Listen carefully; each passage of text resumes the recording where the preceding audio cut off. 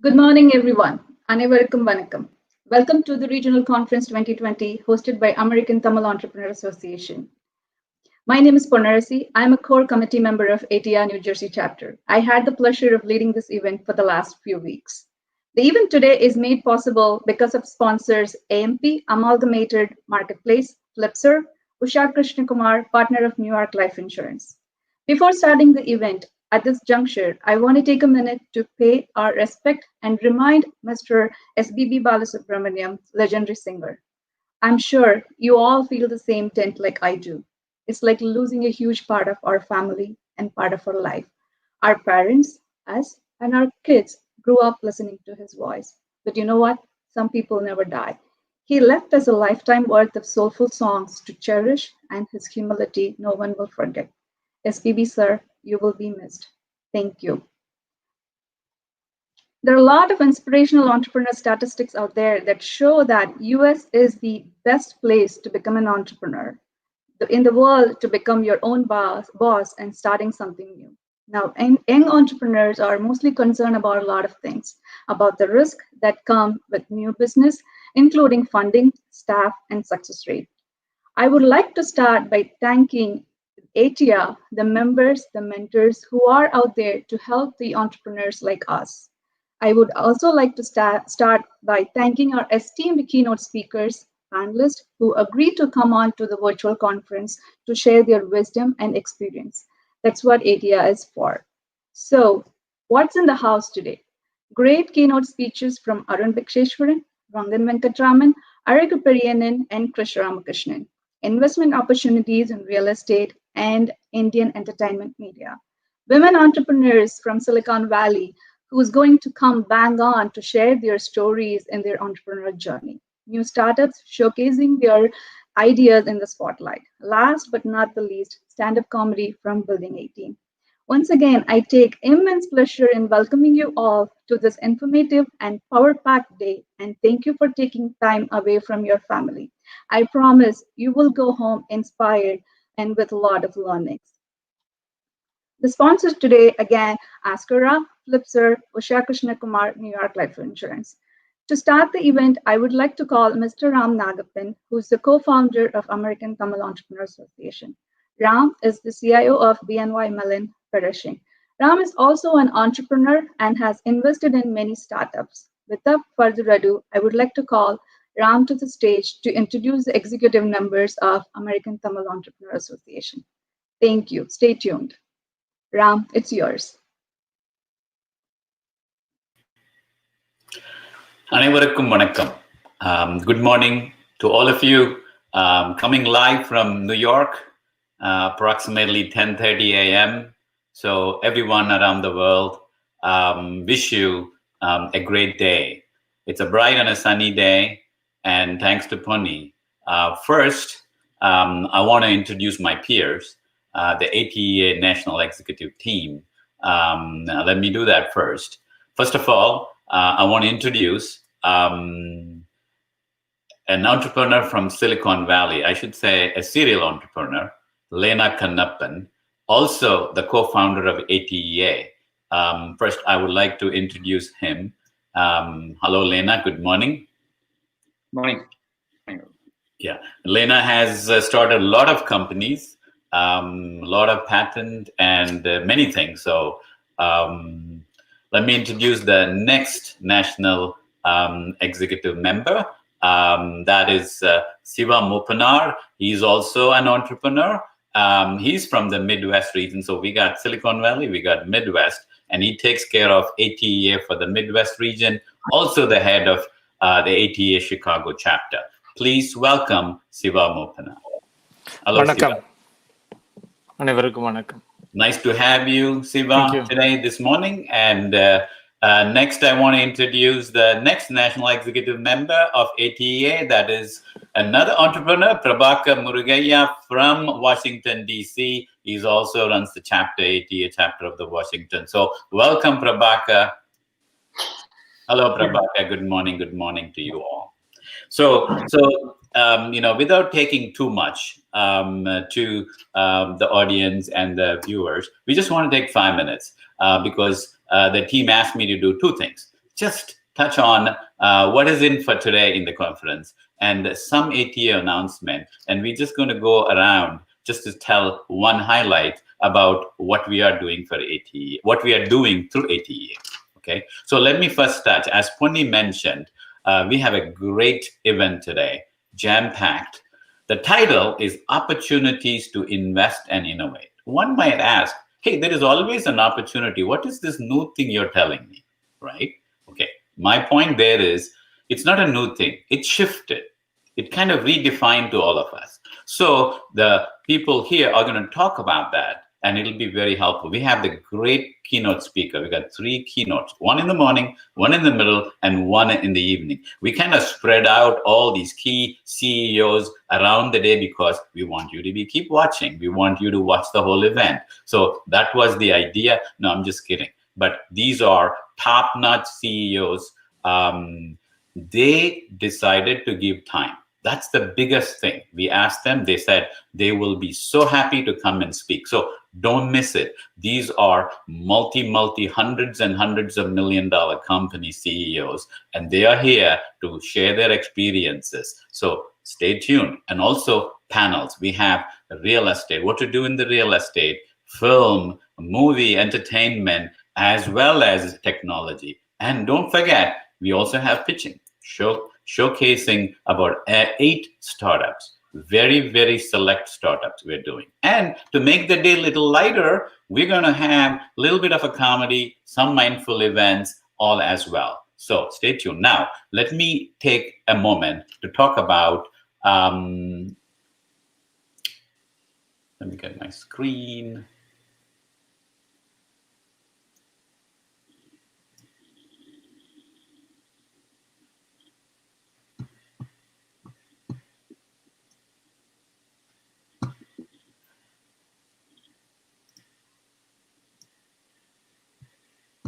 Okay.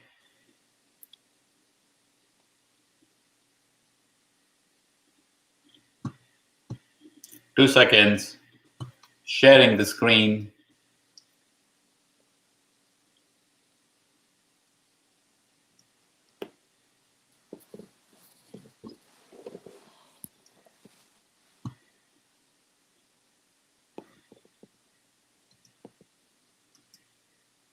Okay. I got it. Sorry for that little difficulty trying to get the screen up. And so I want to talk about some ATEA announcements that we are doing. Now, for all of you to kind of know what we are doing, please follow our Facebook, YouTube, and Twitter, as well as the website. And you can also contact us on the email. So it's very important for you to follow so we can share what we are doing. Some of the highlights that I want to bring, as you could see, is the first and the foremost is, can you get a new website for the organization? Yes, it is completely due. I acknowledge, and we will be having the new website in about 2 to 3 weeks, a brand new with all these capabilities. Regular webinars are coming, and it will all be streamlined, curated, organized in a single YouTube channel, which is actually you're watching. Everything is going to be there. And now online startup academy, very important for here. I know Prabhakar will touch a little bit on that later. The next one I want to talk about, ATEA index and indicators. Now, this is an ethnographic study that ATEA is doing on Indian entrepreneurs in America. You'll see a snippet of it today in today's event. This is an authority for data. You all know data is the new oil. We will be able to give the impact of Indian entrepreneur in America and across the world, how many jobs we are creating, what is the fluidity of the capital, how much GDP contribution we are doing. All of these, source is ATEA. The next is the digital accelerator. This is the way in which we take the brand new ideas, go through incubator and accelerator. Lena will touch a little bit on it. The next 2 is very important. ATEA focus is on young entrepreneur and women entrepreneur. So you're going to hear about how we are bringing partnership with schools and universities here, and how do we influence the entrepreneur, young entrepreneur there, and bring it out live. That is that particular thing. And then tab. What is this tab? It is called the alternate board. See, many startups needs a board that is capable of helping them. You can hire a board. a board that comprises of all type of people. You can actually hire the board and they will come and give you an advice. And this is a service that we're going to do through ATEA. The GOTN is Government of Tamil Nadu initiatives. We are working with them in many initiatives, and you're going to see the fruition of the initiative, how to tap into it, and how you can actually develop your organization in Tamil Nadu as well, and other states along with here in US as well. The CXO network, this is bringing many CIOs, CEOs, CTOs of organizations together into a network that you can actually have access to bigger institutions. And then the membership partnerships and other chapters that we will come out with what we're doing about it. So in a nutshell, I wanted to just give you a quick snippets of these things that we in the ATE are doing for our community across the globe. So with that, I wanted to turn to Lena to actually talk about this conference a little bit and then highlight some of the things that we are doing. Lena, please. Yeah. Thank you, Ram. Tamlan என்று சொல்லடா தலை நிமிர்ந்து நில்லடா. And first of all, I want to thank Ram Nagapan and rest of the ATA Northeast New Jersey chapter for organizing this fantastic virtual event while we are all facing this COVID-19 lockdown time. Thanks again. And I want to take a minute here to talk about briefly about the ATA's Digital Accelerator. You all know ATA was founded in 2016. We started having meetups every alternate month, meeting with people. So ATA's tagline is, link, lead, and learn. And so as part of that, we realized, having an incubator model as a digital accelerator, where we can bring in the entrepreneurs, investors, subject matter experts, and different people with a lot of business background into one forum, and then have a platform that they can all come in and participate. So this digital accelerator was launched when Chief Minister of Tamil Nadu was here last year, and the delegation who came from Tamil Nadu. Since then, we have close to 90 to 100 startups who applied to the accelerator. So what the accelerator does is it helps you to validate and curate these startups, and then have a deal flow. And once we qualify these startups, we have a mentorship program, and then we present them in front of investors. And we are looking forward to really a lot of those entrepreneurs out there to come and participate in this program.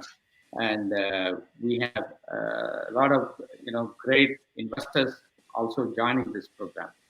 And with this, I think I again thank all the team members and volunteers across the nation who've been supporting many activities of ATA, and we'd like to hear more from other executive board members here. So Siva, can you give your thoughts, please? அனைவருக்கும் அன்பு வணக்கம். So on behalf of Central Region chapters, welcome you all. And I want to talk about the webinars. So ATA cares the people, particularly Tamil community. And we hosted several webinars, particularly during COVID times. To name a few, CARES Act and economic impact of COVID-19 and what's next. These webinars are directly related to COVID, and Salesforce trainings and training in AI and ML, and technology and healthcare in a COVID world, and going to agriculture, entrepreneurship, advancing with science and technologies, and franchise opportunities. And apart from that, we hosted a webinar partnering with FETNA. It's called TEFCON, and we had several panel discussions. And all these webinars so far open to all. And in the coming months, it will be open only to members. So please register, as a member of ATEA. And we are growing. ATEA is growing, and currently we have 6 chapters, starting from Silicon Valley, New York, New Jersey, Delaware, Philadelphia, DC, and Chicago, St. Louis. And we are in the process of expanding to Dallas, Atlanta, Seattle, LA, Detroit, and so on. And please encourage us by supporting, watching all these webinars and attending, various conferences and become a member. We look forward to your continuing support. Thank you so much. So webinar is the learn part of our tagline, the link, learn and lead. So that's the learn. So Prabhakar, please. Thank you. எல்லாருக்கும் இனிய காலை வணக்கம். After Great Depression, after Great Recession, we are experiencing once in lifetime crisis. When we come out, the life is not going to be the same way what we are having before. So ஒரு prediction or what we are thinking could happen is, I would convey in one line, 50-50-50. It's not 50-50, it's 50-50-50. 50% of jobs that exist today may not exist in 5 years. Whatever we do today, it may take only 50% time. And whatever we spend, it may cost only 50%. That creates an opportunity for 50% of the people. In another way to say that is, half of the current professionals will be an entrepreneurs. That's a prediction. 50% of us probably either part-time or full-time entrepreneurs. Take this opportunity. This is an extraordinary opportunity that American Tamil Entrepreneurs Association bringing in front of you. Lot of hours, lot of time, lot of effort has gone through to bring all of us to come together to create opportunity, not for us, but for also others. And part of that with the ATEA, I would like to take a bigger role in helping creating the startup academy. How to start the company, how to grow the company, how to scale the company, and how to exit the company. With more than 1,000 mentors, American Tamil entrepreneurs coming together to build the academy, I need help from everybody, contribution, help, and support, and spread the word. Finally, one thing I would like to say, my favorite Bharadiyar கவிதை. தேடிச்சோறு நின்று பல சின்னஞ்சிறு கதைகள் பேசி மனம் வாடி பிற துன்பமிக உழன்று பிறர் வாட பல செய்கள் செய்து நரைக்குடி கிளப்பருவம் எய்தி கொடுங்கூற்றுக்கிறை என பின்வாயும் பல வேடிக்கை மனிதரை போல் நான் வீழ்வேன் என நினைத்தாயோ. மாட்டோம். தமிழர்கள் திரளோடி திரவியம் தேடும் அமெரிக்காவில் இருக்கும் தமிழர்கள் நாம் சாதிக்க பிறந்தவர்கள். மற்றவர்களை சாதிக்க நம்மளால் முடியும், சாதிக்க வைக்க முடியும். நாமளும் மற்றவர்களை முன்னேற்றுவோம் என்று உறுதி கொண்டு இந்த கான்ஃபரன்ஸ்க்கு வந்த எல்லாருக்கும் நன்றி கூறி உங்களுடைய contribution in all possible ways help us, support us, and grow with us. Thank you. அருமை பிரபாகர் முருகையா அவர்களே, நன்றி. அந்த தேங்க்யூ நோட்ல I wanted to say a few things. There are a lot of people worked to make this happen, and I just wanted to name a few to thank them before getting into the main event. First and the foremost is Punni, who is actually the MC, did magnificent amount of work. And I also want to call Venki Sadagopan, who helped her, Prakash Narayan from Silicon Valley, Suji Iyer from Florida, and Velankani Raj from Pennsylvania. So you could see it's a national team to put an event together. They all come together to do it. So thank you for all of these people who made this happen. And there are also other names I want to call out. Is few of them is Annamalai, Anu and Priya in the backstage, Mahendran from Pennsylvania, Krishna Chari and AVR Sridharan, to name a few. There are many people who are behind. I'm not going to call everybody else, so don't get upset with me, but your help is actually needed all the time. And with that, I think I would thank all the sponsors as well that Punni said for sponsoring, immediately agreeing to sponsor and make this event successful. Okay, so with that, I'm going to give this back to Punni. Thank you all. Thank you very much. Enjoy the event.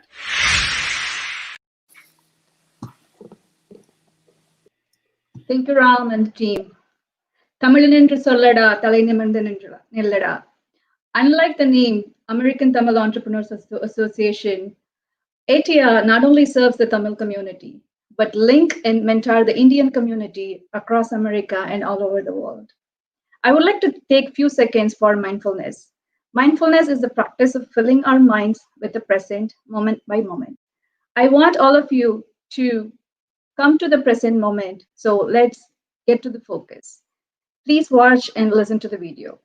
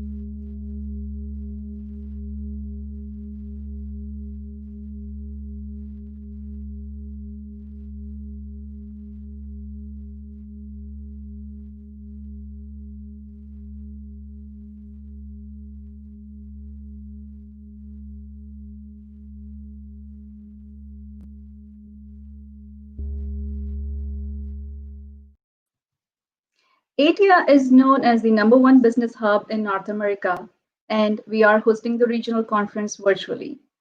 We have invited expert keynote speakers to make this event worthwhile to help up and upcoming entrepreneurs. First on the list is Mr. Arun Biksheshwaran. Arun, CEO of Radisys, brings a wide range of industry experience and a proven track record of leadership. Arun has also played the role of Chief Marketing Officer for MediaKind, where Arun was responsible for creating and establishing the brand and marketing communications function for a joint venture media technology company of Ericsson and One Equity Partners. If I have to count the various VP positions Arun has held for the Ericsson Group, trust me, I have to use my fingers and toes. What a versatility and a vast experience. Who would be a better candidate than Mr. Arun Biksheshwaran to open up this forum for an audience who is looking for nothing but inspiration? When I asked Arun what he's going to talk about, he said, seed for the future. Now I'm intrigued. Let's hear it from Arun. Arun, stage is yours. Thanks for joining us today. Absolutely. Thank you very much, Ponni, and the executive team. When I accepted to be part of this event, I really had very little idea about the scale and scope of this organization. And in conversation with Venki Saragopan, I understood a little bit more. But what I'm experiencing here now is pretty incredible. And everything that the executive team has explained as to what is planned for the future is also pretty amazing. So I'm actually very humbled to be part of this activity at this point in time, and really look forward to how we could collaborate in the coming months and years ahead. So with that, Punni, if you would please bring up the pictures. One of the things that struck me, if you'd go to the first slide, please, yeah, and then maybe run the slideshow. When I agreed to do this, I had thought about a speech that I had done about a month and a half ago to a set of engineering college students in and around Chennai. And a friend of mine had wanted me to talk to them to kind of give them some inspiration.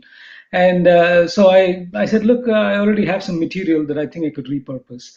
But as the weeks went by and I started to understand the scope of what we were after here, somehow that material was not really that relevant. And I had to find some new inspiration. And the picture that you see here is a representation of the inspiration that I got, which is a picture of a roof garden.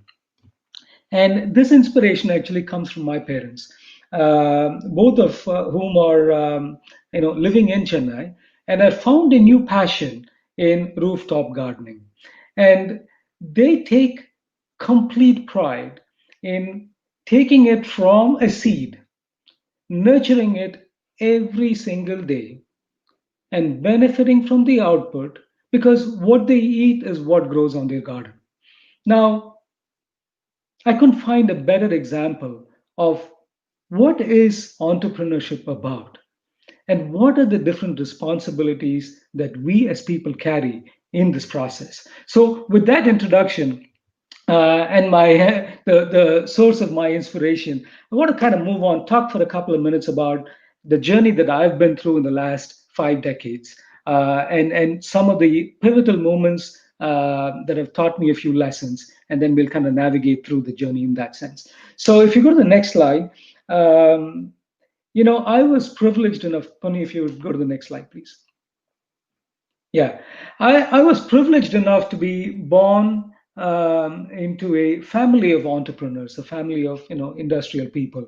My grandfather, my uncles, my dad, everybody was running. Were running companies. They founded companies. They were running companies, and this is what I was born into. So it was a very privileged background in that sense.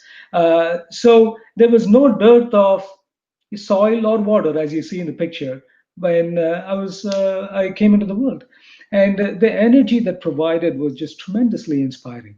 And what happens is you kind of take some things for granted. You think that's how the world is, because whatever you want, you can experience. And as I navigated through the first 10 years, there was really nothing in my life that I felt lacking. Whatever I wanted was available. Not that we were super affluent, but we were able to afford everything that we needed, right? So all the comforts were there. Now, like any entrepreneur, and I'm sure several of you are experienced, it is not like every day is a sunny day. So as I hit through, the second decade of my life, I started to see some realities coming in. And maybe it was just me being old enough to realize that those were the realities, and maybe others in the family already knew that. But the decline that I experienced was precipitous, and it was rapid. From having a lot of warm, comforts, we went into a situation where day to day was a struggle. And this was at the time when I was finishing high school and about to enter college. So the timing could not have been worse. But in hindsight, that was probably the best teaching moment of life. Because from enjoying everything that we had, we went to a situation where we had literally nothing. And the only thing that we had was the hope that was provided by the family and the parents. And as we went through that, the struggle of an entrepreneur was completely visible in front of my eyes. What are the trade-offs that one has to make? And I saw all family members making these trade-offs, from selling your possessions, because you have certain commitments to make, and the commitments are more important than your possessions, etc. So that cycle gave me a taste for what is important in life, and we'll cover these in a couple of minutes as well. And as we sailed through the 80s, coming back into the 90s, that recovery was slow, but it was structured, and it taught me in many, many ways what it takes to navigate through a difficult situation. When I landed in the US, I had enough money to pay for living expenses for about a month. And my parents had pretty much given me all the money that they had. And there was no going back in that sense. And that whole experience of going and telling people who are struggling in every possible sense of the word to say that, look, I don't want to be here, I want to go somewhere else. And to get acceptance for that in a completely unconditional manner, again, when I look back at it now, is pretty incredible. Coming into the US here, the opportunity to actually find myself was completely out there. And this was a struggle because I'd never been out of the house. I didn't know how to cook anything. And when I came in, all the accommodation in the university was taken. So two friends were gracious enough to allow me into their apartment to sleep in the living room. And so going from that decline into a rock bottom, into coming here, into what seemed like an opportunity, was basically pushing the reset button and starting all over again. And there are so many people in the process over the next 10 years who have played a role in pouring that water at the right time so that I could actually grow. And every day was a learning experience there. One of my most valuable experiences is with the head of the library cataloging department at the university where I landed up. And I went to her in the middle of, at the beginning of the summer semester, and I said, Margie, I have a big challenge. I need to save up money for my next semester. And I'd been working there in the library for 20 hours a week. And I said, I really need to find a meaningful way to earn another 20 hours of wage. And this was minimum wage, $4.25 at that time, which paid for about 3 minutes of phone calls to India. So it was pretty trying times. And Margie Fuller traded off the opportunity to have two people working for her to just consolidating everything into one person, and that was me. And through the summer, I saved up enough money that really put me on a platform to offer the next semester fees. And from there on, there was no looking back. At every opportunity, there was somebody around the corner. I just had to find that right person who could give me that extra bit of soil or pour some water so that I could continue on my growth journey. Now, over the next few years, as I finished grad school with the help of wonderful professors who helped me find great topics to work on, etc., to finding my first job in Ericsson, the journey was pretty incredible.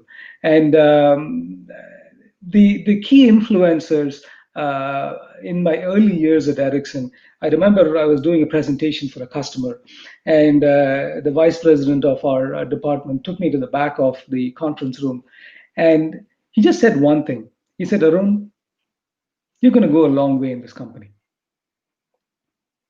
And I literally had no idea what he was talking about, right? I mean, I was doing a presentation for a customer, but those words were tremendously inspiring in terms of putting a goal in front of you as to what is possible and allowing you to dream. And I have to say one more thing here, which is probably the most often repeated phrase from me with my team. When I was pacing up and down in the conference hall of the electrical engineering department right before my master's thesis, about 10 minutes before my thesis defense, my professor comes back going into the conference room, and he looks at me and he says, are you doing okay? I said, yeah, I'm doing okay. I'm just, getting my thoughts together. And he told me something. He said, listen, one thing that you have to remember. When you go in front of that committee, nobody knows this topic better than you. Keep that in mind. And to this day, when I go in front of customers, when I take team members in front of customers, if I find somebody a little bit tense, this is my most often used phrase. The level of energy that it inspires, it is just tremendous. So as we went through the learning experience of going through the early years in Ericsson, getting some inspiration, etc., I also found my wife Anu, and together I learned the meaning of partnership. Anu had grown up here in the United States for the majority of her life, and she wanted to go to medical school. And I had grown up in India, and I had seen all my family members go through and create companies and stuff. And I said, at some point in time, I want to go back to India and spend some time either working there or doing something. And we formed this partnership between us where we took the opportunity actually to go back to India like a year after we got married, and I spent a couple of years there, starting a new division for Ericsson. And then at the first available opportunity after doing that, we came back and Anu went to medical school. That whole partnership model was a great lesson for life that today I continue to share with several of our people as to what it really takes if you want to create a successful venture. You need well-wishers, you need good partners who are in the same wavelength with you as to what you want to accomplish. You might take different roads, but to get there as a common purpose becomes very, very important. Now, also what happens is in this process, you start to develop from a seed to a plant, and eventually a fruit-bearing tree, there are so many things that you have to learn to actually survive. Every seed gets out to the world probably has the same starting chance. But guess what? Where you're positioned, what type of nurturing you get, fully determines how you actually grow. So that combination and partnership becomes extremely important. Now, over the next 20 years, I've had the opportunity to really work across the world, live in Europe, live in India again for a few years with the family, and gotten inspiration from so many different people. At a stage where now I derive inspiration mostly from my children and from my team members. The learning opportunities are just immense. And that in many ways is talking about the life cycle of a seed. It's one thing that you grow from a seed to a sapling to a tree and bear fruits. But at the end of the day, you have to contribute back into the cycle and start to flourish in terms of a garden, hopefully. So that in a sense has been a 5-decade journey, tremendous learning, etc. But what I would like to do is to maybe cover a couple of the pivotal learning moments. So if you would go to the next slide, Ponni, and kind of bring that up, maybe use that as an anchor to talk about things. So as much as we talk about the seed, the role of the gardener is probably even more important. And this essentially becomes the partnership, right? Because if you don't have the gardener, knowledgeable gardener, who is able to do the things that are needed to keep things healthy, to keep things green, to prune when needed, and to water when needed, nothing of the story really comes out. So a few people who have played an instrumental role, but more importantly, the lessons that come out of that. Every seed deserves a chance. And this is what I've learned from my parents as well. Selfless service, you've got to give every seed a chance to succeed. And all seeds are in that sense made out of the same genes. You've got to give them the opportunity. One thing that I learned from my grandfather, who started from nothing, created a very large enterprise, but never kept anything for himself, was a social purpose. I was his first grandson, and we used to take a lot of drives together. And I still don't remember why he told me this, but he and I were in a drive coming back from one of the factories, where at that point in time in the early 80s, there were some 500 employees. And so I was sitting next to him in the car, and he said, Arun, for me, this is not a company where we make money. And I said, okay, so this is the beginning of because I've never had any of these conversations. And he said, this is about us being playing a contributory role in 500 families. And those 500 families will grow up and they will all write their own stories. That message still sticks in my head anytime I work with teams, because it is not about you. It is not about what you make out of it. It is about what you empower other people to do, and then allowing them to blossom is just incredible. I have a picture of my grandfather here. Every morning when I come into the office, I continue to derive inspiration from the social purpose that he put out for business. Now, going through Margie and all my professors at school, there is absolutely no compromise on the work that you have to do, and you have to do it well. But you also have to be learned to be part of the ecosystem. At the end of the day, if you're a plant, you need the sunlight, you need the water, you need your photosynthesis process to run for you to grow. And it's the same way. You've got to do your duty and derive from the benefit that can come along with it. But don't focus on the benefit. Do the work that you have to do. The family. Talked about our partnership, my partnership with Anu, and then of course the rest of the family as well. This is a symbiotic relationship between a plant and a gardener, and the more we realize that, and the more we look to mentors to help us along the journey, as tough as they may be. I remember working with my professor, and I had written 8 chapters of my master's thesis. And I take the thesis up to him on a Saturday morning, which is when we used to meet. And he says, you know what? We need to rearrange the chapters. And I'm like, are you kidding me? This is good. This has got a flow now that I've spent like many hours working on. And he's like, no. And you got to trust that the mentor has got something valuable. Of course, you trust your own gut as well. But the flow that he suggested at the end of the day worked out so much better in terms of presenting the concept. So there is something to be said there about getting that mentorship in time. And as far as my professional life is concerned, the big learning there, of course, is that there is no guaranteed rain or sun every day. There will be challenges, there will be tough people, and you have to buck up and you have to learn to deal with it. So these were some very important lessons. Finding the right mentor and the right gardener, of course, becomes the most important thing. So if we continue with this, if you go to the next slide there for me, what really happens then? As an entrepreneur, as a person, not necessarily as an entrepreneur, as any person, you got to fill your dreams with a lot of hope. This is what comes from within. This is the seed that you're made of. You've got to dream big and you've got to fill it with hope. Not that there won't be any challenges, but after you dream big, you come back to the present. And I love the video that Puni shared about bringing us all into the present and taking a moment to breathe and focus. You've got to find your passion and you got to excel at it. This cannot be any compromises.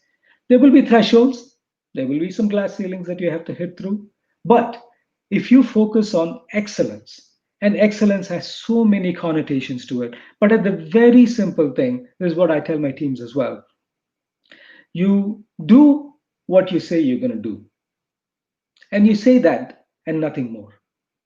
So that there is 100% trust created in what you say and what you deliver. That is super important. Believe in yourself.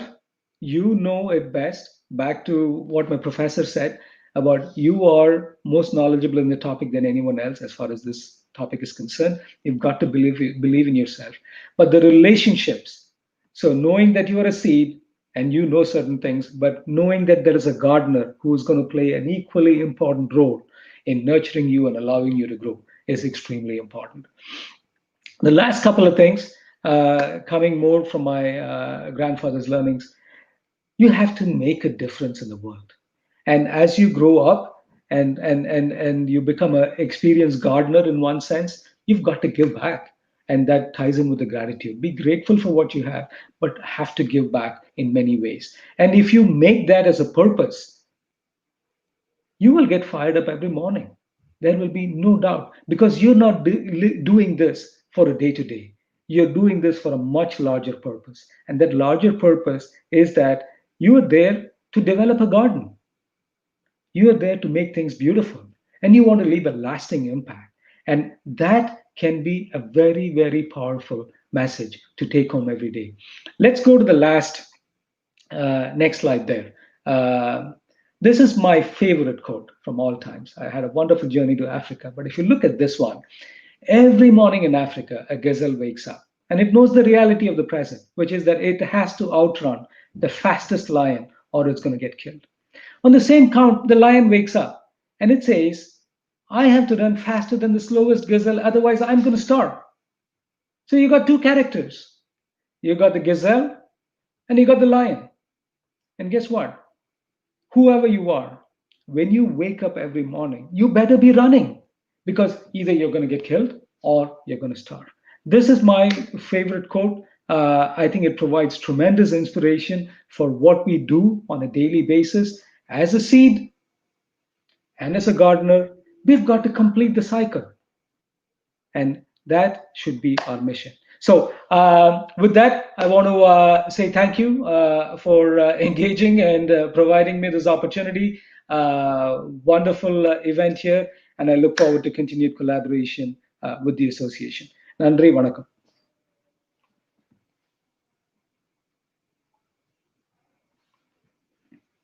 Pani, back to you.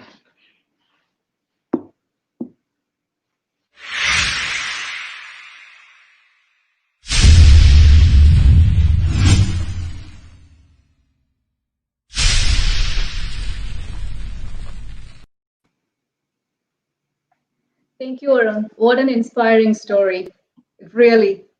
And everything you said, even I was watching the comments from the audience, everyone agree with me that what an inspiring story. Thank you. I read somewhere that parents' life is a book kids read every day. You said that beautifully. Thank you so much. And I thank ATEA for giving me the opportunity to connect with you.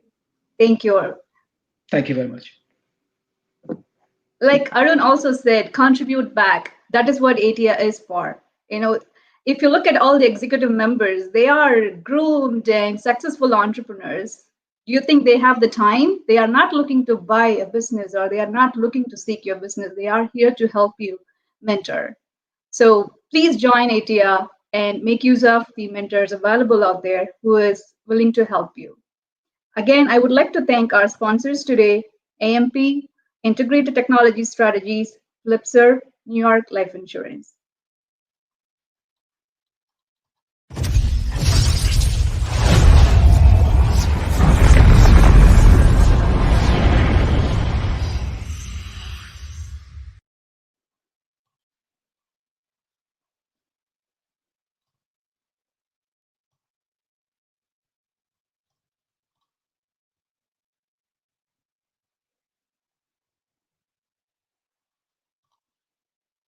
Our next panel is a real deal.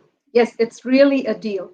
Our speakers are going to discuss the various opportunities in the real estate during the pandemic. So when we wanted to host this regional conference, we were like, is the entrepreneurs really looking for an opportunity? Is there any opportunities during the COVID? Everyone is locked up in the house, waiting for the new norm. There was even an argument within us that, is this the new norm? We don't know, but there are opportunities. That's what we want to show it to you today. So someone told me the best time to invest in the market when it is bleeding. Isn't that true? Let's hear it from the panelists, how true it is for the real estate business. To moderate this panel, I would like to welcome Velankani Raj Mahimaraj. Raj is a core committee member of ATEA PA chapter, lives in Downingtown, PA with his family.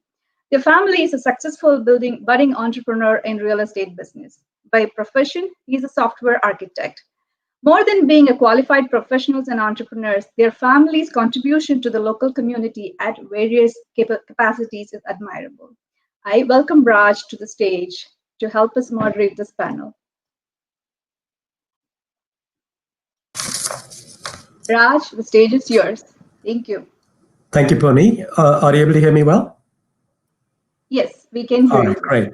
Thank you. Thanks. Good day, everybody. Our panel is titled The Real Deal, Real Estate Investments During Pandemic. We have a sponsor for this event. The sponsor for our panel is AMP. AMP stands for Amalgamated Marketplace. It's a startup from Tamil Nadu, India, which is a core retail ecosystem, first of its kind globally. AMP is instrumental in changing the way retail industry works in India.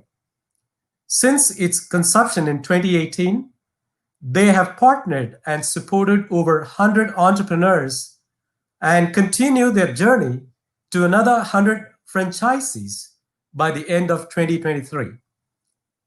AMP currently has 75,000 square feet of retail space in multiple locations in Coimbatore and in Madurai. They also have 5 AMP locations ready for launch coming Deepavali in November 2020. I'm thankful for their sponsorship. I also have the honor and the pleasure of introducing 2 great panelists for our panel this morning. One is Karthik Sundaram.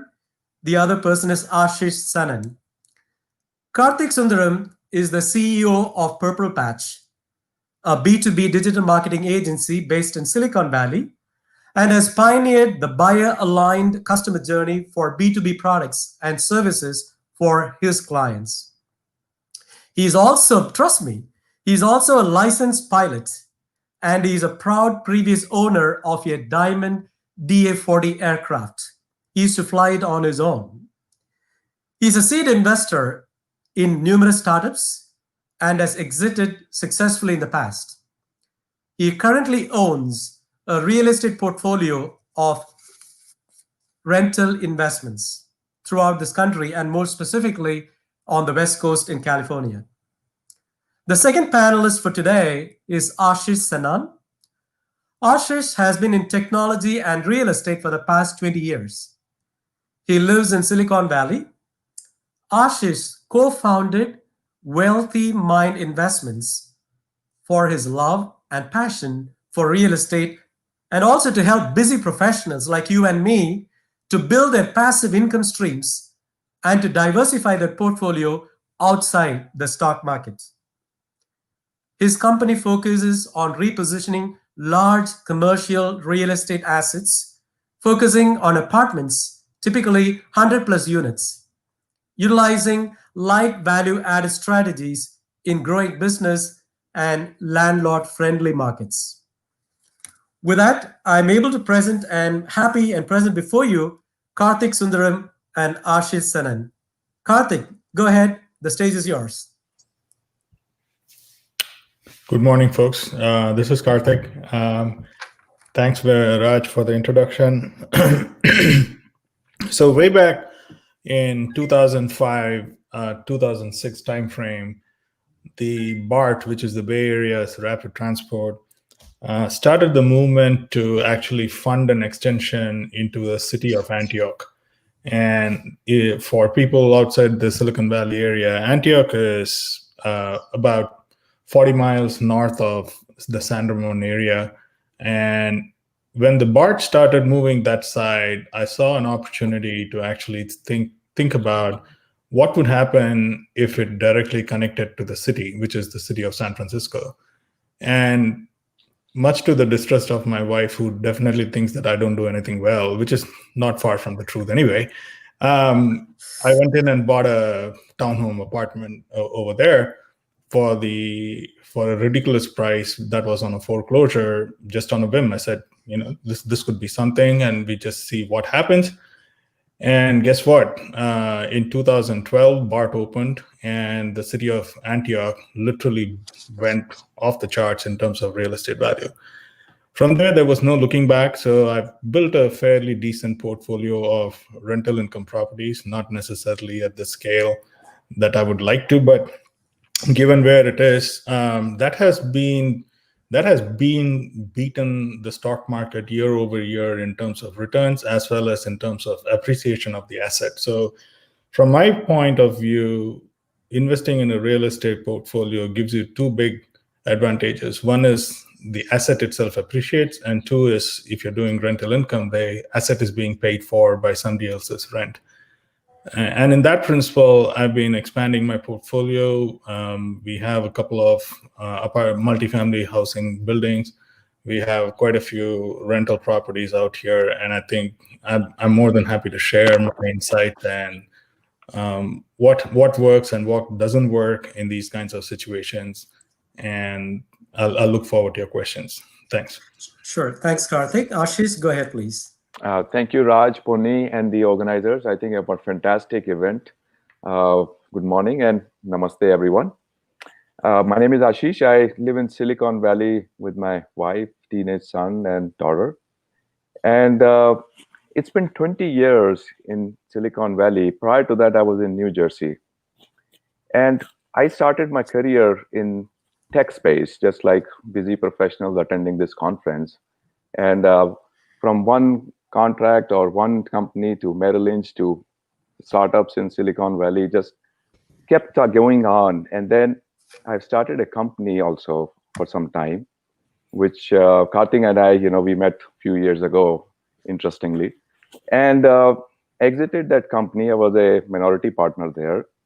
And throughout this time, what I realized that it's like a rat race. Then the 2008 financial crisis hit. Mm-hmm. And what happened? Most of the money in 401k, it vanished.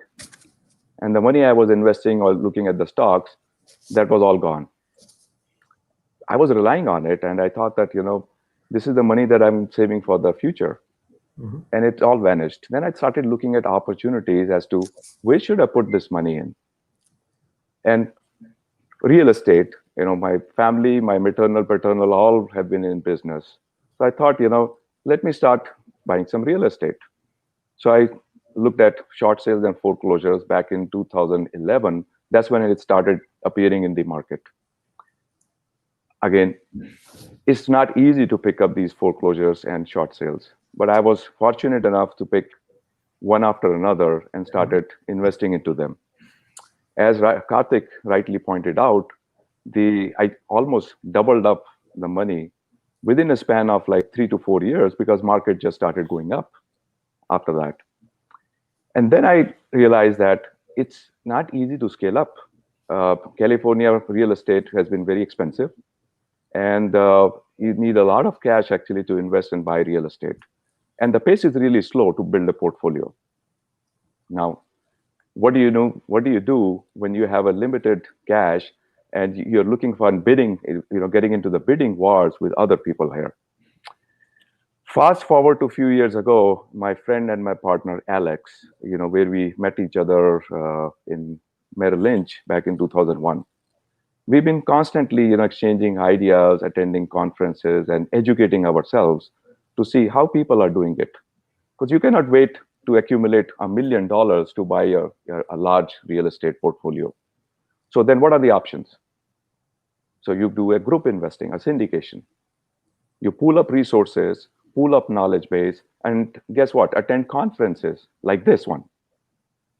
Pick up a mentor and follow them. Listen to the advice, how people are doing it, listen to their journey. So that's what we started doing. We started small. We started traveling. We started traveling to Denver. We started traveling to Vegas. We started traveling to Dallas. And we are attending all kinds of real estate conferences where people come up and then they talk about, how they are doing it. And we started investing in ourselves. We started learning, how do we do this? And we started investing on the commercial portals, the CrowdStreet platforms too. And some of the deals, not every deal we started making money. There were some bad deals out there.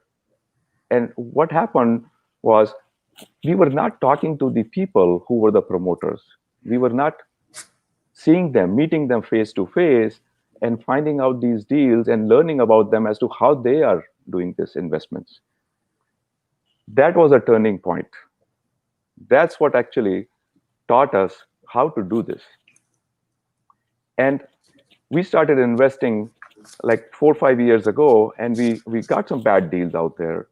And we learned that we have to be out there meeting with people and get started.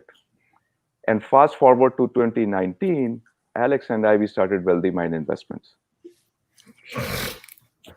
This has been a great journey, a lot of learning experience. And Arun also mentioned that, learning, you learn from your kids, you learn from your colleagues, peers.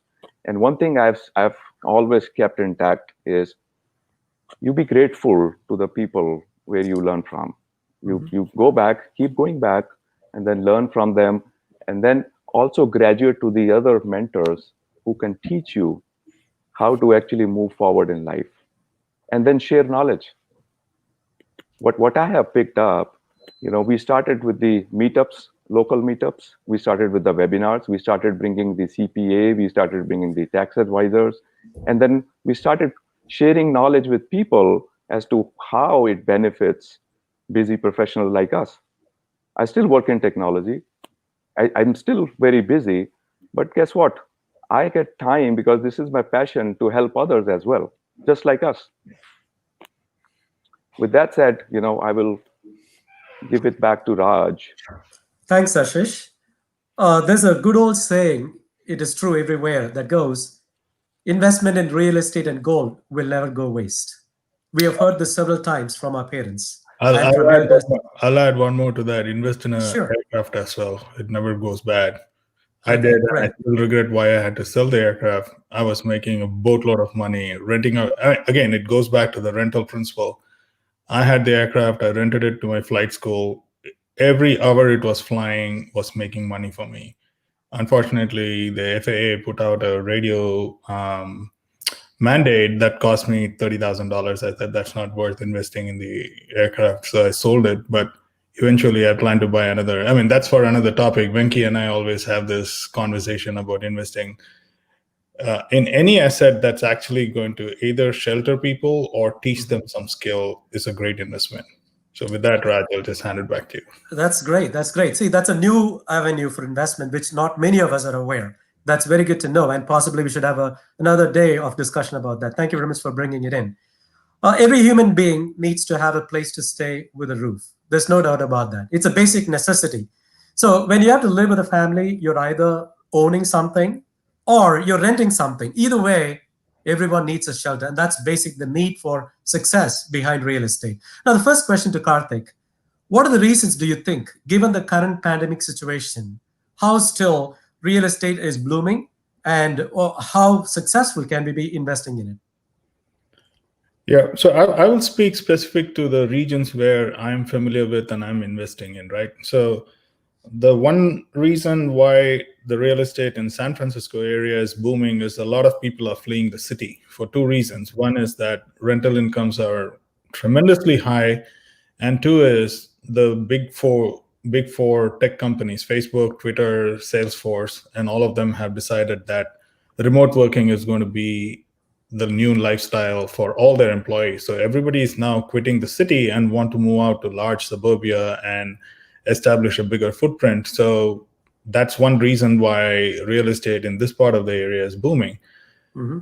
Two is if you go to the areas where, what I call as low economy areas, like say south side of Chicago, where I have investments, or in the city of Antioch, which is again a very up and coming development area, whether you have a job or not, you need, or whether you're in work or not, you have to have a roof over your head. And in many cases, the city or the county actually supports that program to help these people keep the roof on their head. And so that's another area or reason why rental income properties never go out of style. Mm-hmm. And that's, to sort of take the words from Ashish, you definitely need the roti, kapada, or makan, which is you need food, you need clothing, and you need shelter. And in today's situation, that is even more apparent at this point in time, because you need shelter, one, to stay safe, because you cannot be on the street with all these COVID situation happening, and two is the family needs this kind of protection or the stability to stay inside a property that they can call home, and that never goes out of fashion. Fully agreed. We have seen that migration from the city to the suburbs is happening as we speak, even in our area on the East Coast side as well. And that has helped the real estate market very much. And I just would like to add one more reason, probably what we're seeing given the pandemic for the real estate to be very successful is, you may agree that the real estate interest in the mortgages is historically very low at this time. So people who were able to afford townhomes can now able to afford single family homes for the same monthly payment because the interest rate is so low. So that's another reason where I can think of where, because of the current situation, people can take advantage of it and do investment in real estate. Now, the question to Ashish, what do you think from your experience are the benefits of real estate investment? What is the return of investment ROI? And also, how is it when compared with stock market? Excellent question. I think this is a number one question that I get to hear in the webinars, and people question that, why do you invest into real estate? It's better. Stock market is better. Well, let me try to address what is the benefits out here. Now, when you invest into real estate, you get the depreciation benefits. You hold it for some time to get the long-term capital gains. Now, again, I will put a disclaimer there. I'm not a tax advisor. I'm not a CPA by profession, but I have been investing into real estate since 2004. I still hold properties, single families and duplexes out of California. And guess what? All the cash flow that I collect, it reflects on my tax return. It doesn't add up to my taxes because I get a huge depreciation K1 through K1s. And that's one of the biggest benefits out there. And some of the people who are really big, and our president also does the same thing. He invests a lot in real estate. And people question it that, hey, this is illegal. He's not declaring or showing his tax return. But if you look at it, he's not doing anything illegal. Now, again, I'm not here to support anybody, any party or any individual here. but I'm just purely talking about, how does it benefit you if you invest into real estate? Now, second question, compared to the stock market. I've been investing into stock market through 401ks in past from my previous employers. And I've also been investing, I also have a brokerage account. And when I look back in all these years, 22 years, there comes a time that you have a portfolio, you build, let's say, $100,000, and all of a sudden you wake up and there's a market crash. It is hardly 25,000 left.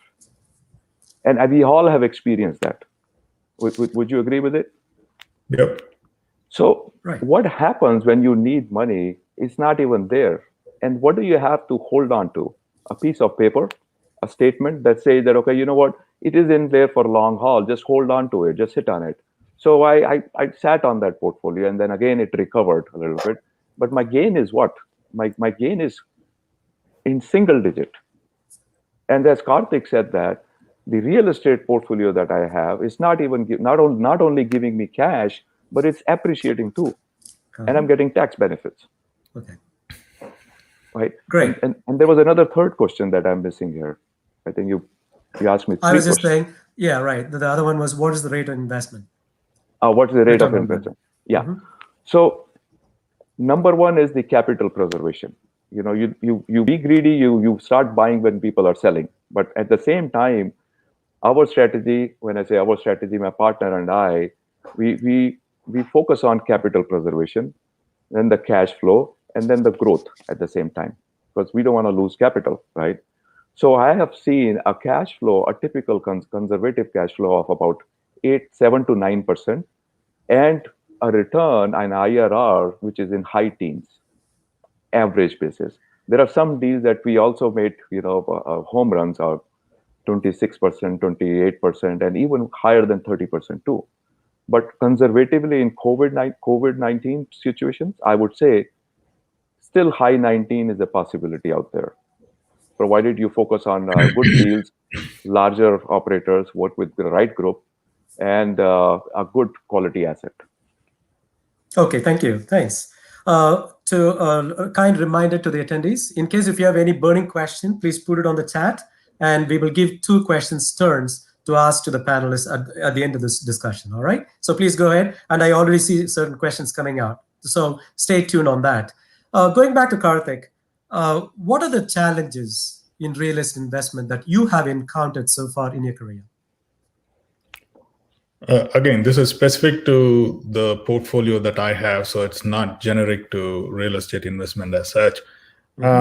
Obviously, because I invest in a rental income property, there is always a few challenges of collecting rental income, but that has always been the state of the market, right? It's not that it's something new that I've faced. So you go into this with your eyes open. You're not doing this to discover that suddenly. And then you need to work with a very good, property manager and the management. And yes, there's no system of, the landlord ever getting to know the tenants and all of that, but you need a property management who has the ability to get personal with their tenants, right? So I have been extremely lucky to find those kinds of people who run some of my properties, and they have been extremely efficient and extremely, I would say very kind to the tenants, in the sense that the tenants actually like them. You need those kinds of property managers, because this is, at the end of it, a people-to-people business, right? If we, like how the keynote speaker said, if we cannot learn from others, then there's no value in doing this, right? This is still a learning business for me. And I've been learning so much from the way my property managers have dealt with, tough tenants, or with people who are going through financial hardship, and so on and so forth. That's been one of the biggest learning for me in this business. And that, I would say, is one part. The second is, obviously, if you're buying a property, like any property, it's going to go through a maintenance cycle. So you need to be prepared for those kinds of issues, unless you're buying a brand new building, which I don't. And in that kind of a scenario, you got to be extremely efficient with your capital to figure out What is it that you want to invest in, and how do you want to invest it in, right? And same thing, the property management is the one that will teach you, because they've been doing this for a living, as to how to manage those properties, how to be preventive before you get to the problem state. So when they say that, hey, this boiler is probably 30 years old or 40 years old, you need to replace it, don't brush it away, because that's a valuable insight that they are giving you, and you got to make a judgment at that point in time as to whether you want to do that now or you want to do it 6 months later. 6 months later is going to be too late. You may find that one day your tenants are out of hot water and they could literally sue you. Okay. Right. So you need to be very careful listening to those kinds of lessons from management, so that you really are taking care. If you're not giving to your people, don't expect anything in return, right? It's again the same lesson that the keynote speaker was talking about. So the lessons I learned is give before you want to get. And that is in terms of making sure your tenants are happy, making sure your buildings are in the right, to Ashish's point, preserving capital is also preserving your building. If your building is going to go down in tatters, and when you want to exit that building or that apartment, and you haven't made enough investments in there, you're not going to keep your capital preservation at that point. You're just going to lose it. Yep. Right? Those are the two big challenges that I have faced. One is being prepared for, maintaining and preserving the investment, and two is maintaining and managing the relationship with tenants. I agree, Karthik. The saying goes like this: the goodness has to be both ways, right? Exactly. So the landlord has to be a good landlord, the tenant has to be a good tenant. Even if one of them creates a problem, then it is not going to be a working out relationship. Exactly. So that's very important. I fully agree. Given my experience too, the goodness has to be both ways. That's right. I agree. This is a question to Ashish. Very interesting. This is a live question from the audience. So I don't think so you'll be prepared for this. This is very interesting too. There are two questions. I'm going to ask you both the questions and you can answer in a combined manner. The first question is, what is any location recommendations for investments right now? What would you recommend in terms of locations, right? That's one thing. The second thing, do you currently have any portfolio where you're accepting investments from interested participants? So those two questions. Go ahead, please. Yeah, so let me answer the location question first. Now, we have 50 states here where you can buy properties. Okay. Right. Now, right. There's a huge marketplace out there. You can start looking around. Now, where do we invest? Where do our investors like to invest? And why do we invest there? I think that's the whole point here. Uh-huh. The first point that I would like to share is the location. Location has to be excellent. The quality of the asset has to be something that you would like to own. Like, for example, Class A, Class B. Class A are the apartments which are newer and relatively at an excellent location. Class B are relatively older properties. And then when I talk about location, it has to be in the growth markets. When I say growing markets or high growth markets, where the companies are, where the jobs are, where the laws are landlord friendly, they're not tenant friendly. You can raise the rent. I'm not saying disproportionate to the what you can. You cannot raise the enormous amount of rent like in San Francisco it was happening, and then they put a rent ordinance out there.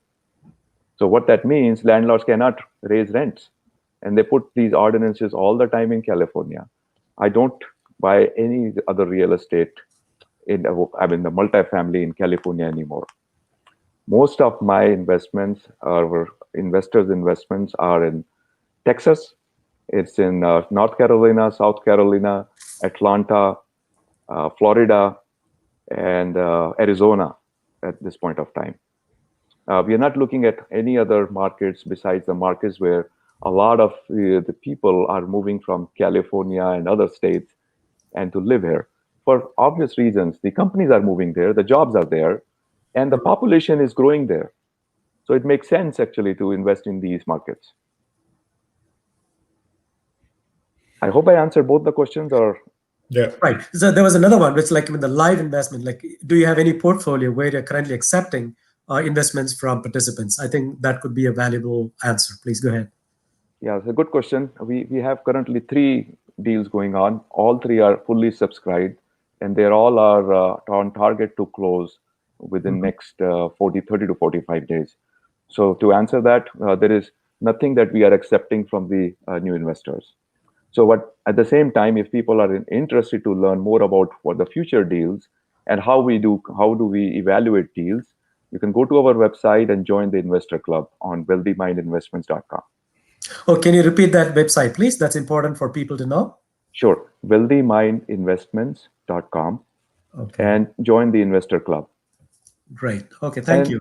And also set up a call with my partner or one of us, schedule a call with us, and then share your investment preferences.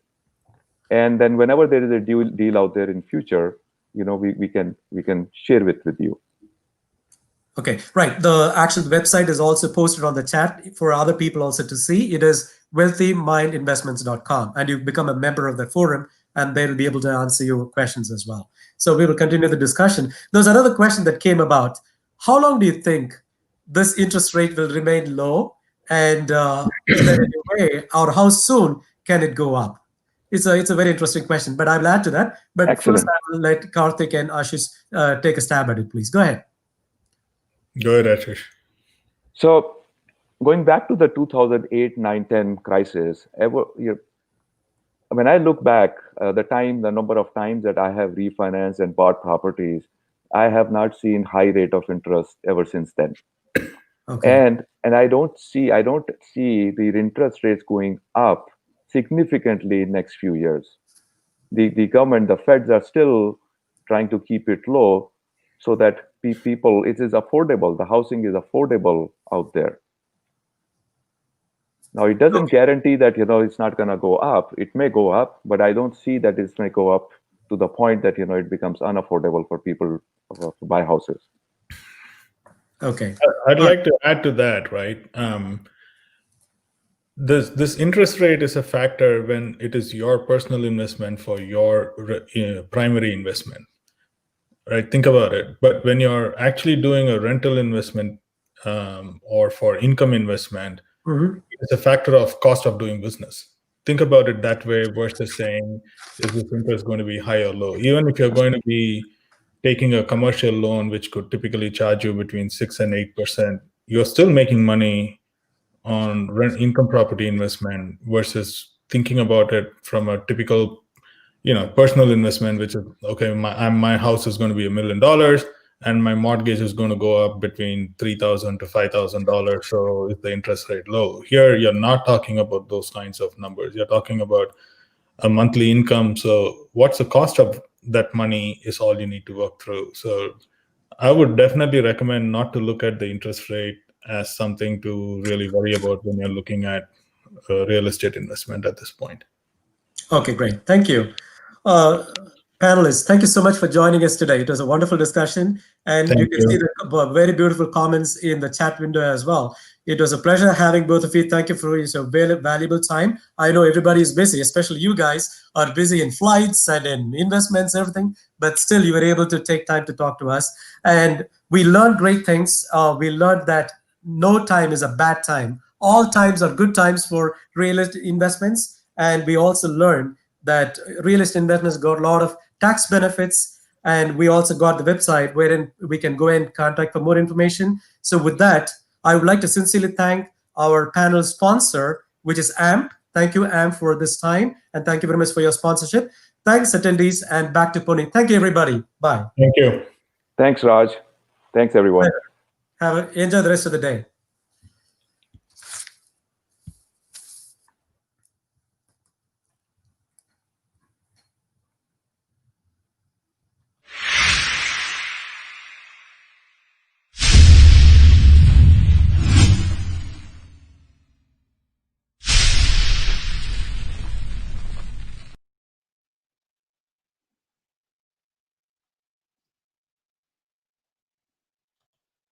Thank you, Raj, Ashish, and Karthik. It was definitely an informative session.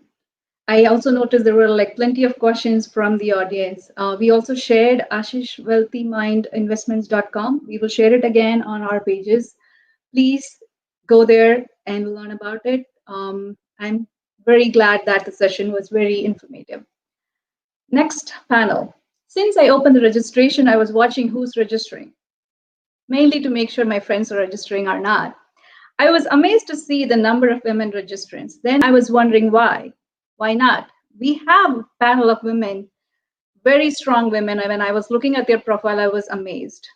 To moderate this panel, I welcome Karen Roth, who's a registered dietitian, nutritionist who specializes in program development in preventive medicine. The bulk of this work has been with Kaiser Permanente, where she cultivated 300% growth in health and wellness programming for Kaiser members, staff, and external employer groups. Additionally, trained in the principles of Ayurveda, yoga, and meditation, Karen bridges the world of East and West with innovation, evidence-based programs designed to accelerate health outcomes. As a mentor of the Leadership Mountain View program, Karen received their annual award for outstanding work in the community. I here welcome Karen Roth, our panel moderator. Hi, Karen. Karen, you are muted. Can you unmute yourself? Yes, that would help, wouldn't it? Yes, we can hear you very well. Great. Well, thank you for the glorious introduction and passing the torch on to me. And wow, we had the real deal. That was phenomenal. Yeah. What is your title? What is the title of your panel? Well, this panel today is about unleashing your potential. And I found that so fitting because in times of pandemic, we have so much opportunity to do that. And without further ado, I'd love to start bringing on board the panelists that are in today's session. Is that good with you, Pony? Sure. Let's hear it from the women, guys. Here you go. Okay. So the first person that I'd like to introduce is Sonali Sambas. And there she is. Great. So in our panel this morning, Sonali is a driven technologist, product thought leader, and strategist.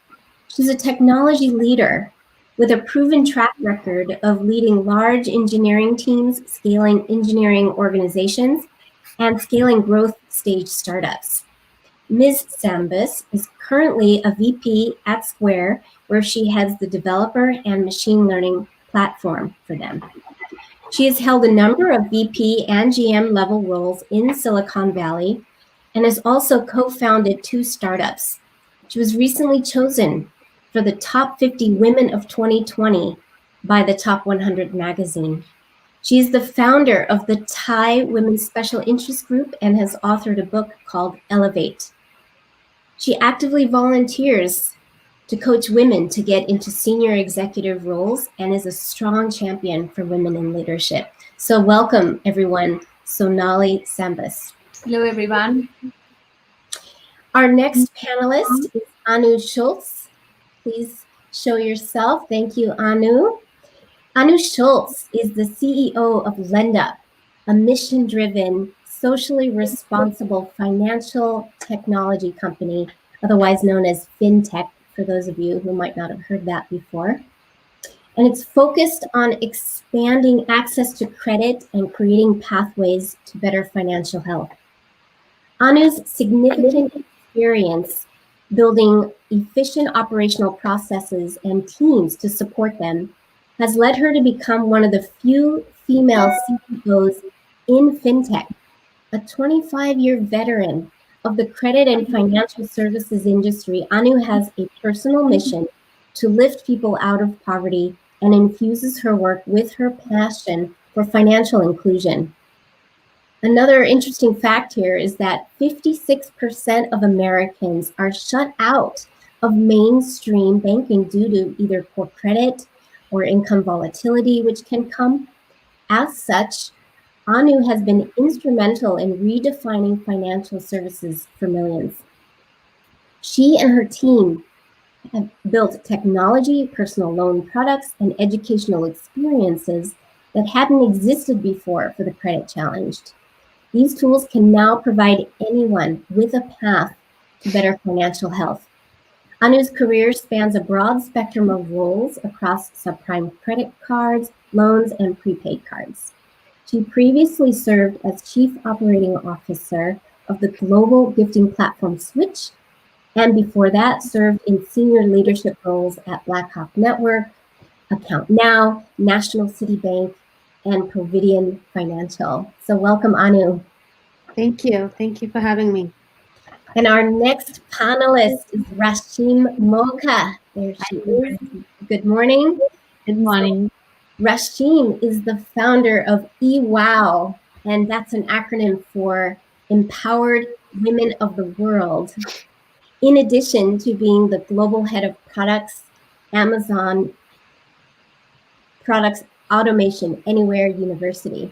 She is a best-selling author, a keynote speaker, and equality influencer. She is an enablement executive with deep product roots in places such as Amazon Web Services, Oracle, and VMware. She is listed in the 100 keynote speakers of 2019 by Databird Research Journal, as well as the 20 thought leaders in Cloud Thinkers 360. Ms. Moga is the recipient of 3 esteemed awards in 2019, including Women of Influence, Silicon Valley Business Journal, the Women's Empowerment Game Changer Award, and Women of the Year Women in IT Award. She is the #1 Amazon best-selling author of Fast Track Your Leadership Career for emerging women leaders and is listed in the top 30 spectacular books by women for women in 2019. She empowers a wide spectrum of leadership. She empowers a wide spectrum of professionals by articulating complex product capabilities into crisp, clear, and attainable business benefits. In her career as a global leader, Ms. Moga has inspired her teams to dream big, innovate, and execute their plans. She is passionate about the power of positive leadership and the impact it has on an individual and team's success. So welcome, Rashim. Thank you so much. And our 4th panelist today is Preeti Padmanabhan. Welcome. Thank you, Karen. Preeti is the head of platform and fresh color product marketing at Freshworks. Her past roles include VP of marketing at Panzura and leadership roles in marketing, sales, and engineering across Nutanix, Dell, and Cisco.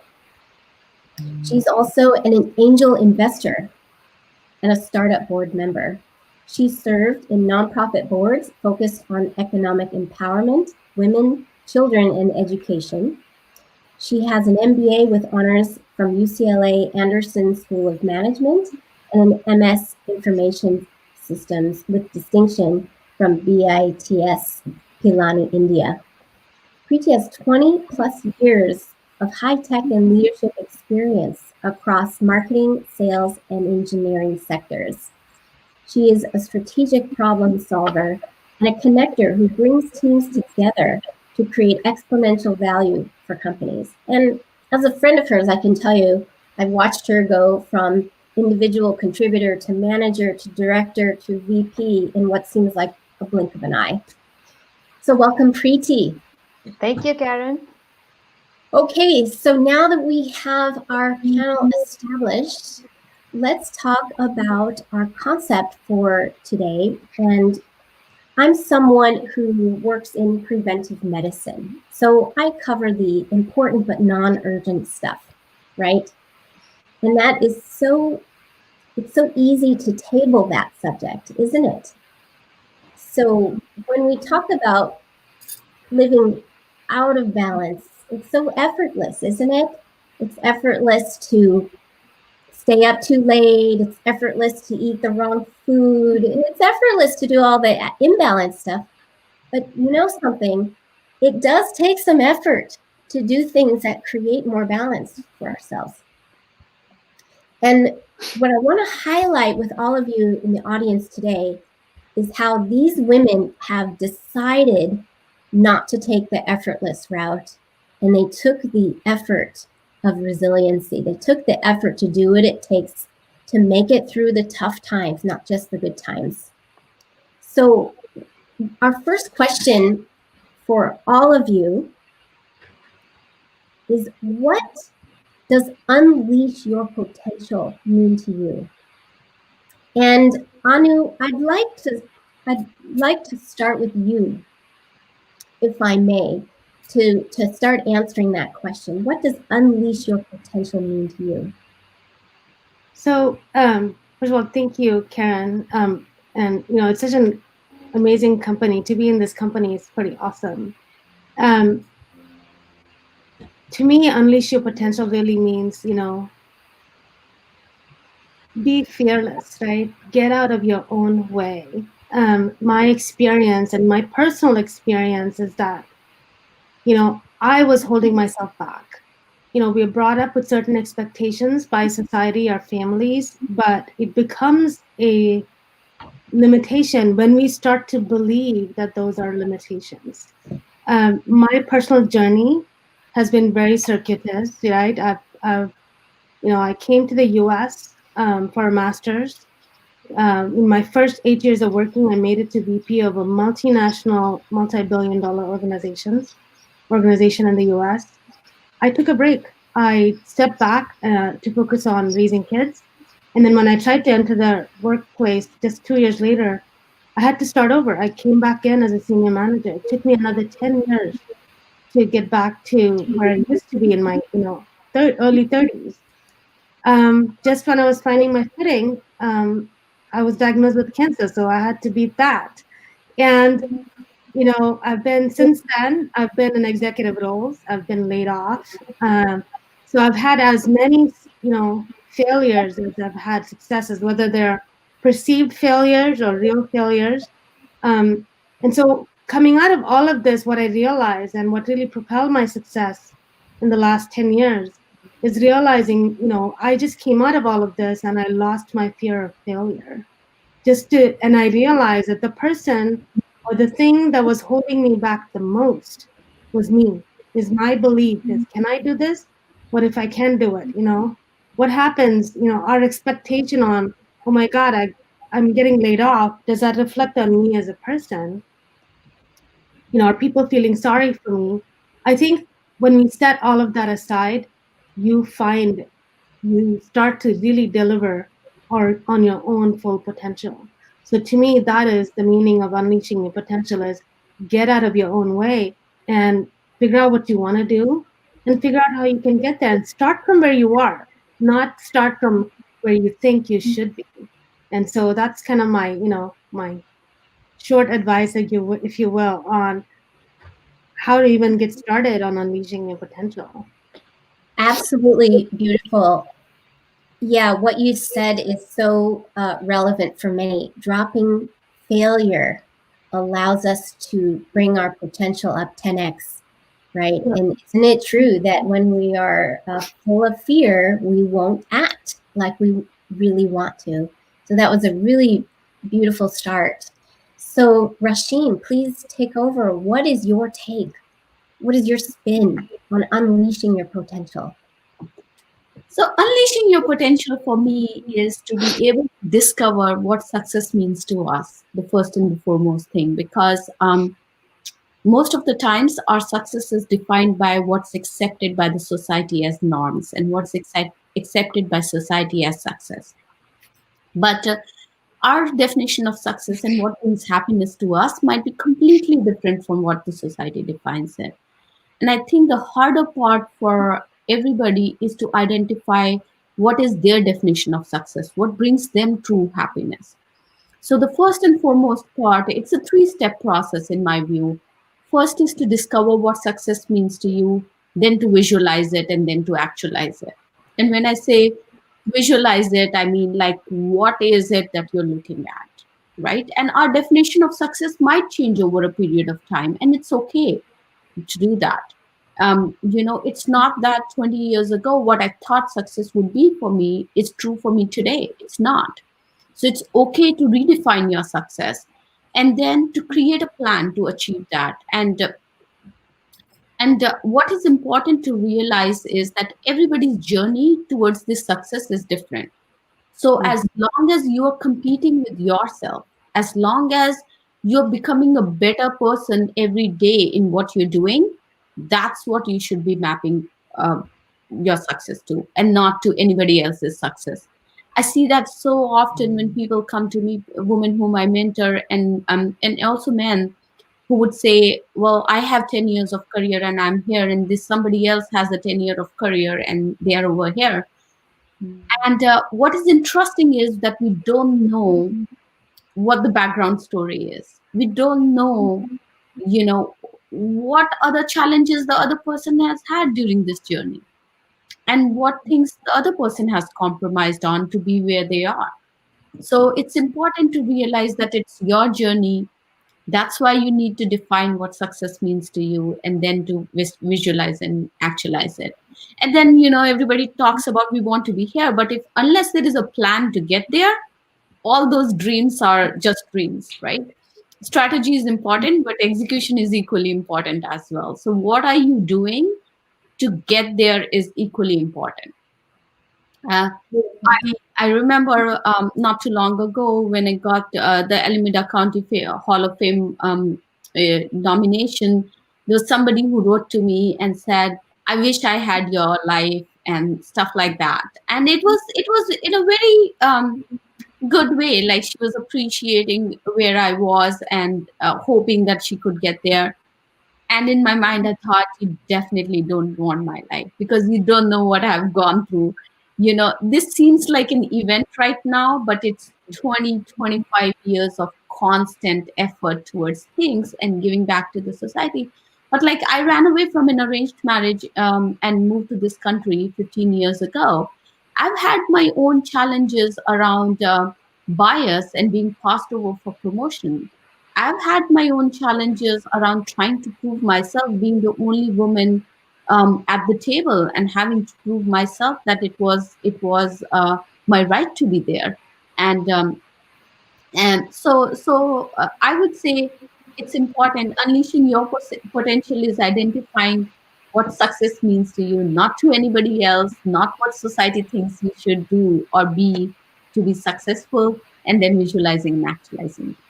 Absolutely. What I heard from you is we mentally can handicap ourselves from moving forward, and then we don't execute. It's not only the mental piece, but then taking the steps to take the action. And one other thing I thought of while listening to you is Steve Jobs, right? What he went through to get to where he was, he ultimately burned out heavily with incredible health problems. So we'll touch on that as we circle back to you further about how to balance this kind of life and to unleash our potential without burning ourselves out too.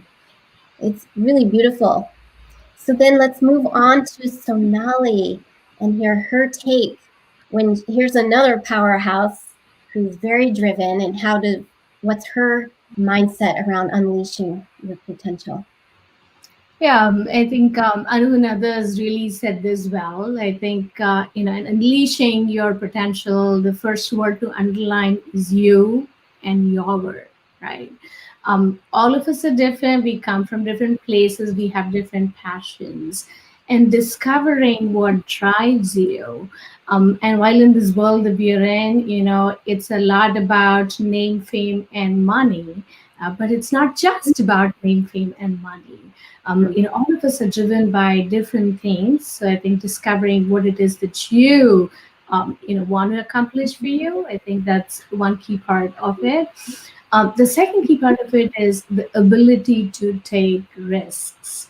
And ability to take risks, because to really be the true you, and especially with the norms of society that we're in, the bounds that we have around us, it really is to be able to break free of that, to be able to maybe leave, nice cushiony job and do a startup, or engage into that social venture, right? And all of these are risks, and risks by the very nature of it means it can go in a good way, it can go in a bad way.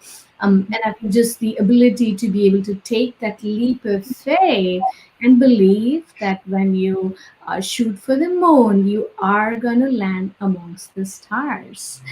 You may reach the moon or not, but just when you head for the moon, you are going to land amongst the stars. So just having the belief in yourself and taking those big, bold risks is, I believe, a big part of unleashing your potential. The other key thing that I want to highlight is we as human beings evolve, the people around us evolve. So I feel like there is no one point of being done with unleashing your potential. I mean, my 18-year-old believes got into the college of her dreams, and she believes she's unleashed her potential, but I know she's not. When I did my startup in the startup with Val, I felt I'd unleashed my potential, but I'd not. I landed a VPGM role at Square. It's also going great. Have I unleashed my potential? I've not. I launched a book for women in leadership. I believe that unleashed my potential, but did I? I've not. So I think in the sense that I think unleashing your potential is a constant evolution of becoming the better you as you go through life, and just keeping that high bar for yourself. No matter where you are, there is more where you could be. And just sort of keeping that as sort of a growth mindset is the new a vogue in vogue term today. Is how I see unleashing potential. So beautiful, keeping a growth mindset, right? How do you ask a tree not to grow a new leaf every year? It's even in nature to continuously evolve and grow. Very beautifully said, that to prevent stagnation, to prevent getting stuck in that rut, is to just have by default that growth mindset. Really beautiful. So continuing on with this question, Preeti, what is your take on unleashing your potential? Thank you, Karen. We heard some amazing insights from Anu, Rashim, and Sonali, severally touching upon so many different areas, starting with taking risks, being strong during failures, continuing to grow. I'd like to add another point to unleashing our potential, which is what does it take for one to be prepared to unleash one's potential? Right? How can one continuously keep unleashing their potential? And I'd like to talk about 3 different angles. The first one is taking care of oneself, self-care, the ability to take care of oneself on a daily basis, to do the right thing with respect to exercise, meditation, having the right people around you. So that is, I think, very important for one to unleash their potential, because unless you have the foundation strong, it will be hard for us to then, unleash that rocket ship of ourselves. Number 2 is surrounding ourselves with the people who believe in us, the people who will support us as we are unleashing our potential. So it's very important to then get that buy-in from the family, as well as being able to surround ourselves with other friends who are ready to help us as we unleash our potential. And number 3 is to decide what impact you're looking to make in the society, be it in the professional world, personal world, non-profit world, wherever you choose to decide what you want to do. So that way you're able to then take the steps to go forward. So those are the 3 areas, right? Self-care, forming a right community, and then deciding what impact you want to create. Very well said. And I'll just reiterate from there, self-care. We are absolutely drinking too much caffeine, staying up too late, and we're absolutely frazzled, and our mind is pretzeled up. How impactful can we be? It all starts from that basic platform. That's right. Surrounding yourself with winners or people who are better than us. That's a game plan in my book too, so I couldn't agree more.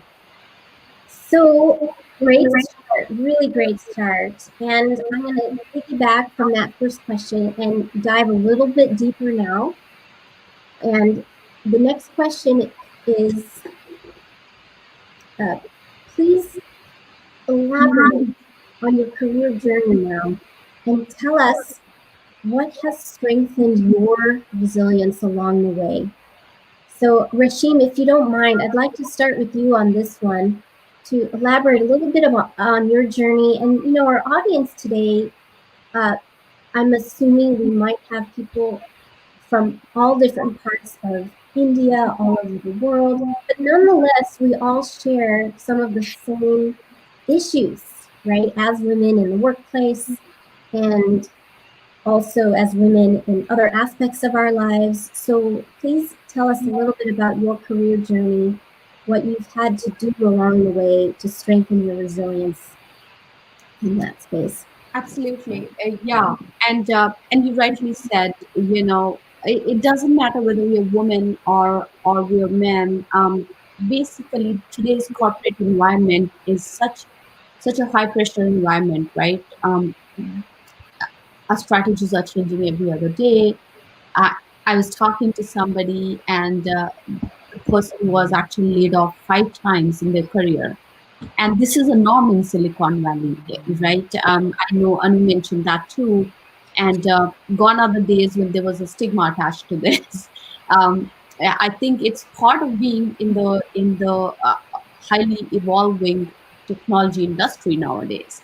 So how do you deal with that pressure? And this is constant. And we work 16 to 20 hours every day. What does that do to our health? So I think it was a rude awakening for me when I was working at Amazon Web Services, close to 18 to 20 hours every day. And one fine day, I wasn't feeling that great. I thought I would go see my doctor. I went to see my doctor, and my doctor said that they had to actually admit me into the hospital, and I had to go through a surgery. So that was, obviously we had a cancer scare at that time, went through biopsies and various other things, but that also made me realize that I owed it to myself to take care of myself, right? And to be resilient and not to give into this pressure, because it was not just what my body was feeling, it was also what mental stress was doing to me physically. So starting then, it was after that I started talking about power of positivity and mindfulness, and practicing it myself. And I call it practicing because you're never done. It's never a stage where you're done, right? It's a continuous practice that you have to do.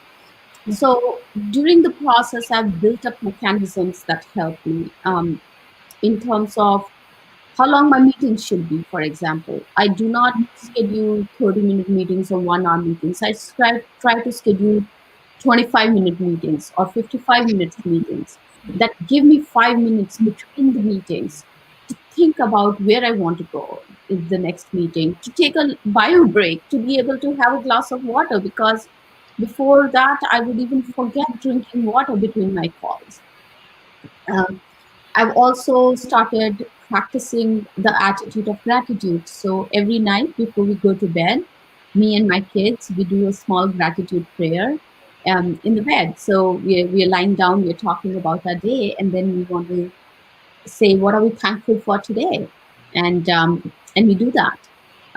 The other piece is that I am a big believer in positive affirmations. So actually, for everybody who's part of my community or my networking circle, what I did was I would send out these positive affirmations. And then one of my friends said, well, let's try and figure out how we can scale that. So I started reading about it, and then I created Alexa skills.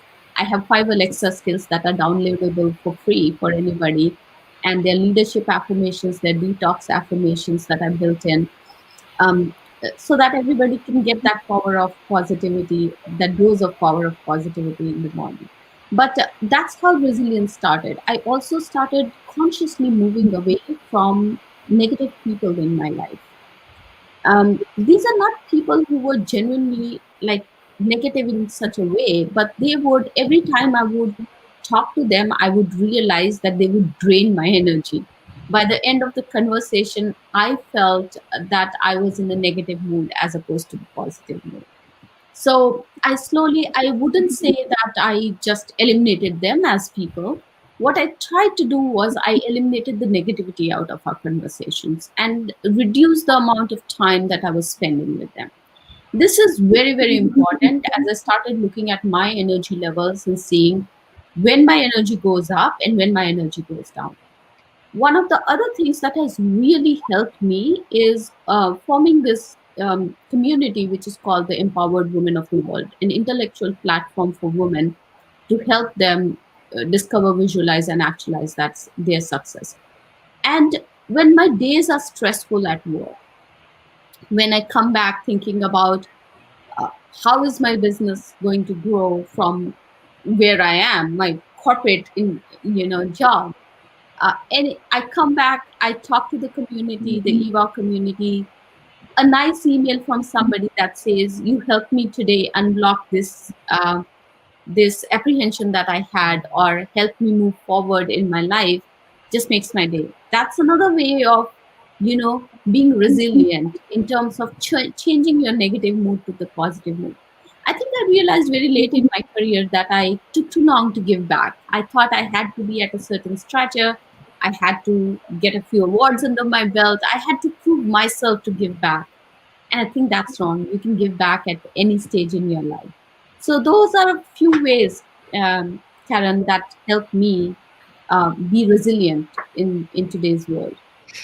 Absolutely. And, it's one thing to be on your own trying to be resilient.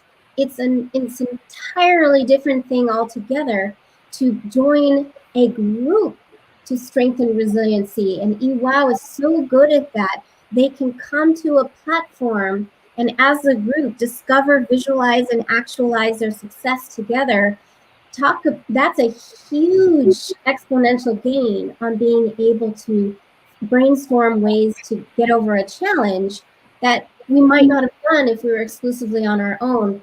So one quick thing, if you could just talk about your micro podcasts where women can come to get a micro learning that actually builds resiliency in these 10-minute doses, if you will. Can you speak a little bit about that quickly?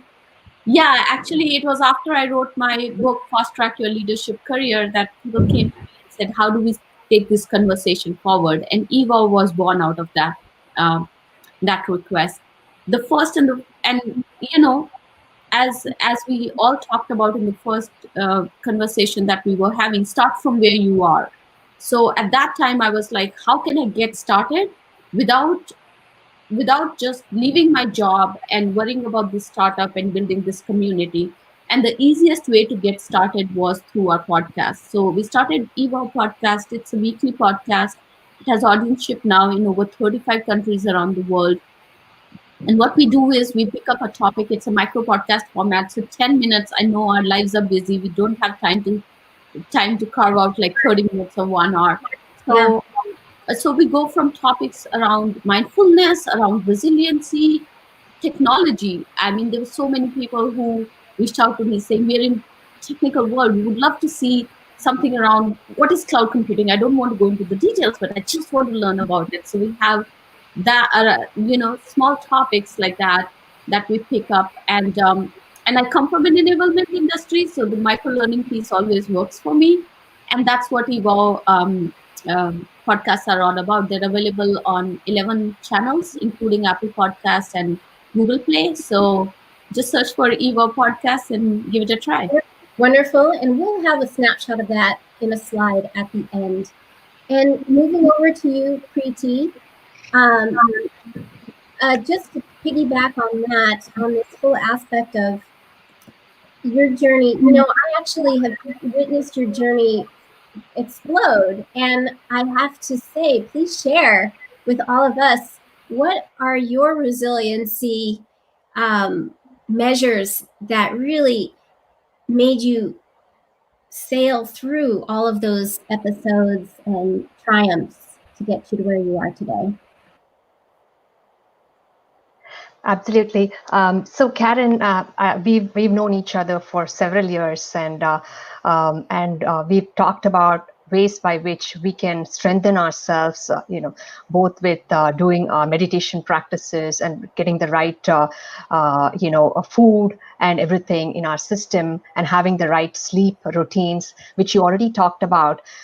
One thing I would like to add in terms of resilience that I had to do as part of our career journey, my career journey, is that I had to start seeing myself as as part of the team. What I mean is, I can be the one woman on the table and everybody else can be men, but I don't see myself differently. I just see myself as a person on the team.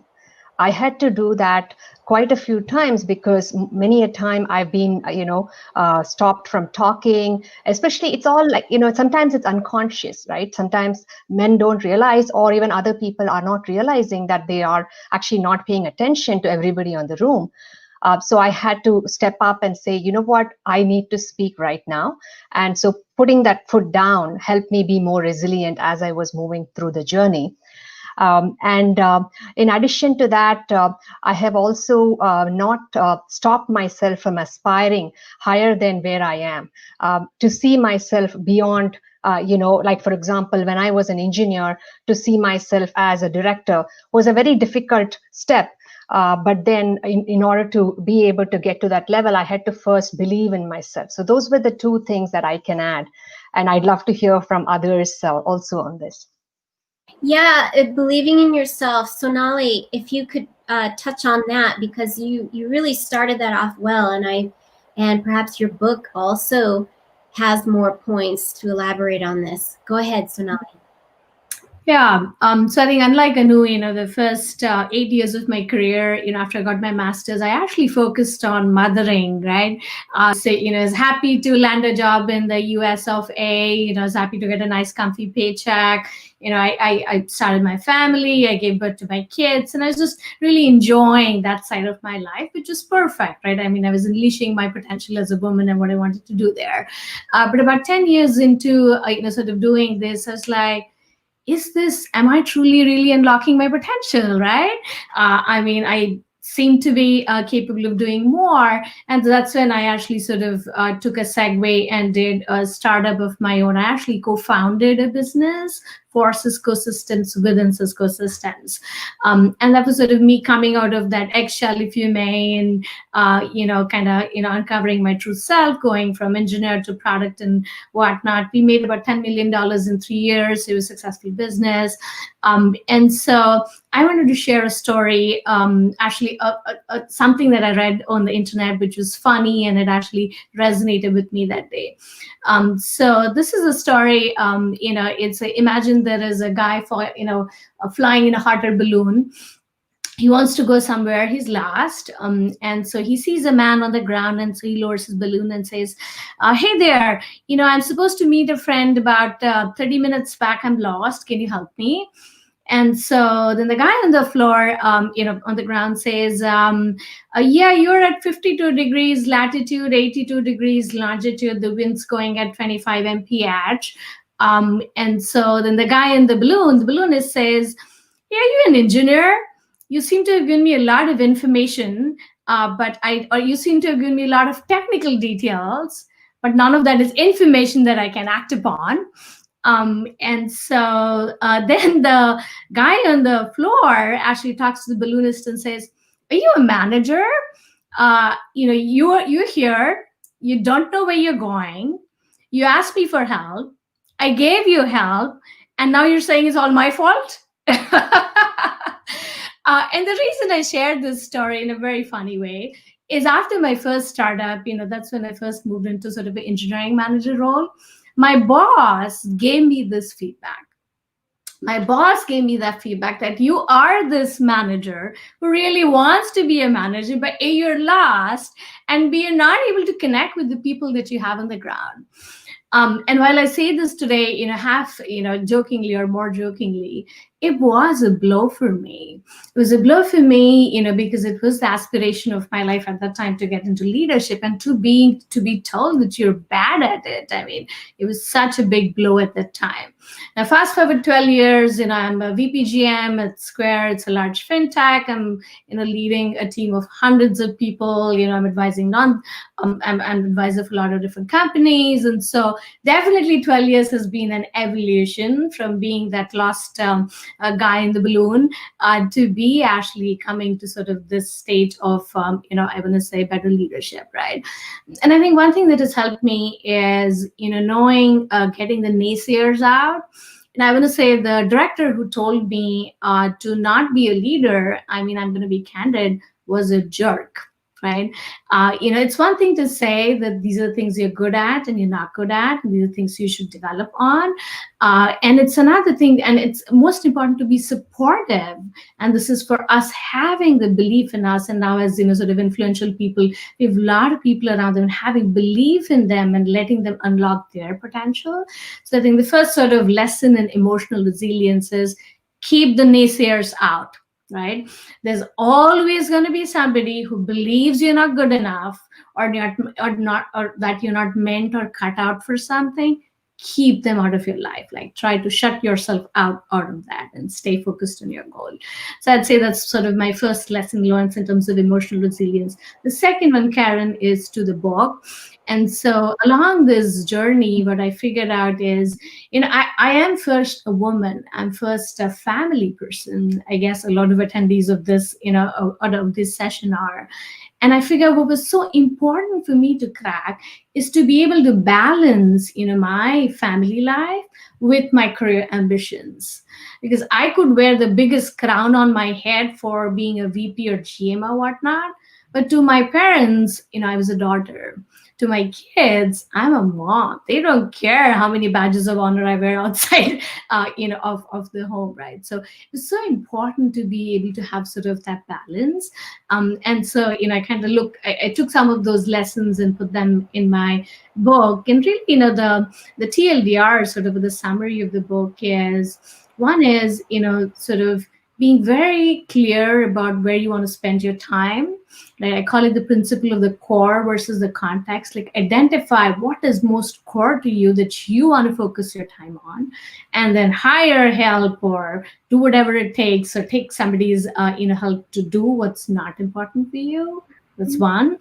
And second is building an ecosystem. And I mean, India, we say it takes a village to raise a kid, and it's true. It takes more than a village to be a working and ambitious woman, right? And I think so, to be able to, create that ecosystem around you that helps you to be your best self, are sort of some of the things that I've learned that have helped me sort of help achieve being a balanced career woman and a personal Very, very good, and very important, because, here in Silicon Valley, being a woman in the workforce does need a little bit of special attention, because we have requirements asked of us that aren't necessarily, even today, not asked of men. So we have sessions such as this for that reason. Okay, so we are being mindful of time now. So we have some questions from the audience. So, Tony, are you able to pull up some of those audience questions?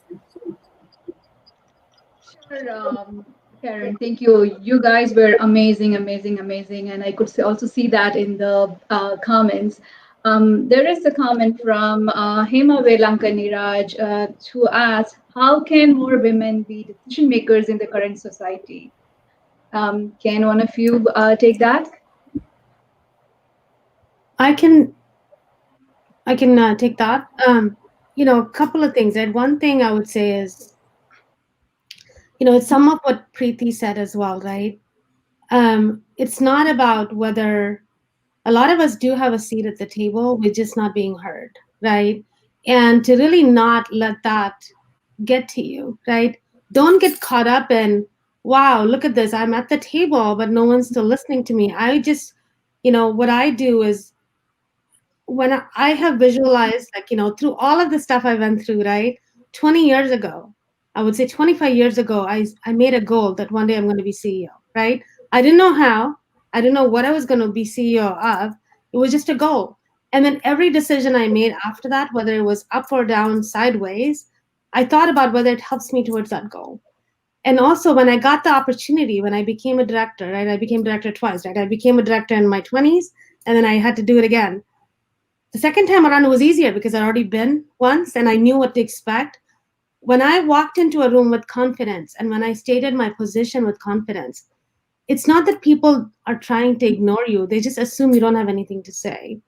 When you have something to say and it's meaningful and it's substantial, people do hear you. And so that's why I go back to my theme of, right, a lot of times we are holding us back. I'm not saying that society is kind to women. Silicon Valley is not kind to women. I would say Indian upbringing is not kind to women, right? Let's just call it for what it is, right? What we are expected to do as we grow up is not actually unleash your potential, right? Become a doctor, become an engineer, but then get married and be a mom and make that a priority. So the other thing I did was I early on decided what my priorities are. My priorities were have a career, be a great mom, right? And I never had a goal to have a balanced life. I had a goal for be a great mom and be really good at what I do at work. And so once you kind of figure out what you want to do and just be, as Preeti said, and all of the women here have said, right? Visualize yourself there. As soon as you visualize where you want to be, then you start acting like that and people will hear you and you will become a decision maker. A lot of times we're afraid to speak up because what if my suggestion is ignored or neglected? Does that mean I'm not smart enough? No.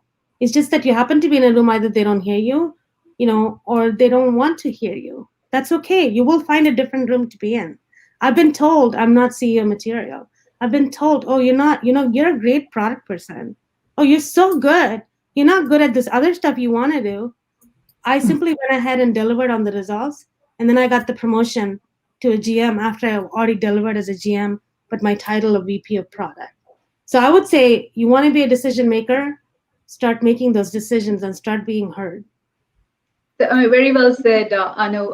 So I happen to mentor a group of girls from Girls Who Can Code, and they asked me the question about how women can shine. And all I said was, most of the time, you will find yourself as the only woman in the room of 40, 50 men. You have the opportunity to shine in front of them. You already have the spotlight because you are the only woman sitting there. All you have to do is prove yourself.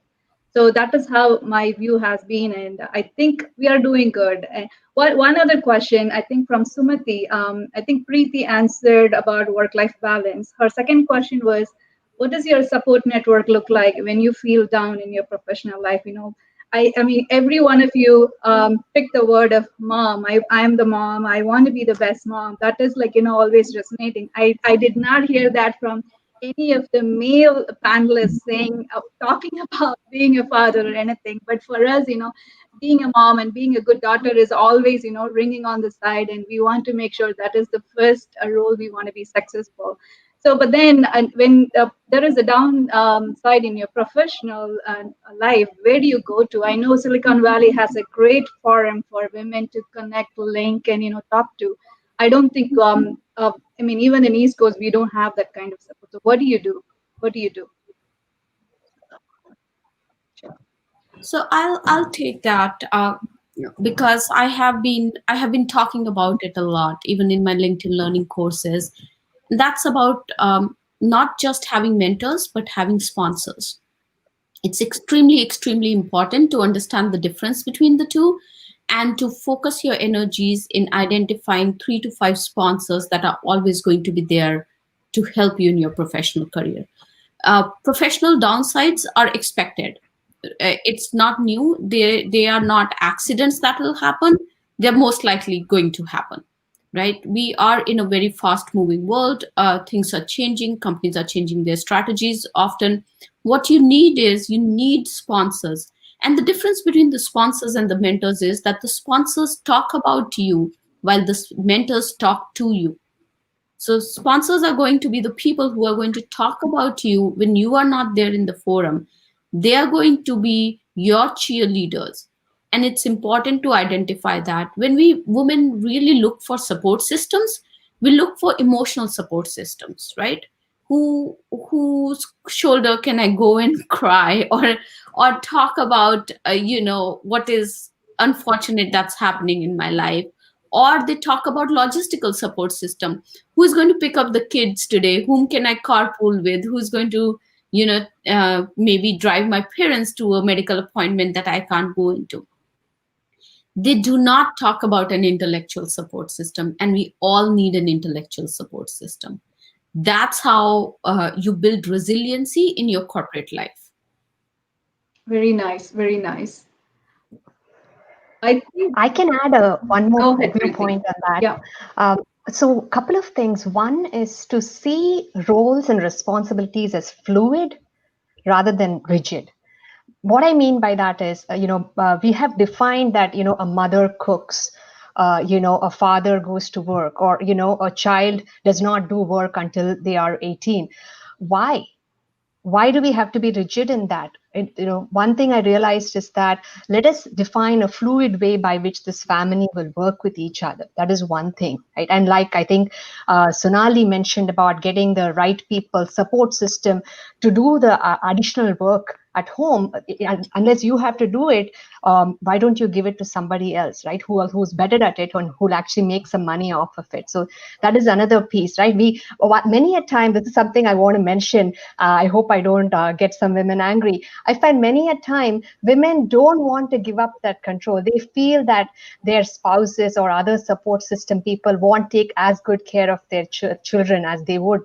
Yes, it is possible, but then that actually then prevent us from taking care of ourselves, right? So something to think about, right? To be fluid in the roles and responsibilities. Very nice, Preeti. Totally agree. I mean, it's like, I want to take care of my kids, right? I want to do the cooking. Yeah, totally agree with you. Very well said. Go ahead, Karen. And I'm going to add on to Preeti, to your point, that being fluid is being in the present moment of the mind. When our mind is caught up in that, if it's bound, how can we easily navigate? And we're in a pandemic where women have to log on for their children for school and be on their meetings at the same time these days. So the state of our mind can play an instrumental role in being able to navigate fluidity. And Preeti happens to teach workshops on breath and meditation to get the mind in a place where we can bring forth that fluidity. So Pony, if you can flash her website for that, so the audience can have access to that. I'm going to do a shameless plug now for her workshops for that. That really adds on to that. I want to do a shameless plug for all of their work. Sonali's book, Elevate, and Rasheen's EWOW program, Intellectual Community, and micro podcasts, and then Anu and being able to accelerate our financial goals. My God, we have a lot to flash for these people. So, Pony, I'm going to quickly check in with you on time. Do we need, how much more time do we have, or do you have to wrap up? We have 2 minutes to wrap up because the afternoon session is starting at 1 p.m. Eastern. So I want to give 15 minutes break before, pulling the audience back. Perfect. So then I will close this up with the slide that shows everyone's contact info, so people can take a screenshot of that if possible. Hey, Karen. Yes. Sorry to interrupt. May I add one last bit of information? It's not information, something that I feel strongly about. Different women, right? There was a comment about when you get a setback, how do you handle? I just want to comment that, set your goals, right? And the goals can change over time. That's okay. But start from wherever you are. It is, I think I shared with you, Karen, right? During the pandemic, the way I coped was I started walking. That was my personal space. Between cooking, cleaning, running a company, taking care of my parents, I was overwhelmed, so I started walking. And then 2 days ago, in fact, it happened just 2 days ago, and I have crutches behind me. I popped my knee, and so I cannot walk for who knows how long. And so now my new goal is getting back to walking, right? So I think that similar, it can happen in your career as well. If you get a setback, that's okay. Don't worry about what's been. Worry about where you want to go. And so start from where you are. It doesn't matter what your neighbor does, what your sister does, what you used to do. It's about getting very real about where you are. Still figure out, is that your goal is still the goal, or you have a new goal now? And work towards that. I think that's the way we can all unleash our potential, right? Just be kind to yourself and believe in yourself. That's right. And making the conscious choice to pivot as necessary. And in times like this, where we have more than normal issues, I had to evacuate last month because of the Santa Cruz Mountain fires. So I had to pivot and course correct immediately and have a very different 10 days than what I was expecting. And you, Anu, having your talk here this morning be questionable, and you immediately you did the right thing. You saw the doctor, but yet you did some very quick pivoting and course correction to all of a sudden say, you know what, come what may, I'm still. Here's my crutches. Even with your bum knee. That's right. And that is the true hallmark of being able to have, when you have that backdrop of resiliency, that place of strength, you can pivot like that. And these women are all examples of doing what it takes to pivot in any capacity, whether it's in the workplace or as a mother or as a family member or friend, and do what it takes to make it through to the other side. So Pony, I will see if I can have you flash their contact info, and then we can move on to the break. Yes. So if any of you out in the audience want to reach out to these women respectively, or myself, I do program development in preventive medicine, both for companies and for hospital setting. You can reach out to any one of us. So Karen, we will also post it on our Facebook channel and our ATEA YouTube channel. Is that okay? Absolutely. Okay, we'll do that. And also, you can reach me on LinkedIn. I don't have a book to share or anything, but people can feel free to contact me on LinkedIn. Absolutely. Likewise. Thank you so much. Thank you so much. That's what we are looking for. Okay, thank you everyone. And I invite you to have a fantastic remainder of your conference. And thank you, Pony, for hosting us all today. Thank you. Thank you so much. Thank you.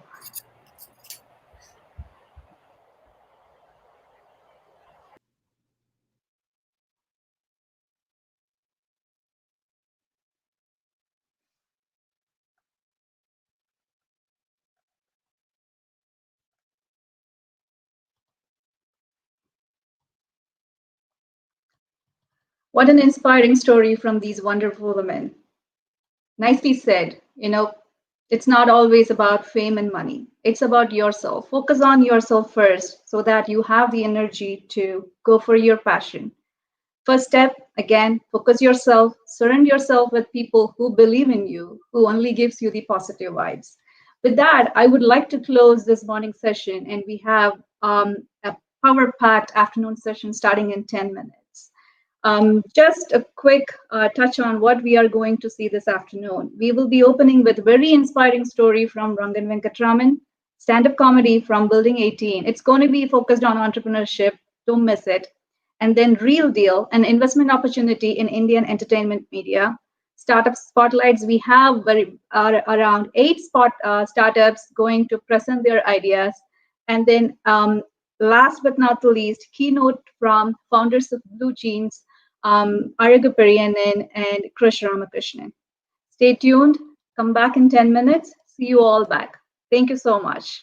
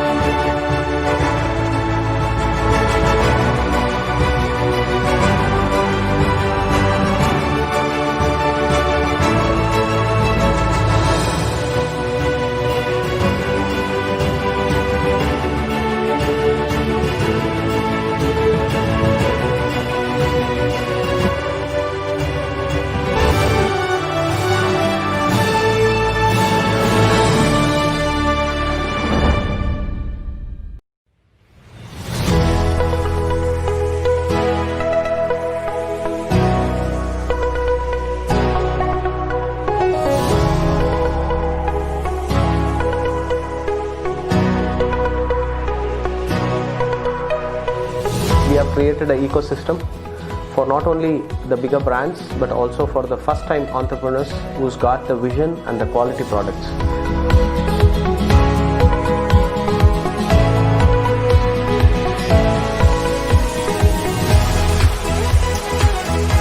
Leading பிராண்ட்ஸ்க்கு மட்டும்தான் mall அப்படின்ற ஸ்பேஸை வந்து உடச்சி ஆம்போட concept வந்து ஒரு நல்ல குவாலிட்டியான பிராண்ட் அண்ட் ப்ராடக்ட்ஸ்க்கு வந்துட்டு ஸ்பேஸ் கொடுக்குற அந்த விஷன் வந்து எங்களுக்கு ரொம்ப பிடிச்சிருந்தது.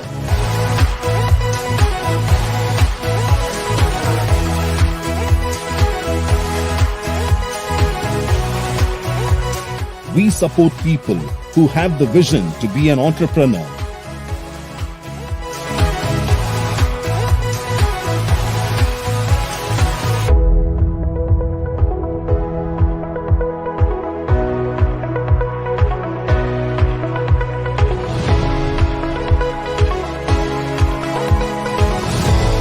And that is what AMP does.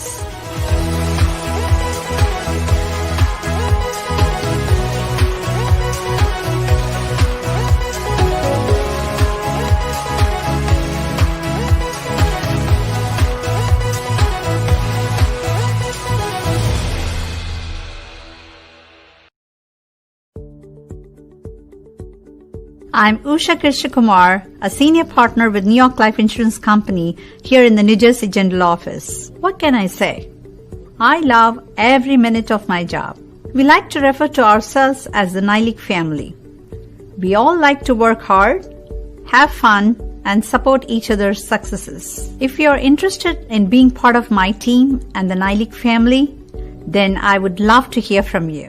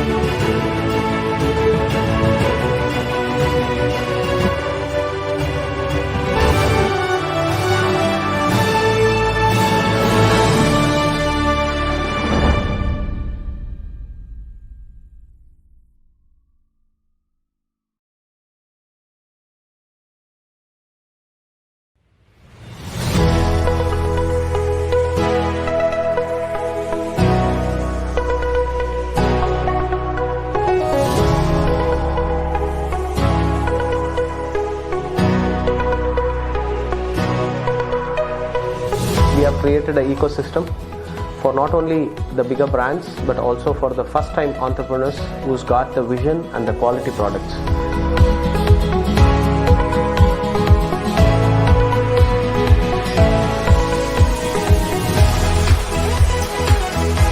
Leading பிராண்ட்ஸ்க்கு மட்டும்தான் மால் அப்படின்ற ஸ்பேஸை வந்து உடச்சி ஆம்போட கான்செப்ட் வந்து ஒரு நல்ல குவாலிட்டியான பிராண்ட் அண்ட் ப்ராடக்ட்ஸ்க்கு வந்துட்டு ஸ்பேஸ் கொடுக்குற அந்த விஷன் வந்து எங்களுக்கு ரொம்ப பிடிச்சிருந்தது.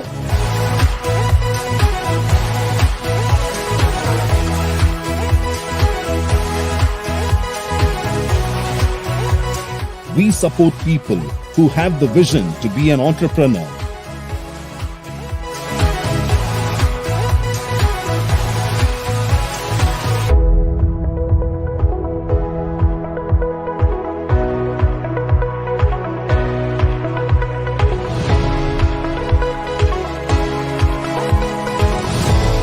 And that is what AMP does.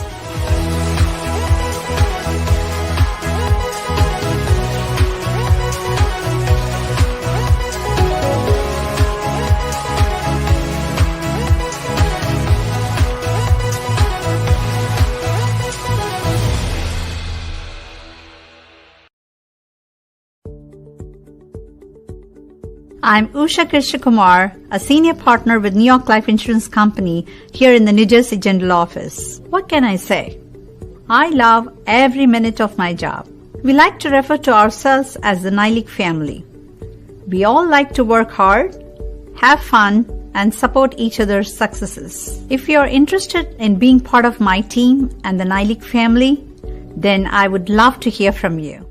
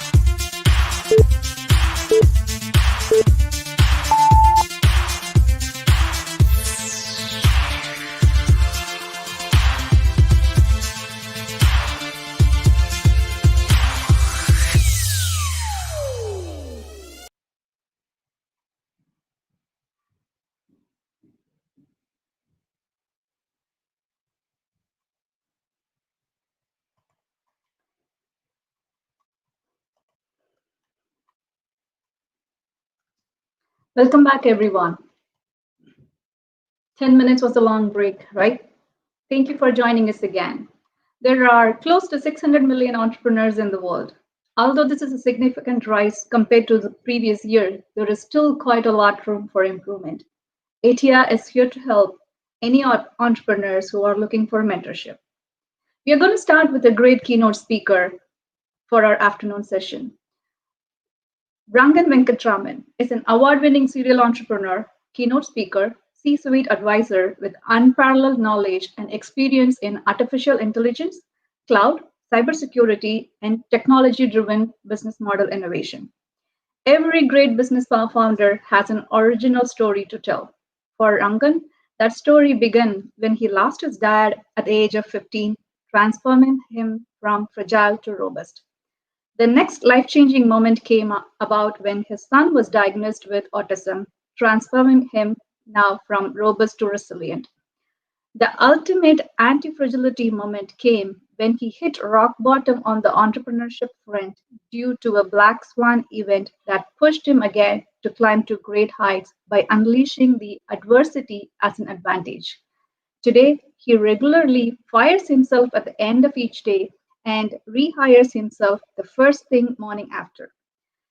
Thus, he believes is the only sure way to replace the heaviness of success or setback that each day brings with the lightness of a beginner. Today, Rangan will share his insights on the art and science of recognizing and unpacking core product market fit. I would like to bring Mr. Rangan to the stage. Welcome, Mr. Rangan.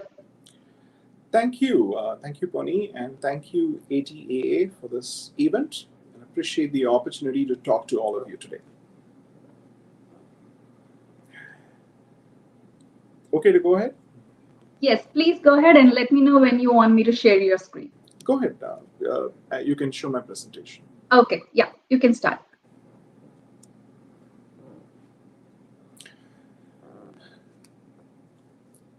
In life and business,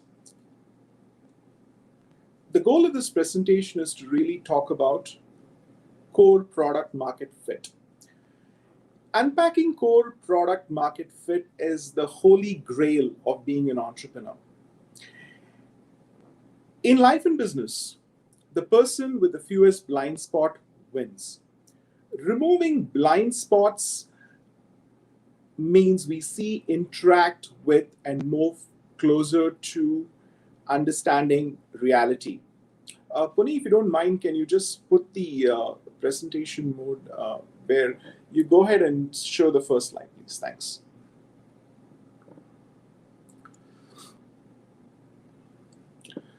So let me basically talk about this, where how do we actually remove blind spots with respect to product market fit?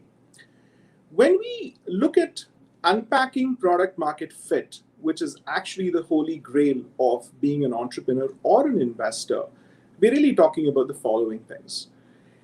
Are we in a situation where we have a great product that sort of meets a lousy market, the market wins? Or if you have a lousy product that actually meets a great market, the market again wins. What we really want to accomplish here is, how does a great idea or a product meet a great market? And that's where magic happens. To do that, however, we've got to remove blind spots. And what we mean here is, how do we move closer to understanding reality?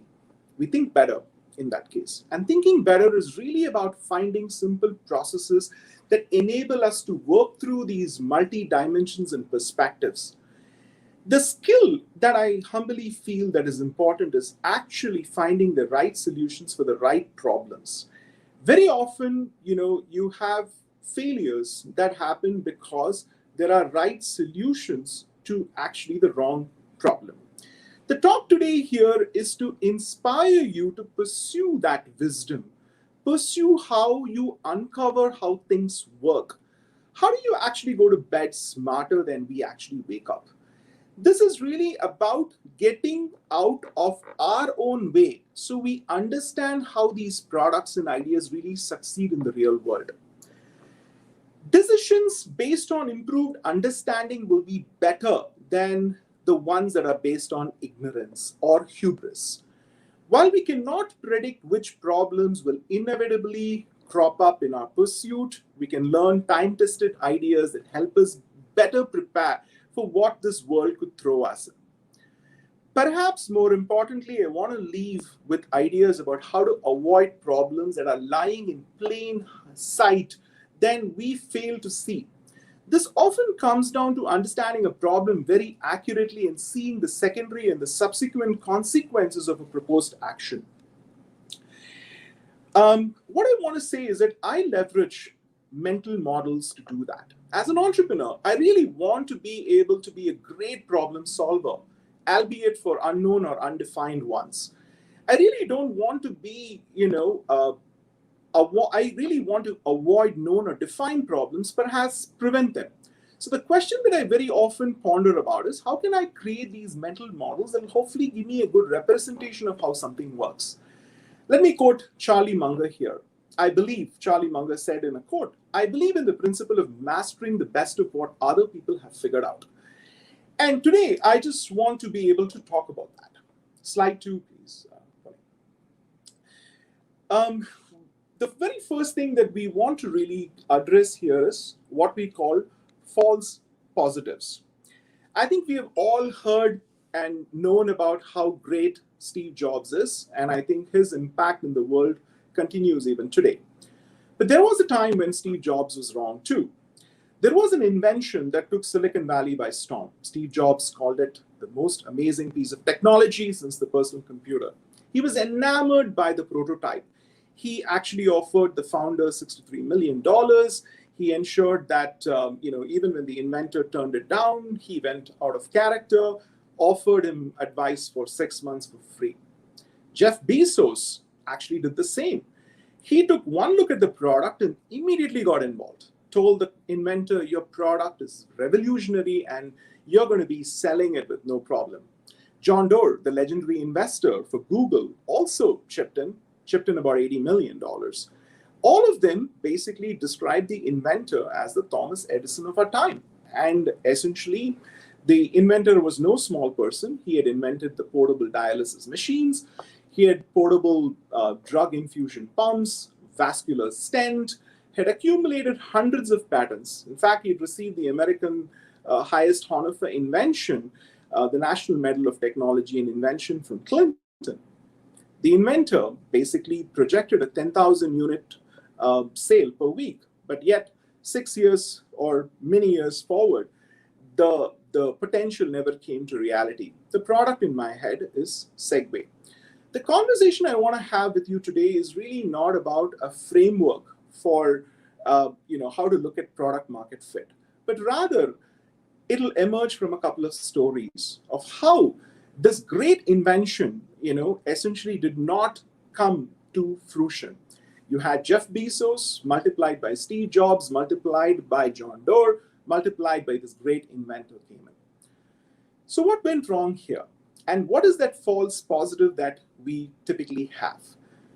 One of many is when you're too close to the idea and not detached enough, you tend to bring a certain attitude to the mix. And that overconfidence may actually be particularly difficult confirmation bias to overcome in a creative domain. When you're generating a new idea, by definition, it's unique. So you can ignore all feedback you've received in the past about earlier inventions. Even if your previous ideas is bombed, this one is different. When we have developed an idea, we are typically too close to our own taste, too far away from the market's taste, the audience's taste, to evaluate it objectively and accurately.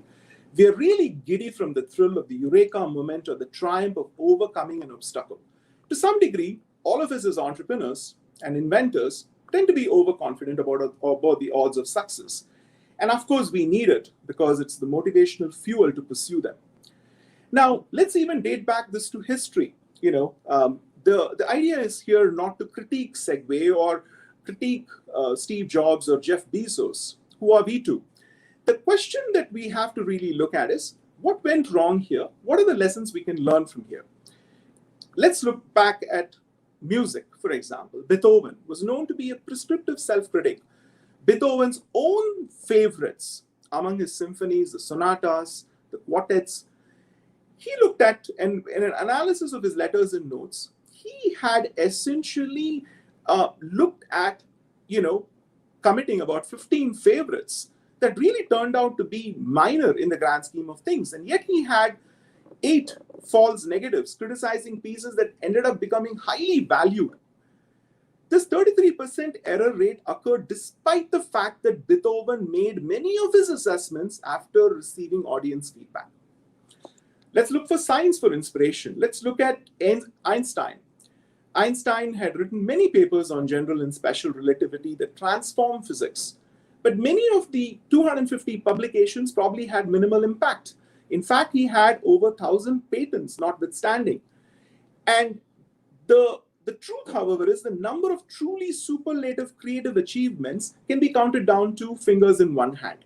They happen to be light bulb, the phonograph, the carbon telephone.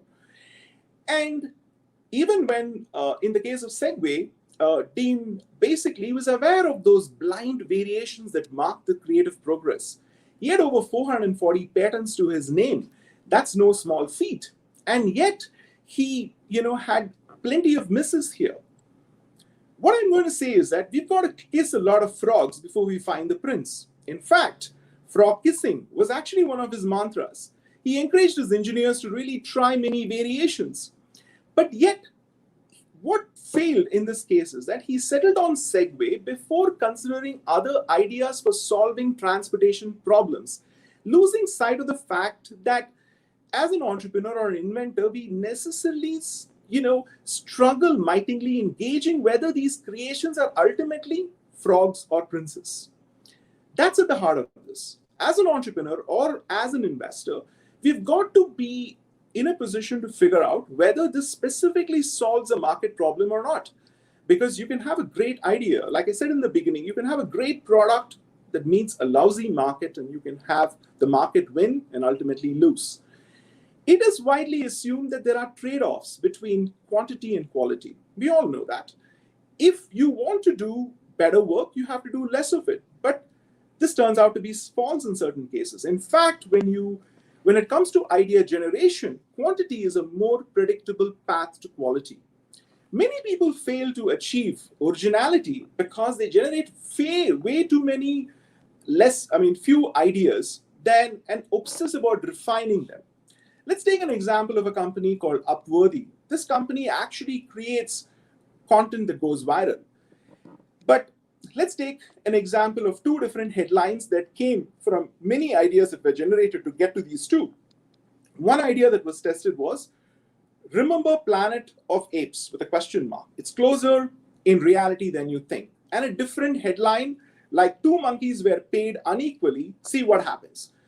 There was a remarkable difference in the order of 60 to 70x between each of those different headlines. So what are we saying here? The challenge with Segway in that particular case was they didn't open it up to the kind of feedback that you sometimes need to validate your idea. And that potentially led to the challenge that they faced. Even if you take the example of, for example, another experiment where people looked at 10 designer handbags and judged whether they were real or fake. Experienced handbag owners were 22% more accurate when they had 5 seconds than when they had 30 seconds. When you've spent years studying handbags, intuition in this case will beat analysis because your unconscious mind excels at pattern recognition. If you, however, stop and take the time to think, it's easy to lose the forest in the trees. If you don't know anything about handbags, on the contrary, what happens is your intuition isn't going to help you. In dealing with unfamiliar products, you need to take a step back and assess them. Non-experts make sounder judgments when they conduct thorough analysis. When Steve Jobs had this gut feeling about Segway and about how it would change the world, he was seduced by the impulsive attraction of the novelty rather than the careful examination of the usefulness. And, some of the authorities in creativity can easily tell us through that research that in order for us to be successfully original, an invention has to be new, but it has to be practical. In the case of Segway, the invention was new and novel, but failed the practicality test.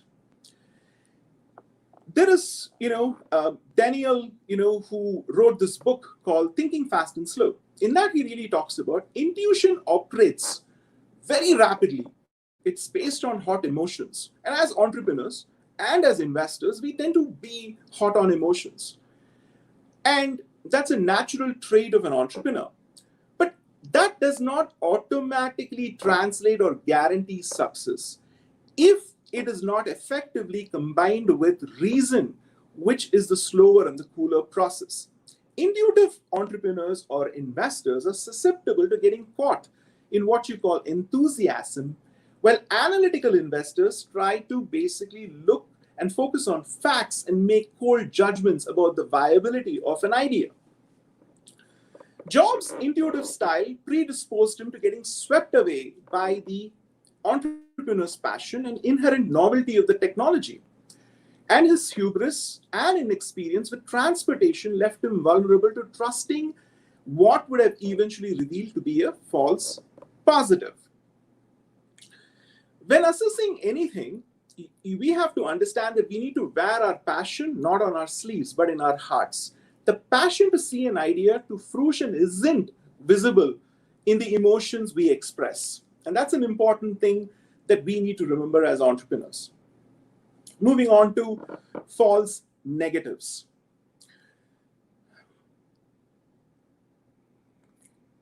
Let's talk about another example and another story. Some years ago, there were two entertainers who got together to create a 90-minute television special. They had really no experience writing for this medium and ran out of material very quickly, so they shifted their concept to a half-an-hour weekly show. When they submitted their script, most of the network executives didn't really like it, didn't get it. One of the actors involved called it even a glorious mess. After filming this pilot, it was time for the audience test, and that was a dismal failure too. However, despite all of it, over the next decade, the show dominated Nielsen ratings, brought in over $1 billion in revenues. It was the most popular TV series in America. TV Guide called it the greatest program of all time.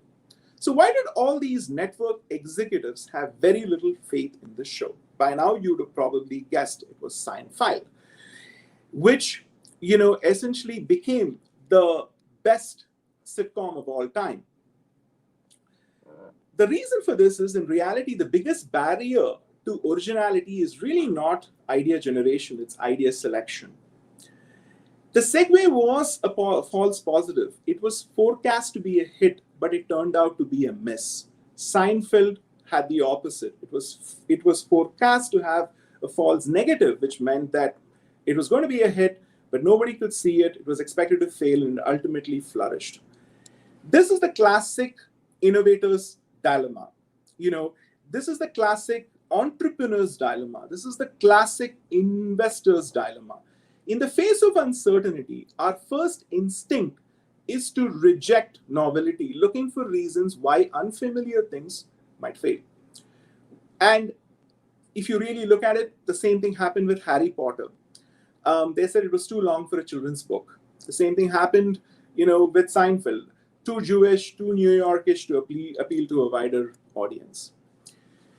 Steve Jobs was famous at making big bets, whereas intuition rather than systematic analysis worked. But he was often right in software and hardware and wrong this time.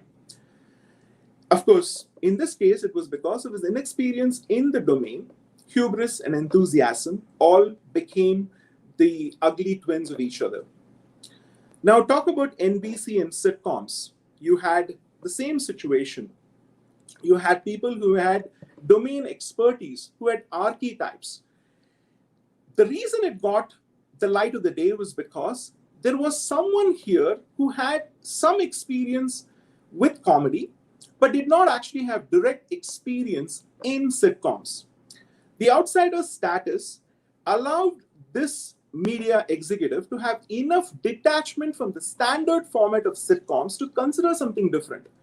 Most sitcoms are shot, for a few, continuous scenes in a tidy 22-minute episode. Sitcom, in the case of, Seinfeld, often left conflicts unresolved and made sure that there were many scenes packed in.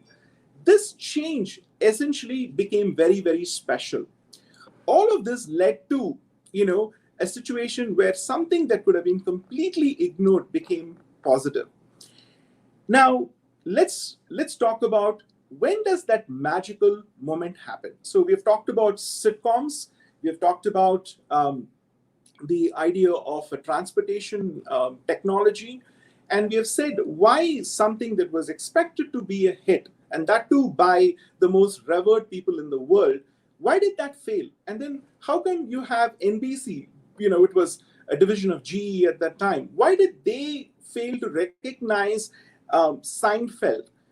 Now, and let's also talk about a group of completely fresh entrepreneurs who really did not have the kind of experience that a Jeff Bezos or a Steve Jobs had, or a John Doerr. But yet, they were able to translate something into a huge success. The reason is this. It's the lightness of a beginner. When you somehow unload the heaviness of your success and invoke the lightness of a beginner, that's when things magically happened. This is a story about a company that sold spectacles.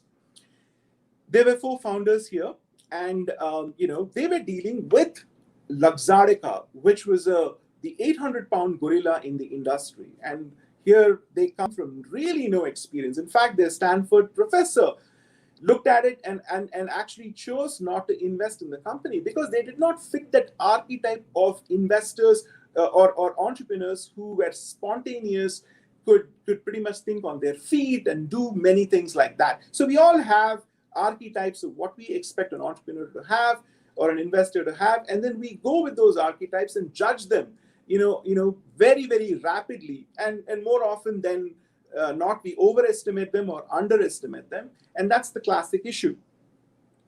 The Warby Parker story is a different one. This company essentially was fighting a Goliath like Luxardica that had pretty much most of the market. They were selling a pair of glasses for $500. Warby Parker started to choose to sell them at about $100. Every aspect of what they did, they tested. They first of all had the experience of being, glass wearers, eyewear wearers. And so they could think from the user's point of view almost upfront. they struggled with that problem because they could not think of spending $500 for a pair of eyewear. So they decided to solve that problem, disrupt that industry. But they didn't try to jump at it, based on that idea. They tested different web designs with their friends to make sure that the design had the ability to have the most clicks, the strongest trust. The founders realized that the branding was going to be very, very critical. In fact, even choosing the name, they worked on it tirelessly with a list of over 2,000 names, generating it. They finally decided to use a Kerouac-inspired name, Warby Parker, which sounded sophisticated and unique and evoked no negative associations.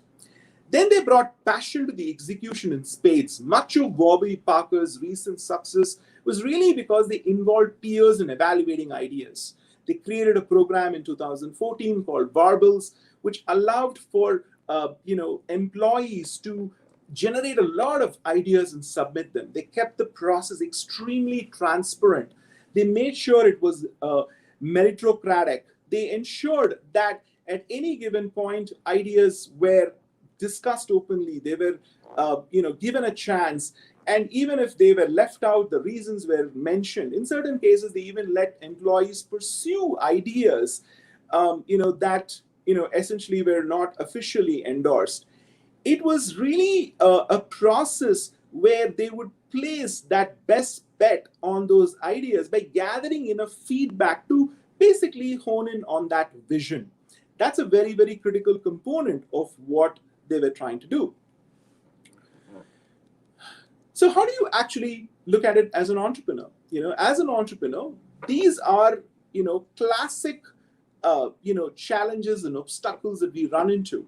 There are entrepreneurs who go to investors pitching their idea. They get, kicked on their ass, for the lack of a better word, because they've not given it enough, thought. And in certain cases, it's that, jumping the gun and doing things. SoftBank, has had the same issue with WeWork, and all of that, sort of vaporized very, very quickly. And for us to avoid these sorts of things, we need to really have a better way to think. A better way to think is really around what we call first principles. First principles is really one of the best ways to reverse engineer complicated situations and unleash creative possibilities. It's really a tool to clarify complicated problems by separating the underlying ideas or facts from any assumptions. Whether you are a spontaneous thinker or whether you are a person driven by analysis paralysis, it is important for us to focus on the essentials. And very often that's the healthy tension between quality and quantity, tension between being an insider versus an outsider, being in a position to reason something with first principles vis-a-vis analogy.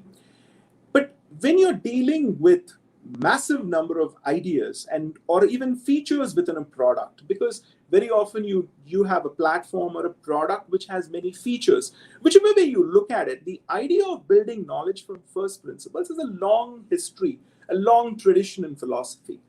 In the Western canon, it goes back to Plato and Socrates, with significant contributions from Aristotle and the likes. Essentially, what we're really looking for is foundational knowledge that would not change and that we could build everything else on, from our ethical systems to social structures to capital structures.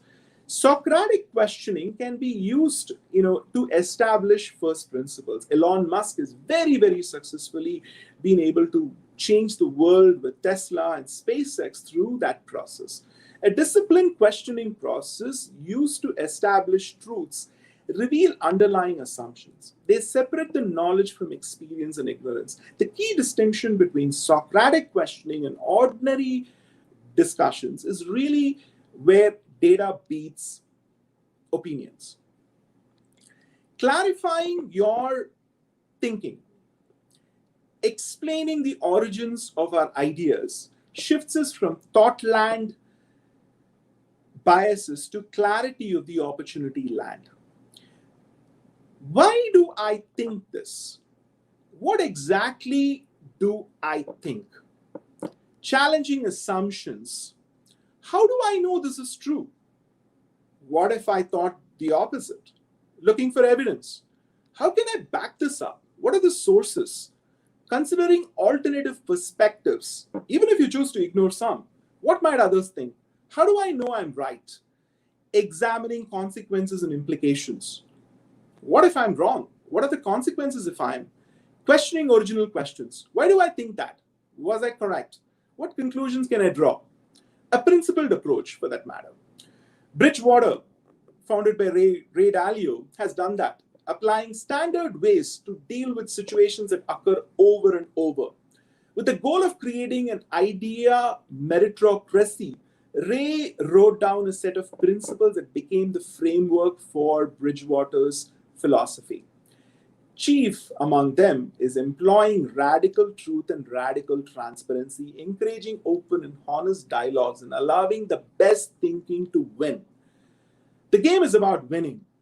The game is absolutely about that. But to win, it is not hubris that actually gets you there. It is humility. And a famous writer, C.S. Lewis, said it beautifully in his quote. Humility is not thinking less of yourself. It's thinking of yourself less. I repeat, humility is not thinking less of yourself. It is thinking of yourself less. And that's really how you break and challenge those biases, how you actually get out of your own way. Sometimes the worst enemy is nobody but one's own self. To challenge and play that devil's advocate in your own mind. So even when you make a presentation, it's far better to say the reasons why. Instead of recommending it enthusiastically, it's better to actually present the contrarian point of view and then pointing out how you mitigate the contrarian point of view and ensuring that that thought allows you to eventually make it through and succeed. With respect to a quote from Winston Churchill, I think many people in entrepreneurship see failure as being fatal. It never is. Success isn't final either. I'll say to you that success is never owned, it is rented, and the rent is due every day. And as an entrepreneur, or whatever your goals are, I think we all ought to remember that we don't own success, we've rented it, and the rent is due pretty much on a daily basis or an hourly basis. And I'm a serial entrepreneur. I continue to love what I do. This is the best thing ever. I'm really grateful to my God, my family for what I do today, and happy to help any of you in this audience, with respect to your dreams and passions in any shape or form that I'm able to. I hope this was valuable, and I look forward to staying in touch with this wonderful organization, and I really appreciate the organizers for giving me a chance to come and talk to you today. I look forward to staying in touch. Thank you, Rangan. It was great. To be honest, I have to say it was a little high funder for me. Definitely, and it was very colorful and a lot of insights. I was even watching the comments. They were great comments, and mainly about humility. Correct me if I'm wrong. So humility is not thinking less about yourself, but thinking of yourself less. Of yourself less. That's a great thought. Thank you so much. I'm sure the audience will be happy to connect with you and get you as a mentor. Thank you so much again. Thank you. Pleasure having you. Thanks.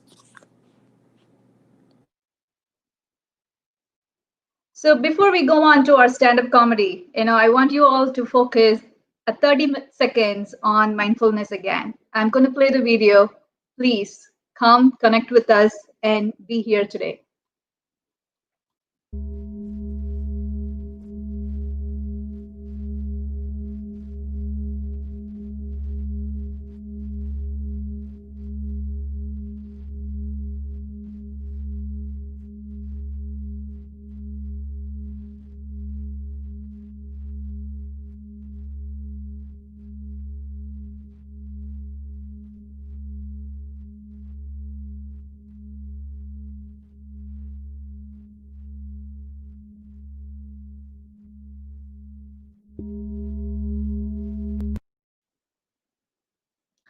Next show, I'm sure I have the maximum number of participants for this. It's our stand-up comedy. America's first English comedy club, Building 18, was founded in March 2019. So not so long, so very recently. Here are some highlights about the comedy club. It's the first English comedy club in America that focuses on comedy as a medium of entertainment. They have been focusing primarily on stand-up comedy. And today we asked Building 18 to have a stand-up comedy mainly focused on entrepreneurship. I was even telling them, if you want script, I can give it to you from my own life. Let's hear it from the folks of Building 18, Anant, GK, and Nidarshana. Hello, guys. Hey, Anant. Hello. You guys ready? Yeah, ready. So I'll be the first guy to be performing today. So, Puni, can you hear me well? I can hear you very well. Yeah, wonderful. சரி, நம்ம தமிழ்ல பேசலாம்ல, ஒன்றும் தப்பு கிடையாதுல்ல, பேசலாம். கண்டிப்பா. So, Puni, நீங்க unmute பண்ணிக்கோங்க. வேற யாராவது, are there going to be people inside this? இதுல? I will let people in as they come. Okay. For now, it's going to be just you and GK. Okay, perfect. Yep. Okay, yep. No problem.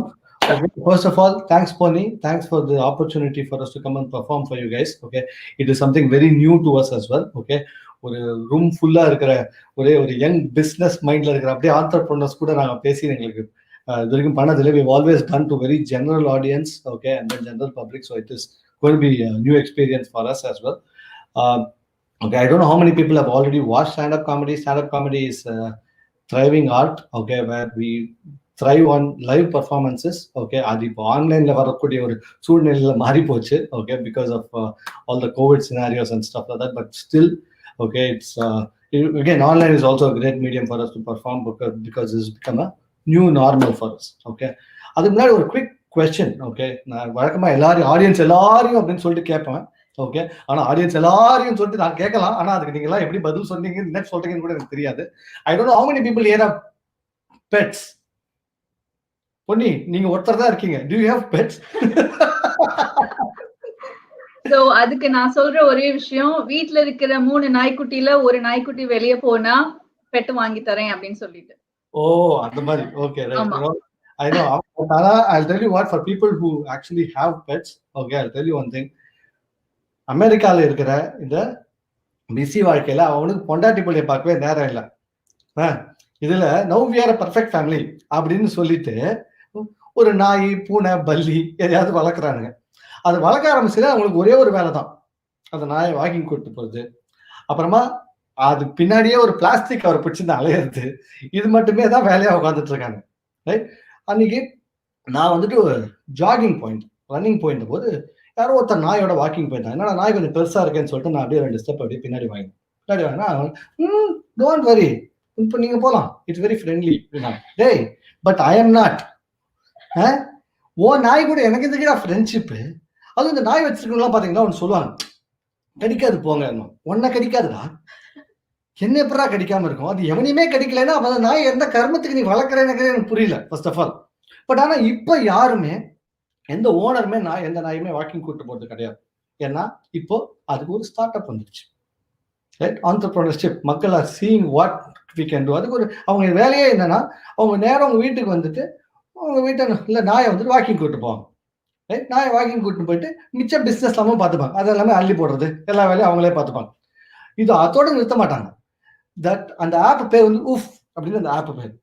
Right, அந்த start up கம்பெனியில அந்த ஒரு ஆப்ல வெறுமே நாயை walking கூட்டு போட்டு வருது மட்டும் கிடையாது. They also have reports. அந்த ரிப்போர்ட்ல என்ன சொல்லுவாங்கன்னா, அது எங்க போகுது, எப்படி போகுது, எவ்வளவு போகுது, எவ்வளவு வாட்டி போகுது. டே, இதெல்லாம் யாரா கேட்டா இந்த டேட்டாவெல்லாம் உங்ககிட்ட ஃபர்ஸ்ட் ஆஃப் ஆல். ஆனால் இந்த டேட்டாவெல்லாம் கொடுக்குறாங்க நமக்கு. Okay, if at all you guys are all thinking that என்னடா என் வேலை, I have a very shitty job, think about the guy who wrote those reports. Okay, that is the actual shitty job that anybody can have at any point in time, right? So ஆனா இந்த company, இந்த சிஇஓலாம் இந்த open பண்ணிருப்பாங்களா ஒரு company, உங்களை மாதிரி entrepreneurs, right? அவங்களாம் இந்த company எப்படி இந்த கம்பெனியை திறந்துருப்பாங்கன்னு யோசிச்சு பாருங்களேன். அவங்க வந்து இன்ஜினியரிங் படிச்சு வீட்டில் வேலையை இல்லாமல் தண்டமா உட்காந்து வந்திருப்பாரு. அவங்க அப்பா யாரும் வந்திருப்பாரு, டே இப்படி தண்ட சோறா இருக்கேடா, நீ இதே மாதிரி இருந்தா நாய் பீ தாண்டா அள்ள போறேன்னு சொல்லியிருப்பாரு. But That guy converted that to a startup idea. As all you guys say, okay, you when you see an insult to convert into an opportunity அப்படிங்கிற மாதிரி, ரைட்? என் ஃப்ரெண்டு ஒருத்தங்க மாதிரி தான் என்கிட்ட ஒரு நாளைக்கு வந்தான், மச்சான் நான் ஒரு ஸ்டார்ட் அப் கம்பெனி ஆரம்பிக்க போறேன்டா அப்படின்னா. சூப்பர்ரா, வெரி குட்ரா, ஸ்டார்ட் அப் கம்பெனி நல்ல விஷயம் தான், ஆரம்பிக்க வேண்டியதுதான் அப்படின்னா. ஆனால் ஸ்டார்ட் அப் கம்பெனி ஆரம்பிக்க நிறைய ஐடியா வேணுமாடா, ஏதாவது ஐடியா வச்சிருக்கியாடா அப்படின்னா. மச்சான் எனக்கு ஸ்டார்ட் அப் கம்பெனி ஆரம்பிக்கணுன்ற ஐடியாவே இப்போதான்டா வந்திருக்குது, என்கிட்ட இதுக்கு மேல் நீ எதிர்பார்க்கறேன்னு கேட்கறான். அதுவும் தவிர முதல்ல நல்ல ஒரு கராஜா பார்த்து வாடகை எடுக்கணும். மச்சி, கராஜா வாடகை எடுப்பியா? இந்த மாப்பிள்ள ஸ்டார்ட் அப் கம்பெனியோட ஐடியாவே தெரியல, முதல்ல ஒரு கராஜ் வாடகை எடுக்கணும், அப்புறமா நம்ம எல்லாம் வேலையை விடணும். நம்ம வேலையை விடணுமா? நீ தானடா கம்பெனி ஆரம்பிக்கிற, நீ வேலையை விடுறா, இங்க நான் என்னடா வந்தேன் அப்படின்னா. மச்சி, நீ தானடா இந்த கம்பெனிக்கு சிஎஃப்ஓ அப்படிங்கிறான். சிஎஃப்ஓ அப்படின்னா என்னடா பண்ணோம் அப்படின்னா, இல்லடா உன் பேர்ல தான்டா கடன் வாங்க போறோங்கிறான். அதாவது திருவோடு எடுத்துன்னு தெருவில் நிக்கிறதுக்கு ஒரு ஆள் வேணும், வேற எதுவும் கிடையாது. அப்ப நீ யாரா? ஐந்து சிஇஓ, நீ சிஇஓ, நான் சிஎஃப்ஓ. கம்பெனில எவன்டா வேலை செய்வான்? Startup companies are companies where there will be only two people. One person will be CEO and the other person will be CFO. வேலை செய்யறதுக்கு எவன் இருக்கானே எவன் இருக்க மாட்டான்னு தெரிய மாட்டேங்குது. பட் எனிவே, ஆனால் அதில் இருந்து நம்மளும் எப்போ பிரசிடென்ட், வைஸ் பிரசிடென்ட், சிஇஓ எல்லாம் போட்டுக்கிறது, அதுக்காகவாவது ஒன்று ஆரம்பிக்கிறானுங்க, ஒன்றும் தப்பு கிடையாது. ஸோ யாரோ ஒருத்தர் சிஎக்ஸோ ஸ்டார்ட் அப் அப்படின்னு போட்டிருக்காரு. ஓகே, அப்படின்னா என்னன்னு கூட எனக்கு தெரியாது. Very good sir, very good. So இந்த மாதிரி ஸ்டார்ட் அப் கம்பெனி. ஆனால் ஸ்டார்ட் அப் கம்பெனி வந்துட்டு இந்த மாதிரி நம்ம கிட்ட ஐடியா யாராவது சொல்றாங்கல்ல, யாராவது ஐடியா வந்து நம்ம கிட்ட சொன்னா நம்ம என்ன ஒண்ணு ஓகே சொல்லலாம், இல்லைன்னு சொல்றேன். எங்கிட்ட வந்து சொன்னபோது, மச்சி இதுக்கெல்லாம் நான் வரலடா, என்னால வேலையை விட முடியாதுடான்னு சொன்னா உடனே சொல்றேன், என்னடா ஆளு நீ, you are married to your profession, இப்படிலாம் இருக்கக்கூடாது. When you see an opportunity, you have to grab it. If you cannot go near the edge, how can you take the flight? அப்படின்னு காந்தியே சொல்லியிருக்காரு அப்படின்னா. காந்தி சொன்னாரா? இதுல காந்தி சொன்ன மாதிரியே தெரியல. எந்த காந்திரா சொன்னதுன்னா, மச்சா ராகுல் காந்தி. அந்த ஆளே ஸ்டார்டிங் ட்ரபிளோட உட்காந்துட்டு இருக்கான். அவன் சொன்னதுல ஒரு ஐட்டமா வச்சுன்னு அதுல நீ ஸ்டார்ட் அப் கம்பெனி ஆரம்பிக்கணும்னு ஆசைப்படுற பார். இந்த ஸ்டார்ட் அப் கம்பெனிக்காரங்க இன்னும் நிறைய பண்றாங்க. இந்த சோசியல் மீடியால போயிட்டு ஒரே கோட்டா போட்டு தள்ள வேண்டியது. If you eat bun you can win. என்ன சொல்ல வரானுங்கன்னு தெரிய மாட்டேங்குது இந்த உலகத்துக்கு. பட் எனிவே சொல்லுங்க. ஆனா இந்த ஸ்டார்ட் அப் கம்பெனி ஆரம்பிக்கணும் அப்படின்னாலே, if you have to be an entrepreneur, you should be crazy, right? As everybody says, your idea should be crazy. If somebody comes and idea சொன்னா அதை பார்த்து மத்தவங்கள இதெல்லாம் ஒரு விஷயமா அப்படின்னு சொல்லிட்டு people should like ridicule you சொல்றாங்க, ரைட்? அந்த மாதிரி தான் இருக்கணும். Okay, which is so true as well, right? இல்லாட்டி யோசிச்சு பாருங்களேன், ஒரு எவனா ஒருத்தன் போயிட்டுமா, அப்பா நான் ஒரு கம்பெனி ஆரம்பிக்க போறேன், என்னடா பண்ண போறேன் அந்த கம்பெனில, இந்த நாயோட பூப்பெல்லாம் அள்ள போறேன், என்னடா தொழில் இதுன்னு தானே கேட்பாரு. But look, today that's $1 million business. Okay, நாயை வாக்கிங் கூட்டிட்டு போய் அதோட ஆள்றதுங்க. Start up idea should be like that. ஏன்னா ஸ்டார்ட் அப் ஐடியாவுக்கு எல்லாமே அப்படிதான் இருந்திருக்கு. இந்த வாடகை வீட்டையே உள் வாடகை கொடுத்து ஒரு ஸ்டார்ட் அப் ஏர்பிஎன்பி, கரெக்டா? அப்புறமா ஆயா வேலை பண்றது இன்னொரு ஸ்டார்ட் அப் ஊபர் ஈட்ஸ். அதுக்கப்புறமா என்னது மாமா வேலை பண்றது ஒரு start up Tinder, right swipe left ஸ்வைப்பா. இதெல்லாம் ஒரு தொழிலாடான்ற மாதிரி அதெல்லாம் ஒரு ஸ்டார்ட் அப்னு ஆரம்பிக்கிறாங்க. பரவாயில்ல, ஆரம்பிங்க, தப்பு கிடையாது. ஆனா இப்போ பேண்டமிக்ல, right now in pandemic, okay, has also given an opportunity to start a lot of startups, right? So உலகமே ஒரு பிரச்சனையை டீல் பண்ணியிருந்தது பேண்டமிக்ல. அமெரிக்கா வேற ஒரு பிரச்சனையை டீல் பண்ணியிருந்தது டியூரிங் பேண்டமிக். ஓகே, வழக்கமா உங்களெல்லாம் கேள்வி கேட்பேன். நானே சொல்லியிருந்தேன், the biggest problem that America was facing during pandemic was toilet paper, right? உலகத்துல எவ்வளவு பிரச்சனை இருக்கு, இவனுங்களுக்கு எல்லாம் வேக்சின் கண்டுபிடிக்கிறதுலாம் விட்டாங்க, இவங்களோட பெரிய ப்ராப்ளமே டாய்லெட் பேப்பர், ரைட்? இந்த டாய்லெட் பேப்பர்ல நானும் பாதிக்கப்பட்டேன், இல்லைன்னு சொல்ல. ஓகே, எங்க வீட்டுல ஒரே ஒரு டாய்லெட் பேப்பர் தான் இருந்தது. சரின்னு சொல்லிட்டு அது give you little back story. நான் கிளம்பி நேரம் டாய்லெட் பேப்பர் வாங்கலாம் அப்படின்னு சொல்லிட்டு காஸ்கோக்கு வந்து அடிச்சு பிடிச்சிட்டு போய் நின்றேன். ஏன்னா பயங்கர டிமாண்ட் இருக்கேன்னு சொல்லிட்டு கரெக்டா 9 மணிக்கு காஸ்கோல கடையில போய் நிற்பேன். 9:20 அந்த அயலுக்கு போவேன், பேப்பர் முடிஞ்சு. முதல் நாள் போனேன், பேப்பர் தீர்ந்து போச்சு. 2ஆவது நாள் போனேன், தீர்ந்துச்சு. 3ஆவது நாள் போனேன், தீர்ந்துச்சு. 4ஆவது நாள் போனோம், தீர்ந்துச்சு. 5ஆவது நாள் நான் காஸ்கோக்கு போறதுக்கு பதிலா காஸ்கோலே போக ஆரம்பிச்சிட்டேன். நான் என்னங்க பண்றது, எம்எல்ஏ தப்பா? நேரம் இந்த ரயில்ல போய் நிப்பேன், இல்லைன்னு நேரம் பக்கத்துல லைன்ல போய் நின்றுவேன். இந்த காஸ்கோக்காரன் வேற கொஞ்ச நாள் பார்த்துட்டு ரெஸ்ட் ரூம்ல டாய்லெட் பேப்பர் வைக்கிற இடத்துல BYOP அப்படின்னு எழுதலாம். என்னடான்னா பிரிங் யுவர் ஓன் பேப்பரா. இவங்களுக்கு bring your own சொல்றதுக்கு ஒரு அளவே இல்லாம போச்சு ஆக்சுவலா. But again, I'll come back to இது என்னுடைய சொந்த கதை, right? I'll come back to this whole opportunity with toilet paper, right? இப்போ இந்த டாய்லெட் பேப்பர் வச்சு என்ன what is the big thing that you can start as a company அப்படின்னா, people developed an app. அந்த ஆப் என்ன ஆப்னா, இந்த ஆப்ல நீங்க உங்க வீட்டு எவ்வளவு பேப்பர் இருக்குன்னு சொன்னீங்கன்னா எவ்வளவு நாளைக்கு வரும்னு சொல்லுவானுங்களாம். சரி, எங்க இருந்து யோசிக்கிறீங்க? அதுக்கு இன்புட் என்னெல்லாம் வாங்குறாங்க நம்ம கிட்டனா, நீங்க எவ்வளவு போவீங்க, எத்தனை வாட்டி போவீங்க, என்ன cuisine சாப்பிடுறீங்க, நீங்க ரெஸ்ட் ரூமுக்கு போன் எடுத்துட்டு போறீங்களா, ரெஸ்ட் ரூமுக்கு லேப்டாப் எடுத்துட்டு போறீங்களா, இதெல்லாம் கேட்கறானுங்க. ஆனா இவங்க கேட்கறதுல ஒன்றும் தப்பு கிடையாது, யோசிச்சு பாத்தீங்கன்னா. ஏன்னா பாதி பேர் நமக்கு டூலெட்டுக்கும் டாய்லெட்டுக்குமே வித்தியாசம் தெரியல. அங்கேயே போய் கூடி இருக்கும், அங்கேயே உட்காந்துக்கிட்டு, அதாவது நேச்சர் காலுக்கு ஆபீஸ் காலுக்கு வித்தியாசம் தெரியாம எல்லா ஆபீஸ் காலையும் அங்கேருந்து அட்டன் பண்றோம். 5000 ஸ்கொயர் ஃபீட்ல வீடு இருந்தாலும் நம்ம ஆபீஸ் கால் அட்டன் பண்ற இடம் rest room. That is all we do, right? So நானும் அந்த மாதிரி ஒரு டைம் அட்டன் பண்ணேன். நானும் என்ன வெளியில கண்ண அட்டன் பண்ணேன். அப்போன்னு பார்த்து என்னுடைய கிரகம், நான் என்ன பண்றது சொல்லுங்க, இந்த வெப்எக்ஸ்ல ஓவர் நைட்ல ஏதோ ஒரு அப்டேட் ஓடி இருக்கு போல இருக்கு. எனக்கு அது தெரியல, பாவம். நம்ம வழக்கமா கேமரா ஆஃப்ல தானே இருக்கும். பை டிஃபால்ட் கேமரா டப்புன்னு ஆன் ஆயிடுச்சு. ஐயோ அப்படின்னு அந்த நேரத்துல கை போய் தேடுது, எங்கடா கேமரா ஆஃப் பண்ணி டெய்லி பார்ப்போம் அதை, அன்னைக்குன்னு அந்த நிமிஷம்னு பார்த்தது கிடைக்க மாட்டேங்குது, நமக்கு தெரியல. அப்படி இப்படின்னு போட்டு என்ன பண்றதுன்னு தெரியல. டக்குன்னு இப்படி பார்த்தேன், ரெஸ்ட் ரூம்ல தான் என் பொண்டாட்டியோட போட்டு இருந்தது. எடுத்து நேர கேமரா மேல வச்சேன். That is when I realized what everybody meant when they said that you are married to your profession. And that is my time, guys. Thank you. I hope you guys had a good time. I'm going to call upon the next comic right now, Mr. GK. GK, please. Thank you, Ananta. நான் பேசுறது கேக்குதா எல்லாருக்கும்? நீங்க பேசுறது எனக்கு எதுவுமே கேட்கலையே. எனக்கு கேக்குது. Super. GK, I can hear you. Payment வேணும் தானே?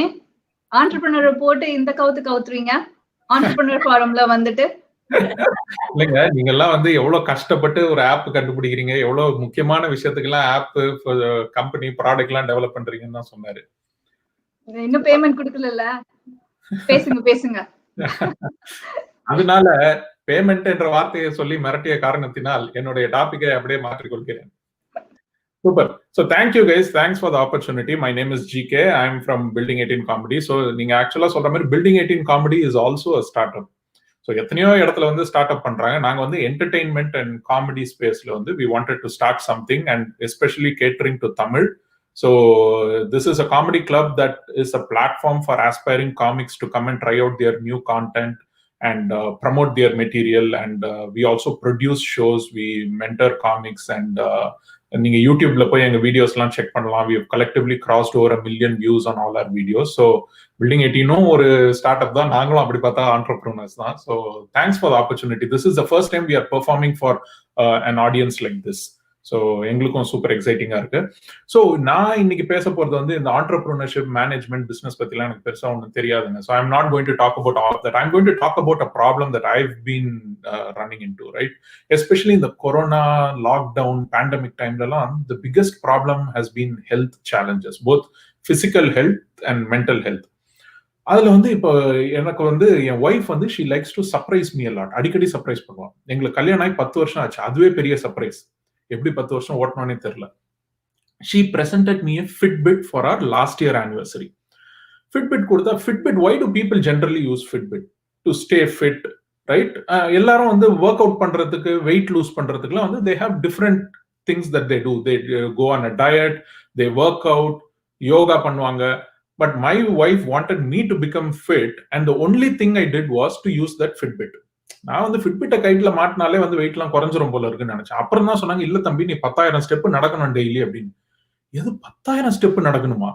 அதுவும் நான் எப்படின்னா ஆஃபீஸ்ல இருந்து திரும்பி வந்ததுக்கு அப்புறம் இந்த ஸ்கூலுக்கு போயிட்டு வந்த பசங்களுக்கு லஞ்ச் பாக்ஸை திறந்து பாக்குற மாதிரி என் ஒய்ஃப் ஃபிட்பிட்டை செக் பண்ணுவான், எவ்வளவு நடந்திருக்கான் இன்னைக்கு. இதுக்கு பயந்துட்டு I used to go out of the way to hit 10,000 steps every day. Literally out of the way. ஆஃபீஸ்ல வந்து என்னோட டெஸ்க்கு right across was the rest room. But every time I hate to use the rest room. எவ்வளவு அர்ஜென்டா இருந்தாலும் அப்படி டக்குன்னு எழுந்து போயிட மாட்டேன். அந்த ஃப்ளோரையே சுத்தி நடந்து வாக் பண்ணி I used to go to the rest room just to increase the step count. நான் ரெஸ்ட் ரூமுக்கு நடந்து போனதுக்கு அப்புறமே எனக்கு ரெஸ்ட் தேவைப்படும். அந்த அளவுக்கு சுத்தி சுத்தி நடப்பேன். போயிட்டு இந்த மாதிரி பண்ண ஆரம்பிச்சதுக்கு அப்புறம் one thing that I started noticing is after I started using Fitbit I started seeing ads for shoes on Facebook. ஏன்னா நான் நிறைய நடக்க ஆரம்பிச்சிட்டேன். Have you guys noticed these days, even if you think about something, there is an ad for it online. இதெல்லாம் எப்படி track பண்றானுங்க, என்ன பண்றாங்கன்னே தெரியல. நீங்க எல்லாம் entrepreneurs, இதுக்கு ஏதாவது ஒரு வழி கண்டுபிடிங்க. அதுவும் these guys even knew that I was only walking to the restroom to increase my step count, and they started showing me ads for toilet paper. ஏன்டா விதவிதமான ரூட் எல்லாம் எடுத்து டைரக்ஷன் எல்லாம் எடுத்து ரெஸ்ட் ரூம் போறேனே, ஒரு ஜிபிஎஸ் கார்மென் காட்டுவானுங்கன்னு பார்த்தா சார்மென் காட்டுறானுங்க. Then I set myself a personal goal to climb 100 steps every day. Daily ஒரு 100 படி ஏறி இறங்குவோம் அப்படின்னு. எங்க ஆஃபீஸ் வந்து 4th floorல இருக்கு. ஒரு couple of times ஏறி இறங்கினேன். அன்னைக்கு வீட்டுக்கு வந்து பாக்குறேன் I had 82 steps. So I still had 18 steps to hit my goal. Facebookல லாகின் பண்ணா it is showing me a sponsored ad for Sabarimala. ஏன்னா மீதி 18 படி அங்க இருக்கான். அடே உங்க அனலிட்டிக்ஸுக்கு ஒரு அளவே இல்லையாடா, அநியாயத்துக்கு ட்ராக் பண்றானுங்க. Right? And they generally say health is wealth. Right? It is very, very important, extremely important. And especially for me, I really want to be wealthy. So I decided to focus on my health. என்ன ஆனாலும் சரி, இனிமே எப்படியாவது அந்த 10,000 step அடிக்கிறோம் நம்ம everyday அப்படின்னு நான் என்ன பண்ணேன், டெய்லி ஆஃபீஸுக்கு காலையில போவேன், லேப்டாப்பை கொண்டு போய் டெஸ்க்ல வைப்பேன். காலையில ஒரு ஃபுல்லா ஒரு 1/2 மணி நேரம் 3/4 மணி நேரம் வாக்கிங், லஞ்ச் முடிஞ்சதுக்கு அப்புறம் திருப்பி ஒரு 1/2 an hour வாக்கிங், சாயங்காலம் ஒரு 4 மணிக்கு கிளம்பி திருப்பி ஒரு 1/2 an hour வாக்கிங். ஈஸியா I was able to hit 10,000 steps everyday. கெத்தா வீட்டுக்கு வந்து ஒய்ஃப் கிட்ட சொல்லுவேன், பாரு 10,000 ஸ்டெப்ஸ் அப்படின்னு. அந்த வருஷம் என்னோட அப்ரைசல்லாம் வந்தது. என் மேனேஜர் வந்து பார்த்தாரு, தம்பி நீ எப்ப ஆபீஸ்க்கு வர எப்ப போறேன்னே தெரிய மாட்டேங்குது, அதனால போனஸ் எல்லாம் அடுத்த வருஷம் பார்த்துப்போம் அப்படின்னாரு. எனக்கு டெய்லி ஸ்டெப் எல்லாம் 10,000 வந்தது, போனஸ் 10 பைசா கூட வரல. That year both Fitbit and me did not meet expectations. Right? என்னடா இப்படி ஆயிடுச்சு, ஃபிட்பிட்டை வச்சுக்கிட்டு எல்லாம் இந்த ஃபிட்பிட்டால வந்தது. அண்ட் ஃபிட்பிட்டை வச்சு நீங்க நிம்மதியா தூங்க கூட முடியாது. Because Fitbit tracks your sleep. Any Fitbit users here you will know. என்ன அதுல வேற ஒரு யூஸ்லெஸ் ஃபீச்சர் ஒன்று வச்சிருக்காங்க. நீங்க ஃபிட்பிட் எப்படி உங்க மூஞ்சிக்கு லிஃப்ட் பண்ணீங்கன்னா இட் வில் லைட் அப். யாரா கேட்டா உங்களை இந்த ஃபீச்சர்லாம்? எனக்கு தூங்கும் போது நைட்ல கையை இப்படி தூக்கி வைக்கிற பழக்கம் இருக்கு. அன்னைக்கு மிடில் ஆஃப் த நைட் நான் கையை தூக்கி இப்படி போடுறேன், கண்ணுக்குள்ளேயே லைட் அடிச்சு என்ன எழுப்பி விட்டுருச்சு. அதோட நிறுத்தாது. Next day morning Fitbit will give you a sleep report. Yesterday you woke up at 2:30 in the night அப்படின்னு சொல்லிச்சு. முண்டா எழுப்பி விட்டதே நீ தானே. It won't stop there. It will also track how many times you are rolling over in your sleep. அன்னைக்கு சொல்லுது, yesterday night you rolled over 42 times. சரி இருக்கட்டும், இதெல்லாம் யாருக்கு தேவை அப்படின்னு நினைச்சேன். அப்புறம் சொல்லுது, if you rolled over so many times that means you are a light sleeper. சரி இருந்துட்டு போகுது, but it won't stop there. It will still give you further information.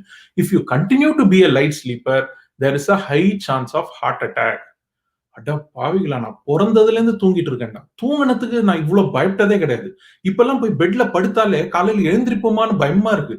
சரி ஃபிட்பிட் இவ்வளவு சொல்றானே டீடைல்டு ரிப்போர்ட்டா, எதுக்கு வம்புன்னு அடுத்த நாள் என்ன பண்ணேன், இந்த பக்கம் ஒரு 4 தலகாணி, இந்த பக்கம் ஒரு 4 தலகாணி, என் 2 கையும் தலகாணி கடியில விட்டுட்டு அப்படியே 1 inch நவராம I slept like a log that night peacefully. Next day morning Fitbit thought I was dead.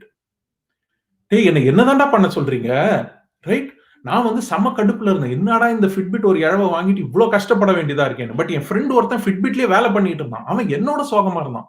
டேய் உனக்கு என்னடா பிரச்சனை அப்படின்னு கேட்டா, அவனுக்கு என்ன ப்ராப்ளம்னா ஃபிட்பிட்டோட ஸ்டாக் அவன் வேலைக்கு சேரும்போது $45 இருந்தது. அப்ப வந்து $4 ஆயிடுச்சான். நான் கேட்டேன், அட பாவிகளா, ஊர்ல எல்லார் லைஃப்லயும் என்ன நடக்குதுன்னு ட்ராக் பண்றீங்களே, உங்க கம்பெனில என்ன நடக்குதுன்னு ட்ராக் பண்ணி தான் இந்த நிலைமை வந்திருக்குமாடா. நானே கடுப்புல இருந்தேன். என்னடா $180 கொடுத்து ஃபிட்பிட் வாங்கிட்டுமே, இவ்வளவு வேஸ்ட் பண்ணிட்டுமே நினைச்சிட்டு இருந்தா, then I saw Google buy Fitbit for $2 billion. Sundar Pichai உடம்புல இனிமே குறைக்கிறதுக்கு என்ன வெயிட் இருக்குன்னு அவர் அதுக்கு $2 billion வாங்கியிருக்காருன்னு தெரியல. சரி அவர் ஒய்ஃபை சர்ப்ரைஸ் பண்ண நினைச்சிருக்கலாம். நமக்கு என்ன வந்தது, ஏழைக்கேத்த ஹெலிகாப்டர் அவரால் வாங்க முடியுது, வாங்குறாரு. ஸோ ஃபிட்பிட் தான் இந்த கதைன்னு பாத்தீங்கன்னா, ஆப்பிள் வாட்ச் வந்து இதோட மோசம். ஸோ நான் அந்த ஃபிட்பிட்டை கட்டிக்கிட்டே இருந்தேன். 3 மாசம் தான், 3 monthsல என்ன ஆச்சு, அந்த ஃபிட்பிட்டோட ஸ்ட்ராப் பிஞ்சு போச்சு. ஏன்டா நடந்து ஷூ பிஞ்சிருந்தா கூட நான் சந்தோஷப்பட்டிருப்பேன். சும்மா கையில கட்டினதுக்கு ஸ்ட்ராப் பிஞ்சு போச்சு. ஸோ நெக்ஸ்ட் என் ஒய்ஃப் என்ன பண்ணேன், இந்த லேட்டஸ்ட் ஆப்பிள் வாட்ச் ஒன்று வாங்கி கொடுத்தா. ஆப்பிள் வாட்ச் வாங்கி கொடுத்துட்டு என்கிட்ட சொல்றேன், இதுல நீ மெசேஜ் செக் பண்ணலாம், மெசேஜுக்கு ரிப்ளை பண்ணலாம், இமெயில் பார்க்கலாம், இமெயிலுக்கு ரிப்ளை பண்ணலாம், போன் கூட இப்படி பேசலாம். நான் சொன்னேன், இதுக்கு தான் போன் ஒன்று ஆல்ரெடி இருக்கே, இது எதுக்கு அப்படின்னு. this can even detect if you are about to get a heart attack அப்படின்னா. என்ன வேலைன்னு கேட்டா $799 plus tax தான். அப்பதான் எனக்கு பக்குன்னு ஹார்ட் அட்டாக் வந்தது. ஏமா சாதாரண டைம் பாக்குற வாட்சுக்கு எதுக்கு இவ்வளவு காசு? கரெக்டா தான் சொல்லியிருக்கானுங்க, டைம் இஸ் மணி அப்படின்னு. ஆப்பிள் வாட்ச் எல்லாம் கையில கட்டினா டைம் வேஸ்ட் பண்றது கூட மனசு வர மாட்டேங்குது. அப்புறம் பார்த்தா இவர் டிம் குக் பேசின ஒரு வீடியோ போட்டு காமிக்கிற ஆப்பிள் வாட்ச் பத்தி. அதுல அவர் சொல்றாரு, you can wear this watch even in your shower. குளிக்கும் போது நான் ஏன்டா வாட்ச் கட்டிக்கிட்டு போனோம்? உங்க விக்கிறதா விக்கிறீங்க, ஏதாவது சொல்றதுக்கு ஏதாவது வேணாமா, இஷ்டத்துக்கு எதையாவது அடிச்சு விட வேண்டியது. அதுக்கப்புறம் Apple watch will even detect your heart beat and detect if your heart is beating out of rhythm. Out of rhythm அடிக்கிறதுக்கு இது என்ன ஹாரிஸ் ஜெயராஜ் ஹார்ட்டா? சும்மா இஷ்டத்துக்கு எதையாவது அடிச்சு விட்டுக்கிட்டே இருக்க வேண்டியது. But they also say the latest version of Apple Watch வந்து it can check your BP, sugar, cholesterol, rate at which your blood flows எல்லாத்தையுமே செக் பண்ணுமா. ஐ திங்க் அடுத்த வெர்ஷன் ஆஃப் வாட்ச்ல அந்த 2 நீடில் இருக்குல்ல வாட்ச்ல, அதுவே குத்தி பிளட்டை டிராப் பண்ணி பிளட் டெஸ்ட் எடுத்து ரிசல்ட் கொடுக்கும்னு நினைக்கிறேன். என்ன அநியாயம் பண்றானுங்க. கரெக்டா தான் சொல்லியிருக்கானுங்க, apple day keeps the doctor அவேன்னு. ஆப்பிள் வாட்ச்ல இந்த ஐஓஎஸ்லயே ஆபரேஷனை பண்ணிட்டு ஆபரேஷன் ஃபெயிலியர் ஆச்சுன்னா ஐஓஎஸ்ன்னு போக வேண்டியதுதான். டோட்டலிங்க இந்த ஃபிட்பிட் ஆப்பிள் வாட்ச் எல்லாம் அநியாயம் பண்றானுங்க, எல்லாத்தையும் ட்ராக் பண்றானுங்க. But let me tell you guys, Fitbit use பண்றது இல்ல ஃபிட்பிட் வாங்குறது is a total waste of money. It is like making a movie with Simbu. It is a mistake. But buying Apple Watch is like making Bahubali with Simbu. It is a very costly mistake and not worth it. So thank you very much guys, that's been my time. Let me call the next comic for today, Nidarshana. Thank you. Thanks, GK. Thank you. Please put your hands together for GK and Ananta, guys. What a great performance. வணக்கம் வணக்கம். நாங்க தான் நிதர்ஷனாஸ். என்னடா plural ஃபார்ம்ல சொல்றாளேன்னு பாக்குறீங்களா? அது ஒண்ணும் இல்லைங்க. குவாரண்டைன்ல சும்மா போர் அடிக்குதுன்னு சாப்பிட்டு பேடி எக்ஸ்பேண்ட் ஆயிடுச்சு. It's as if I've reproduced but haven't figured out how to give birth to myself yet. இந்த entrepreneurship மீட்டிங் சொன்னாங்க, அதனால தான் கோட் கிட்ட எல்லாம் போட்டு வந்திருக்கேன் இன்னைக்கு.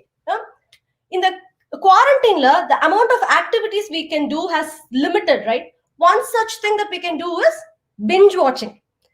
ஆனா இந்த நெட்ஃபிளிக்ஸ் அனிய 1/2 மணி நேரத்துக்கு ஒரு தடவை, are you there? Hey, at this point the only body part I am willing to move is my mouth. Yes da netto, I am there only. ஆனா Netflix மதிக்காது. Are you still there? டேய் 6 மாசமா நான் இந்த ஸ்பாட்ல தான்டா உட்கார்ந்திருக்கேன், விளக்கென்ன. சரி Netflix தான் கடுப்பேத்துது, வேற ஏதாவது பண்ணலாம் அப்படின்னா ஆன்லைன் ஷாப்பிங். அப்படி ஆன்லைன் ஷாப்பிங் பண்ணி வாங்கினது தாங்க இந்த சட்டை. அதை ஒரு 3 நாள் வெயில்ல காய வச்சு, கராஜ்ல தூங்க வச்சு, டெட்டால்ல ஊற வச்சு நேத்தா எடுத்துட்டு வந்தேன். சரி போட்டு பார்க்கலாம், நம்ம எல்லாருக்கும் 10 தான் போட்டு பார்க்கலாம் அப்படின்னு போட்டு போன் எடுத்து பாக்கெட்டுக்குள்ள போடுற பொட்டு விழுந்துருச்சு. அப்பதாங்க தெரியும் இது பாக்கெட் இல்ல பாக்கெட் மாதிரி அப்படின்னு. பாக்கெட் வைக்கல சரி, அதுக்கேண்டா பஞ்சர் ஒட்டி வச்சிருக்கீங்க? சொல்லுங்க, இந்த பசங்க வாங்குற துணியில எல்லாம் பாக்கெட் இல்லாம வருதா? அது என்ன கேர்ள்ஸ் துணியில பாக்கெட் வைக்க மாட்டேங்கிறீங்க? பார்ட்டிஸ் ஆல்சோ டிசர்வ் பாக்கெட்ஸ் யா. இதான் டிஸ்கிரிமினேஷன். இதுக்காக தான் நாங்க ஃபெமினிசம்னு கிளம்பி வரோம். புரியுதா இல்லையா? ஆனா இதுல ஒரே ஒரு சில்வர் லைனிங்க, இந்த சொக்காய நான் சேல்ல வாங்கினேன். ஹெல்தியா சாப்பிடுறவங்களுக்கு மட்டும் தான் கேள் பிடிக்கும், ஆனா எல்லாருக்கும் சேல் பிடிக்கும். இந்த மாதிரி சரி இந்த பாக்கெட்ல இப்ப சேல்லாம் இந்த அமேசான்ல வாரம் எங்க வீட்டுல வர டெலிவரியை விட ரிட்டர்ன்ஸ் தாங்க ஜாஸ்தியா இருக்கு. இந்த ஊர்ல ஒரே ஒரு நல்ல விஷயம் என்னன்னா இந்த ரிட்டர்ன் பாலிசி தான். ஒரு பொருள் சேலுங்க இருந்தா பட்டுன்னு வாங்கிடணும், அது தேவையா இல்லையாங்கிறது அப்புறம் பாத்துக்கலாம். ஆனா இந்த தில்லாலங்கடி எல்லாம் நம்ம ஊர்ல பண்ண முடியாது. நம்ம ஊர் ஆடி தள்ளுபடி எப்படி? 2 சேலை வாங்கினா 10 சேலை ஃப்ரீ. ஆனா அந்த 2 சேலைக்கு 2 கிட்னி கேட்பாங்க பக்கி பசங்க. இந்த ஆடி தள்ளுபடின்னு சொன்னா நம்ம ஊர்ல ஒருத்தர் தாங்க எனக்கு ஞாபகம் வராரு. அவர் யார் தெரியுமா? உங்களை மாதிரி ஒரு ஆண்டர்பிரனர் தான், சரவணா ஸ்டோர்ஸ் ஓனர். போடுறாருங்க பாருங்க ஒரு ஆடு, வெரி பேடுன்னு சொல்ல வந்த. நல்ல குருவி கொத்துன மாதிரி மண்டை, நித்யானந்தா சித்தப்பா பையன் மாதிரி ஒரு பர்சனாலிட்டி. இந்த பக்கம் ஹன்சிகா, இந்த பக்கம் தமன்னா. கலர் படமே பிளாக் அண்ட் ஒயிட் படம் மாதிரி இருக்கு. அந்த ஆடை பார்த்தா ஒரு ஃபீலிங் வருங்க. அது எப்படின்னா இந்த ஊர் மெடிக்கல் ஆட் மாதிரி. அந்த ஆட்லயே சொல்லிடுவாங்க, இதை நீ சாப்பிட்டா செத்துருவ அப்படின்னு. டேய் என்னங்கடா, தலைவலிக்கு மாத்திரை வாங்கினா side effect brain cancer, heart puncture, liver failure. டேய் இதுக்கப்புறம் டேமேஜ் ஆகிறதுக்கு பாடி பார்ட்ஸே இல்லடா நினைப்போம், எஸ்டிடி. புருஷனோட்டா. ஆனா நம்ம கரகம் பாருங்க, நாம தலைவலின்னு பார்மசிக்கு போனா அந்த பொருள் தான் 50% ஆஃப்ல இருக்கும். ஆனா கேன்சர் வரும்னு சொன்னாங்களே, நாம ஒரு டான்சர், நமக்கு வராது கேன்சர்னு வாங்கி போட்டு போயிட்டே இருக்கணும். அப்படித்தானே? எந்த வியாதியா இருந்தா நமக்கு வராது, அடுத்தவனுக்கு தான் வரும். இந்த கொரோனா வைரஸ் அதெல்லாம் நமக்கு வராது. இந்த காமன் சென்ஸ் அதுவும் நமக்கு வராது. எங்க அப்பா இப்படிதான். அப்ப ஊருக்குள்ள கொரோனா வைரஸ் ஜாஸ்தி ஆயிடுச்சு, கொஞ்சம் கேர்ஃபுல்லா இருங்கப்பா அப்படின்னா, ஒன்னும் கவலைப்படாதரா, நான் வெளியே போயிட்டு வந்தா குளிச்சிடுறேன், காகுல் பண்ணிடுறேன், எனக்கெல்லாம் கொரோனா வரவே வராது. வாவ், இந்த விஷயம் தெரியாம சயின்டிஸ்ட் எல்லாம் வேக்சின் கண்டுபிடிக்கிறேன்னு சுத்திக்கிட்டு இருக்காங்க. காகுல் பண்ணா கொரோனா வராதுன்னு அவங்களுக்கு வேணா ஒரு வாட்ஸ்அப் ஃபார்வர்ட் அனுப்பி விடுங்கப்பா. எங்க அப்பா உங்களை மாதிரி தாங்க. He is also an entrepreneur. நீங்க எல்லாம் ப்ராடக்ட் சர்வீஸ் ஆஃபர் பண்றீங்க, எங்க அப்பா கண்டென்ட் ஆஃபர் பண்ணுவார். அது ஒண்ணுதான் வித்தியாசம். ஆனா எதுக்கு எடுத்தாலும் அவர் வந்து FB லைவ். உங்ககிட்ட சொல்றதுக்கு என்னங்க, நான் கூட Facebookல தான் வேலை செய்யறேன், இது வரைக்கும் நான் FB லைவ் பக்கம் போனதே கிடையாது. ஆனா எங்க அப்பா ஒரு குழந்தைக்கு காது குத்துனாலும் FB லைவ், அது கக்கா போனாலும் FB லைவ். இதுல கொடுமை என்னன்னா, அந்த குழந்தை யாருன்னே எங்க அப்பாக்கு தெரியாது. சும்மா கியூட்டா இருக்கு, சூச்சு புச்சு விளையாண்டுட்டு இருக்காரு. இப்பதான் எங்க ஊர் லேடிஸ் இவரை பார்த்தாலே புள்ள பிடிக்கிறவர ஓடுங்கடின்னு ஓடிக்கிட்டு இருக்காங்க. சரி, அமெரிக்கன் லேடிஸை டெரரைஸ் பண்ணலாம், கிளம்பி வாங்கப்பான்னு சொல்லி ஒரு டிக்கெட் போட்டேன். சென்னை ஏர்போர்ட்லயே அலும்பல் started. Hi folks, only English. இதான் சென்னை ஏர்போர்ட். பட்டன் தட்டினா கேமரா திரும்பும்னு எங்க அப்பாக்கு தெரியாது. Only 360 degree motion. ஃபிளைட் ஏற வேண்டியது. இதான் பிசினஸ் கிளாஸ். இருக்கிறதுலயே சீப்பஸ்டா ஒரு எக்கனாமிக் டிக்கெட் நான் புக் பண்ணிருக்கேன். அது கடைசி ரோல கக்கூஸ் கிட்ட இருக்கு. இதுதான் பிசினஸ் கிளாஸா. அந்த ஏர் ஹோஸ்டஸ் அம்மா திட்டுறது இந்த வீடியோலயே தெரியுது. Sir please take your seat. உடனே எங்க அப்பா, இதுதான் air hostess. I have started to USA via Paris. டிரான்சிட்டுக்கு இப்படி ஒரு பிட்டு. இந்த மாதிரி இவர் போடுற போஸ்டுக்கெல்லாம் கமெண்ட் பண்றதுக்குன்னே 4-5 அல்லக்கைங்க இருக்காங்க. உடனே ஓடி வந்துருவாங்க. God bless you, safe journey. சரி போ, பொழைச்சு போ. Say hi to Trump, die. அவன் என்ன என் அபார்ட்மெண்ட் பிரசிடென்டா, US பிரசிடென்டா? போய் தொலை. இன்னொருத்தன், any good news for daughter? அட்டி செருப்பால. உன்னெல்லாம் இன்னும் ஏன் கொரோனா தூக்கல? ஏன் நீ உயிரோட சுத்திக்கிட்டு இருக்க கொய்யால? இந்த ஏர் ஹோஸ்டஸ் அம்மா அப்படியே எங்க அப்பாவை கைத்தாங்களா கூட்டிட்டு வந்து சீட்ல உட்கார வச்சு, சார் இந்த ஃபிளைட்ல யார் போன் ஆஃப் பண்றாங்களோ இல்லையோ தயவு செஞ்சு நீங்க ஆஃப் பண்ணிருங்க அப்படின்னு போயிட்டாங்க. அந்த சீட்டுக்கு ஒரு அக்கப்போர் பண்ணாங்க பாருங்க. டேய், எனக்கு நீ விண்டோ சீட்டா போடுறா. ஏன்பா, நான் பாரிஸ் அப்படியே பேர்ட்ஸ் ஐ வியூலே பாத்துருவேன். நீங்க வந்து இறங்குற டைம் காலையில 4 மணி. அப்ப பேர்டுக்கே கண்ணு தெரியாது, என்ன பேர்ட்ஸ் ஐ வியூ பாக்குறீங்க? வந்து பாரிஸ்லயும் இறங்கினாருங்க. It was a short transit. Flight பிடிச்சாங்களா தெரியல, அடுத்த ஃபிளைட் ஏறிடுவாங்களான்னு ஒரு பயம். போன் பண்றேன், மதிக்கல, மெசேஜ் பண்றேன், எடுக்கல. ஃபேஸ்புக்ல check in Paris, the most romantic city in the world. எங்க அப்பா எல்லாம் டைட்டானிக் படம் பார்க்கும்போது 10 நிமிஷத்துக்கு ஒரு தடவை சில்லறையை உருட்டி தேட விட்டவர். ரொமான்டிக் சிட்டியா ரொம்ப ஓவரா பண்றாரு. ஃபிளைட் அடுத்த டிரான்சிட் ஃபிளைட் ஏறினாங்க. எங்க அம்மா ஏறினோடனே தூங்கிட்டாங்க. எங்க அப்பா உடனே ஏர் ஹோஸ்டஸ் கூப்பிட்டு இருக்காங்க. ஒரு ஜெனரல் சர்வீஸ்க்கு தாங்க. Can I have drinks? Sir we have apple juice, orange juice. No no no no, drinks. Sir we have wine and beer. Okay, I will have beer with coke. எதுக்குடா இந்த ரசசாத்துக்கு பச்சடி கேட்கிறாருன்னு தான் யோசிக்கிறீங்க. எங்க அம்மாவுக்கு தெரியாம குடிக்கிறாராம். மேத வந்து இங்க US கஸ்டம்ஸ்ல இறங்கினார். அந்த இமிகிரேஷன் ஆபீசர் கேட்டிருக்காரு, "Sir, do you have any rice?" "No, I just came from Paris." வெள்ளக்காரங்கிட்ட எதுக்கு வெட்டி பந்தா? உடனே டப்பா திறந்துட்டான். இருக்கிற அண்டா, குண்டா, சட்னி, கிட்னி எல்லாம் கொடுத்துட்டு மனுஷன் வெறும் கையோட தான் வீட்டுக்கு வந்தாரு. வீட்டுக்கு வந்தாச்சும் ரெஸ்ட் எடுக்கலாம்ல? நோ. அந்த ட்ரம்ப் பார்ட்டிக்கு போன். "சார் இங்க பாருங்க, இதான் அமெரிக்கா வீடு. என் 1 பெட்ரூம் அபார்ட்மெண்ட்டுக்கு வாக்கிங் டோர். இதுதான் ஹால்னு சொல்றதுக்குள்ள வீடு முடிஞ்சு போச்சு." அந்த ஆள் கேக்குறான், "என்ன சார், பொண்ணு Facebookல வேலை செய்யறாங்க, மாப்பிள்ள வேலை செய்யலையா?" ஹேய், யாரா நீங்களா? எங்கத்தரா வரீங்க? ஆனா எங்க அப்பாக்கு யூஎஸ்ல ரொம்ப ஃபேவரட்டான ஒரு இடம் இருக்குங்க. என்னன்னு பாத்தீங்கன்னா காஸ்கோ. அவருக்கு அங்கதான் நிறைய கண்டென்ட் கிடைக்கும். போனோடனே ஆரம்பிச்சிருவார். "ஹாய் ஃபாக்ஸ், இங்க பாருங்க, ஆனியன் மண்ட சைஸ்ல இருக்கு. இங்க பாருங்க, போமோகிரானட் கொண்ட சைஸ்ல இருக்கு" அப்படின்னு சொல்ல வந்து கிளம்ப கூடாது. ஓகே, ஆனா எங்க அப்பா முழுசா சந்திரமுகியா மாதிரி நான் வேக ஸ்ட்ரிப்ல தாங்க பார்த்தேன். ராரா லக லக லக லகன்னு 2 கேபரே டான்சர்ஸோட குல்ஃபி ஐ மீன் செல்ஃபி. எங்க அம்மா வேகமா வந்தாங்க. சரி இந்த மனுஷன் இன்னைக்கு 2ல 1 கேட்க போறாங்க அப்படின்னா போனையும் புடுங்கினாங்க. #GoGirl இன்னைக்கு ஒரு சம்பவம் இருக்குன்னு பார்த்துட்டு இருக்கேன், என்கிட்ட கொடுங்க நான் போட்டோ எடுக்கிறேன் அப்படின்ட்டாங்க. ஏய் யாரா நீங்களாம்? என்ன பெத்தவங்க தானா? இவ்வளவு வருஷம் உங்களை பார்த்து தான் நான் பயந்துட்டு இருந்தேனா? And that's my time, guys. Thank you so much. Now back to Pony. Nidarshana, you were awesome. Thanks to you, Anant and GK, guys. You were amazing. ஆனா ஏன்னு தெரியல சரவணா ஸ்டோர் மேல இப்படி ஒரு வயித்தறிச்சல். பல்லு இருக்கிறவன் பக்கோடா சாப்பிடுறான். போட்டு Nitharshana. Thank you so much. You guys were awesome. Okay, next on to our real deal. Morning we had real deal. Now it's about real deal investment opportunities in media entertainment. For that, I would like to invite Venkatesh Sadagopan. Venki, who doesn't need an introduction to the ATEA forum. A little bit about Venki. Venki is a management consultant with over 30 years experience in a combination of corporate and entrepreneurial business development. Venki helps startups and small enterprise in strategy, market development, and business growth. Venki is an active executive committee member of ATEA and is now a freshly minted financial advisor with New York Life Insurance Company. He has ventured into feature film production and is the co-founder of Punarjanmam Foundation Trust, a non-profit charity organization. We are running a few minutes late. Apologies for that. Let me bring Venki to the stage. Here you go, Venki. You're on mute, Venki.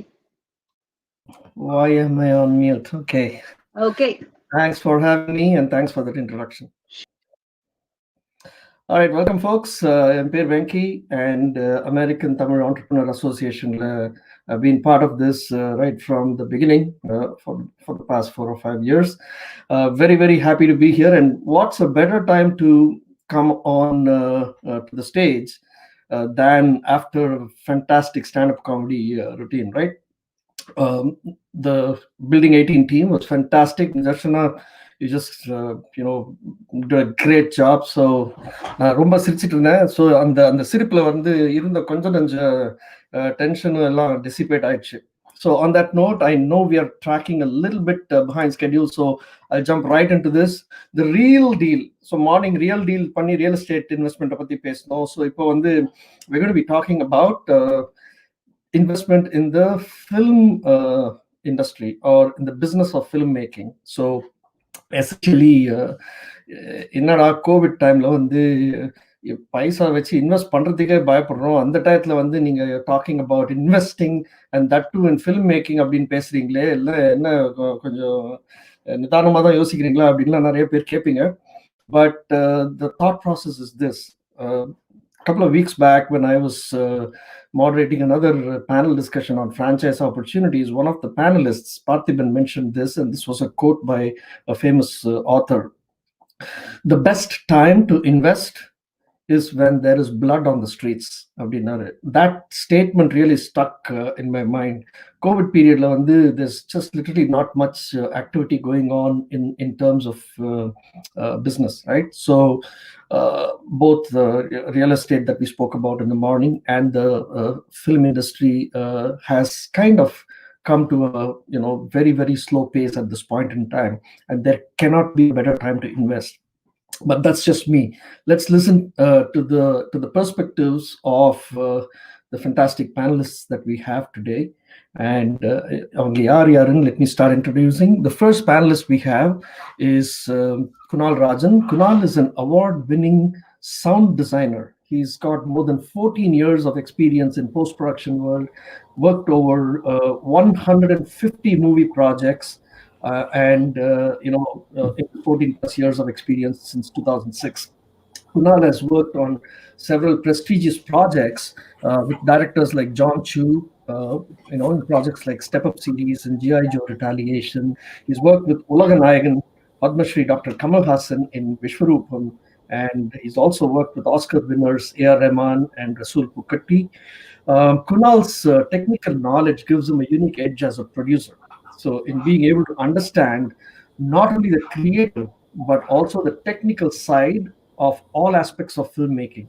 So his most recent project as a co-producer is Under the Silver Lake.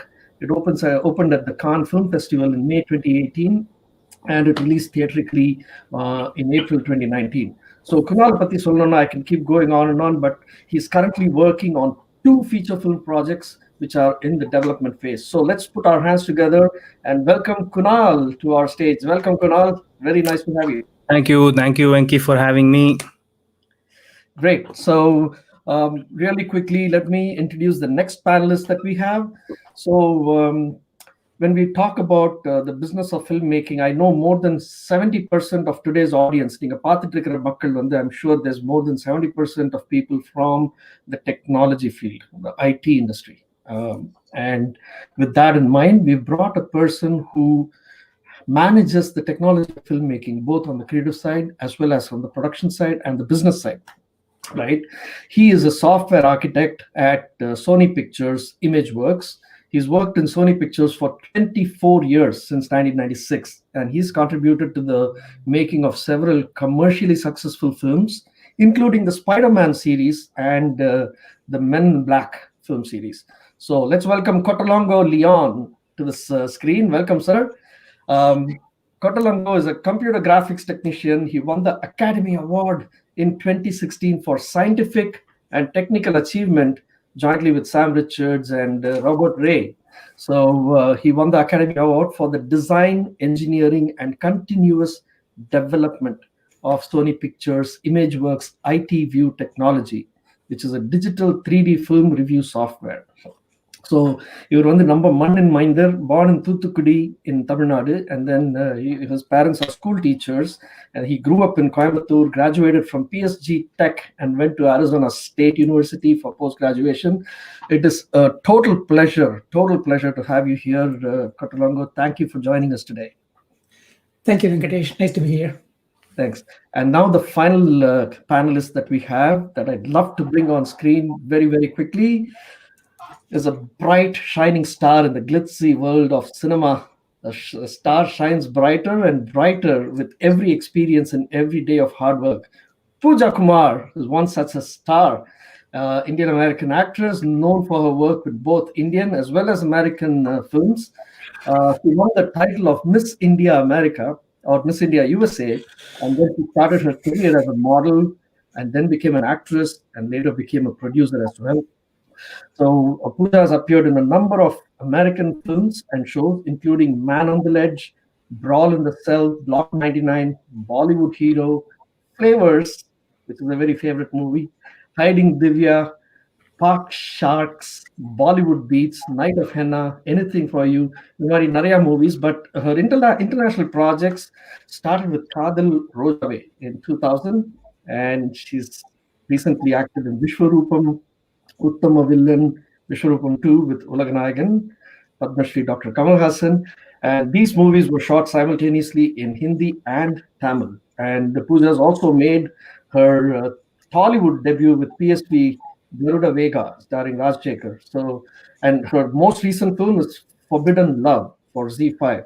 So quickly, Pooja was born in St. Louis, Missouri, attended Washington University, where she graduated with degrees in political science and finance. She's also a trained Bharatanatyam, Kuchipudi, and Kathak dancer. Welcome, Pooja. Nice to have you here. Vanakkam. Thank you so much, Venkatesh, for having me. I'm excited. The pleasure is mine. So, Nikki, panel discussion, what we want to do is really show people that the media and entertainment industry, and more specifically the business of filmmaking, is not something that they've traditionally thought of. Like, if we invest money in filmmaking, we lose it. That's the kind of ஷோக்குள்ள போக முன்னாடி நம்ம ஸ்பான்சரை பத்தி ஒரு 2 words சொல்லிடலாமா? Please go ahead, Pani. So Usha Krishnakumar, New York Life Insurance is the sponsor for this session. She is very much interested to sponsor these awesome speakers. If you don't mind, I'm going to take 30 seconds to play a video for Usha Krishnakumar. Okay. Is that okay? Sure.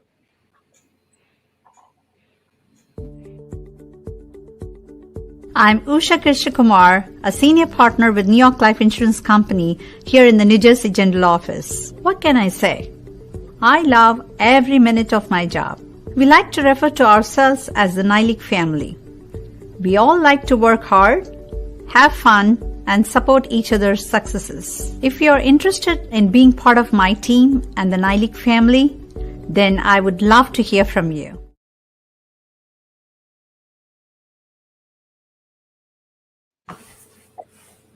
Go ahead, Venki. Thank you, Purni. Thank you. And just to add to that, Usha has been in the life insurance and financial planning business for more than 17 years with New York Life Insurance Company. And if you talk to her, you'll realize that your financial planning is in extremely, extremely safe hands with Usha. So on that note, coming back to the panel, let me jump right in. I know we are like about 5 or 6 minutes behind schedule, so I want to jump into the first question for Kunal. So Kunal, this COVID situation over the last 6 months, it really affected the film industry, both Hollywood as well as Bollywood, Hollywood, both business-wise as well as for the technician. So really, in a very brief thing, can you just tell us how it's affected and what's going to be next for the film industry? Just like any other industry, all movie shoots have stopped, theaters have been shut down. So it's been a really challenging time, not just for people in Hollywood, people in India, any movie industry. It's been really challenging. There's thousands of technicians, actors, filmmakers who don't have work right now. But the bright side is things are slowly starting to open up. Movie shoots have begun slowly across the world. People are putting in a lot of safety protocols like masks and like shields and all those things. The unions here in Hollywood, they have like very specific and extreme measures that you need to take to start shooting. So things are looking up a little bit, and theaters have started to open a little bit across the world. So, just hoping that things get better in the next few months. Okay. So obviously the production side, right, where the movie shooting, those did not happen for a long time. But for the movies that were shot prior to the pandemic coming in, the post-production work, those technicians have still been busy through the Absolutely, and that's what's kept me busy as well the last few months. And because post-production is something where you don't have to be on set with 100 people, you are working inside your studio, whether it's sound, music, VFX, color grading, whatever it is. Like, so post-production work has been happening for a while, but there is going to be a shortage of work eventually, because the last 4 or 5 months there haven't been any production. As productions pick up, now hopefully things will start moving. Got it. Thanks, Kunal. So Pooja, I'm coming to you right away. One of the things we all know about the film industry, it's never been too kind and gentle to any individual, right? Right from aspiring artists to superstars, everyone experiences an arduous track, right? And a thorny journey to the top. Now, especially if you don't have any godfathers in the industry to basically have your back, you are a self-made success story. So I'd definitely like to hear about your journey. Please tell us about your journey. Well, thank you, Venkatesh, for having me on the panel. And I'm excited to be here with Kunal and Kotalango. Nice to meet you. We haven't met. So I'm one of the lucky ones, Venkatesh. I knew from the beginning that I wanted to become an artist. And I knew ever since I was in 5th grade that I was going to become an artist. Now, the only challenge I had was how was I going to explain this to my father, who's a mechanical engineer. And no one in our family went into the entertainment business. So I said, okay, let me just wait it out. Let me show how talented I am. Let me show him how hard I work.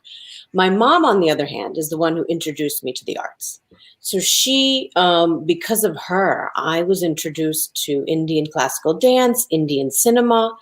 Otherwise, I would have never known it, because being brought up in St. Louis, Missouri, you're surrounded by all white and Caucasian people. So my parents, introduced our heritage in such a cool and fun way. So I was lucky. And then I had the opportunity when I was Miss India USA to start working. And at that time, there weren't many South Asians on TV. There weren't any people that I was seeing. The only mentor I had was my mom. But the only woman that I saw on TV was Persis Kambata, right? And she was on Star Trek, and she was this bald woman. And so I was like, wait a second, are they portraying Indian people like they're aliens? Like we aren't normal people who have emotions and wants and needs and desires. And I said, oh my God, they're showing Indian people like we're an alien, like we're some foreign country. So I took it upon myself that I was like, I wanted to do something where I could sort of inspire and influence people. But I knew it was going to be hard.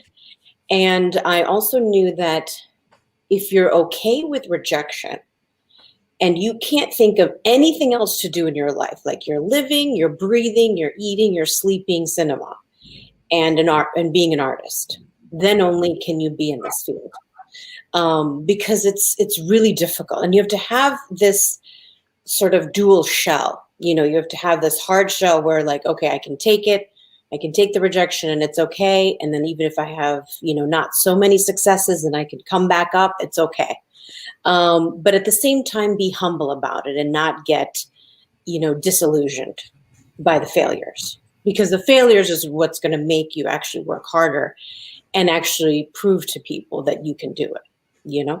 But I only tell people, if you can only think about this 24/7, then be in this field. Otherwise, don't. And if you can think of something else, then go do that. Sure. That's my philosophy. So yeah. Great. Thank you, Pooja.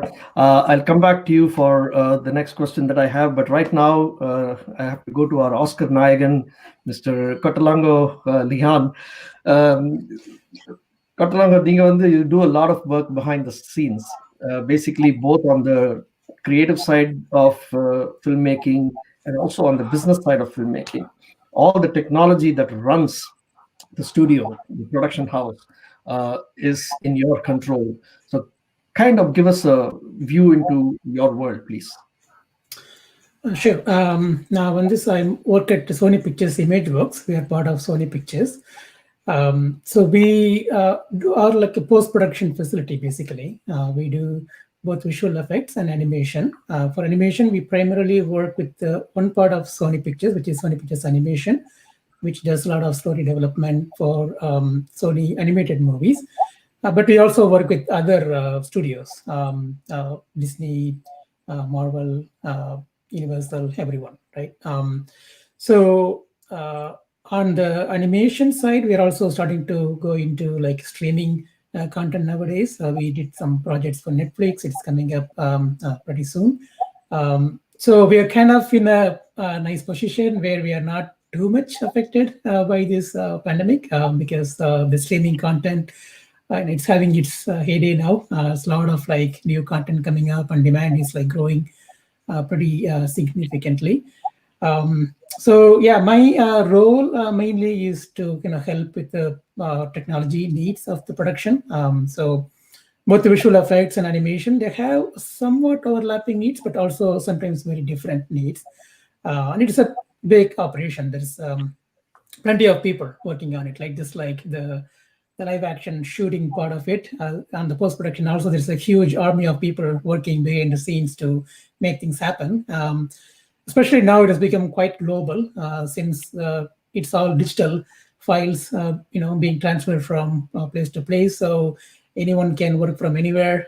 So when this whole thing happened, we were able to just basically let's move from office to house in a weekend and start working without losing anything. In fact, at least for the short term, I hear the productivity has gone up because people are working from home and they're working longer hours, and they're not bound to the start time, end time, and things like that. So it's working out for so far for us. But I think, as Kunal said, I think there will be an impact. A lot of the shooting has stopped, and when the next year comes, I think it will affect some of the visual effects part of the business. But at the same time, animation is also growing up, so we'll have to see. Okay. Thank you for that. So going back to Kunal, Kunal, you mentioned, that post-production work and everything was happening through the pandemic, but the new movies have not been under production. The shooting has not been taking place over the last 6 to 7 months. So where does it go from here? I know next year there'll be a acute shortage of content because this year there's not been much movies being shot. So tell us about what's your view on that? Yeah, so all the post-production that's been happening the last few months is all stuff that was shot pre-COVID, like stuff that was shot up until February, March. So all post-production professionals have been busy with that. Like as Mr. Kotolongo mentioned, we have been working, and it's actually been a lot more work than usual because the consumption has also increased. There has been a demand in content because everyone's at home, everyone's watching more stuff, and with all outdoor entertainment on hold temporarily, everyone's watching Netflix, Amazon, and people want more content. So for the time being, they have stuff that was shot pre-COVID, and there are a few things coming up, but there is definitely going to be a shortage because the consumption has increased and the supply has reduced. So there is definitely going to be a huge demand in the next 6-7 months.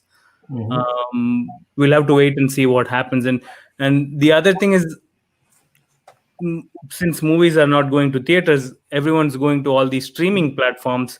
So which is something all filmmakers expected. We all knew that eventually movies were going to the streaming platforms.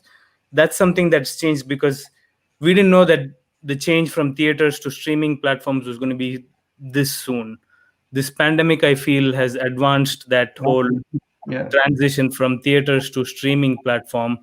And, we'll have to wait and see. Right. So that's where my next question is going. And that at that point, I think we will start directly addressing what's in it for me kind of things for people who are on the fringes who may be interested to come in as an investor into the movie industry, but don't know how to get there and what to expect, right? So there is a difference between the OTT or the streaming platforms and the theatrical market. The theatrical market might be affected because they may or may not open cinema halls for movies to be, released over there, at least for the next maybe 3 months or 4 months, whatever. We don't know. We'll have to wait and see. We'll just have to take it one day at a time right now. Exactly. But on the other hand, people have been watching Netflix and Prime and Hotstar and all of these streaming, platforms like there's no tomorrow. Every day because they've managed to. There's no theaters, there's no concerts, you can't go to a Broadway show, everything. So everyone's at home. Correct, exactly. So this is open to everybody, right? Just give us a very, very brief look-see into the OTT versus theatrical market from a business perspective. Whoever would like to take that question. Well, I just wanted to mention, with the feature films that were coming out earlier when there was a theatrical release, a movie like The Big Sick, was with Kumail Nanjiani and his wife, and they wrote the screenplay. It was a budget of $5 million, right? And then the box office alone was $56 million. So those are the kind of budgets which are very interesting for people to invest in. And that is not including the OTT platforms, the video on demand, streaming, and all the sort of later on with the residuals that they'll be getting. That is just theatrical box office for a $5 million budget. Another film that I'd like to mention is Crazy Rich Asians. Crazy Rich Asians had no star cast. It was all Asian people. And that was done in a budget of $60 million, right? No star cast, nothing. It was all internationally shot. And it made $360 million worldwide box office. Now, that is not also, again, not including the streaming platforms and the residuals, the video on demand, when you sell it to hotels and all of those things. So I wanted to mention these two films because one, Big Sick, was a $5 million budget with an Indian male lead. Crazy Rich Asians was with all Asian people. With that budget, it made that much money, right? $60 million made $360 million. Now, there's another film very similar to Crazy Rich Asians, which is called The Proposal. It had Sandra Bullock and it had Ryan Reynolds in it. Two big stars. That was also made for, I think, about $50 million, if I'm not mistaken. Or no, sorry, it was made for $40 million. That also made $320 million. So with all of these three films, you've got three different type of budgets and you've got three different set of stars. So, you know, with any project that anyone invests in, there is a risk, number one. Number two, the stories all resonated. And that's what I want to like really harp on, is that the stories with all of these movies were so interesting that it worked with all kinds of people. Now, that was before OTT platforms were there. So now if these budgets are there, now they're going to release on the OTT platform and not have a theatrical release. We don't know those numbers quite as yet. We're just now getting into that. So we don't have enough data to say, look, we spent $60 million on this film. Will it get streamed and can we make Netflix or Amazon or Hulu or any of these platforms buy it for another 100 million? Right? We don't know yet because it's just now coming out. But what I can say is that this is the best time to invest in movies because people are going to watch it. People want content and people have the time to watch it at their leisure. You know, they're not committed to a certain time. So actually, this is the best time to get the right story that you like, the right story that you want to be a part of. And you can invest 3 million, 4 million, 5 million. You can do all the way up to 60 million. It's totally up to you. But my key thing is always like, you know, just read the story and make sure it resonates and you like it. And that's something that I just wanted to give sort of some ballpark figures of what people, when they look at projects to invest in, or what they see. Sure. And what we are alluding to is to pull together a kind of an investment fund where, you know, we can do some micro financing or, you know, crowdfunding where people can put in, you know, $50,000, $100,000 to start with, and like 10 or 20 of them get together and raise, you know, up to $5 million and make a movie. So those kind of initiatives have now started popping up all over, not only in the US, in India as well. A lot of people are doing that. And now there's a lot of interest from NRIs in the US to invest in making movies in India because the dollar rupee kind of advantage. So that's a very interesting area where people are actively considering, but there's a lot of questions because there's a lack of data. There's not much success stories out there that they can, you know, refer to. So for people who are investing or interested in investing in the film, the business of filmmaking, what would you say, any one of you? I'd like to add something to what Pooja said.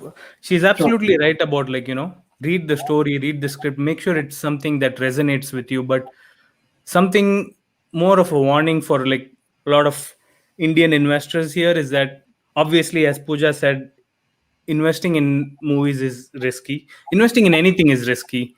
One thing that I've noticed is people just go and invest with first timers and, like, you know, they end up losing money.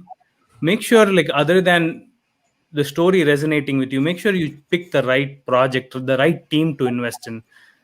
Make sure it's someone who has a track record. Make sure it's someone who's done something in the past.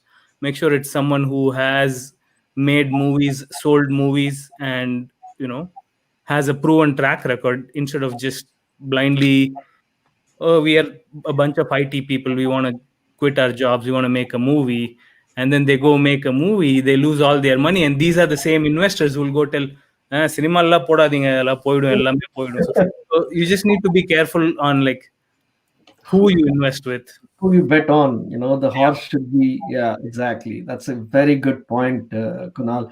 It's absolutely essential to know that if you are new and you are investing, you don't invest with a brand new entrant or a debutant director.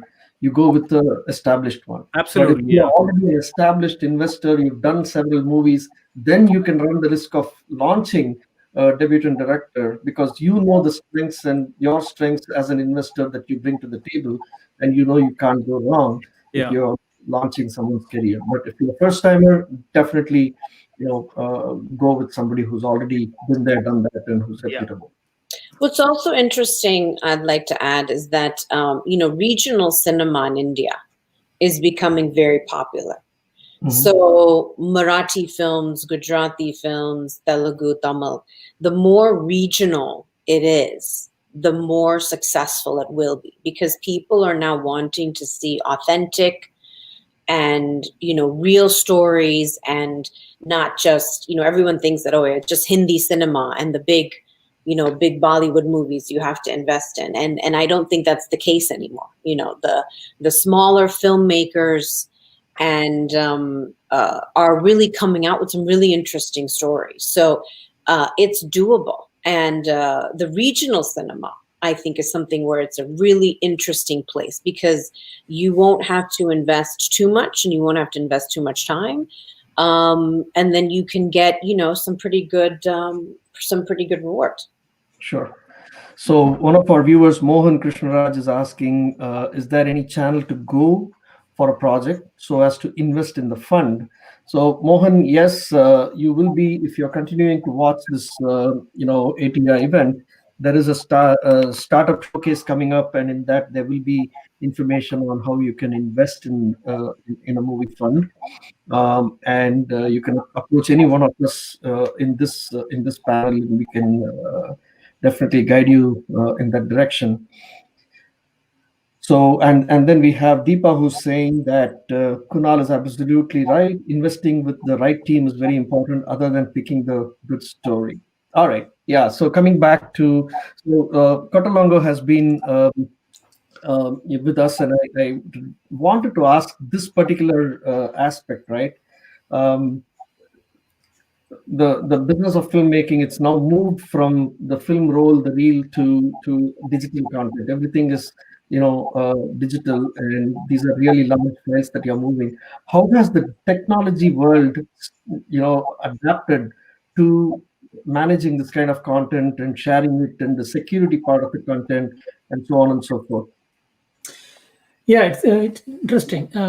We were talking about how things are changing, and how the small investors are having an opportunity now, right? Like, I come from the big studio background, like one of the, I think there's only like 5 or 6 big film studios, and it used to be like everything is controlled by these studios, and there's like few small number of people who will decide what the whole world sees, right? So all the Hollywood movies, even Bollywood for that matter. But I think like the technology has quite democratized the whole thing. Now anyone can just take a whole movie just with their iPhone and put it up there, and then people like it, and that's it. You become viral and everybody knows about you. So I think the channels for creative people with the right story, with the right talent, has never been bigger, and also opportunities to find such people is also a lot easier, right? So you can be anywhere in the world, and you can get to know about that person, make contact, and start a project. And the technology has played definitely a huge part in it, right? So even the film camera, which used to cost millions of dollars, has become like, yeah, you can again shoot with your phone, and you can get good quality. And it's still a very expensive, labor-intensive process to make like a huge blockbuster movie. It takes tons and tons of people. It takes a lot of money, a lot of effort. I think that part will always be there, and that's where I think this theater versus OTP model, we have to see how it will shake out, because I think the current direct-to-video, Netflix, and all that, I don't know how much room they have for these like really big budget, expensive kind of productions. But at the same time, what will happen? Like, if there's just like a lot more content, but there's also a lot more people watching it, in different ways, and things like that. Maybe the whole economics can be very different, right? So, as a creative person who wants to create content and then make it available and want to become successful, as well as for people who want to become part of it, either as an investor or, as a artistic producer or whoever, I think there's just tons of opportunities. Sure. Thanks, Kotalango. Ponni, how are we doing on time? Do I have any more time to ask one more question? Take 2 more minutes, Venki. Okay, thank you. Okay, take 5. Thank you so much. That is generous. So, Pooja, you've been a producer as well. So that's your entrepreneurial part of your life. Tell us a little bit about that experience. So I produced 3 short films, and there are stories that I wanted to tell from my point of view. And hopefully, people like them and appreciate them. The 2 short films that I did, one's called Shoot My Life, and another one is called 1001 Auditions. We received a lot of praise for them and a lot of awards we've gotten from the film festivals. And there's a new one that I just have done called A Nice Girl, which Kunal has done the sound design on. And that's about race relations in America. So I think the time for that to release is great, for right now. Now producing is it's different. It's a hat that you have to put on where no ego, and you have to work with people as a collective. One thing I've seen a lot as a producer and also as an actor, sometimes the investor sort of thinks and feels that they have all the rights and they know everything about it. But what I always say is like, look, you're investing in our project so that we can all become bigger, and we can grow this project to make it more interesting. So it's not like it's a battle between the investor and the producer, the director. It's actually a collaboration. And when you think of it as like we're a team and how do we make this project better, it's just going to make it much easier. And I think a lot of people, a lot of actors go into producing is because they have a certain voice that they want to showcase. And so that was one of the reasons why I wanted to. And I have a screenplay right now, which is a full-length romantic comedy. And it has Indian people in it and American people. So it's a full-fledged Hollywood romantic comedy. So I'm getting a lot of really good feedback on who people, there's a few people who want to make it. So, the experience with producing is that you can understand sort of the whole process from the beginning to the end. It's like your little baby that you've never seen, and then you make this baby and then you see it all the way through. So for me, it's been a great experience, and I want to continue to do that because I think we need more stories that can resonate internationally. I think we need more stories that people can identify with, and I think it's such a great time because, as Kotalango had said, that there's so many different platforms that we can showcase our work, and then also we don't have a time constraint.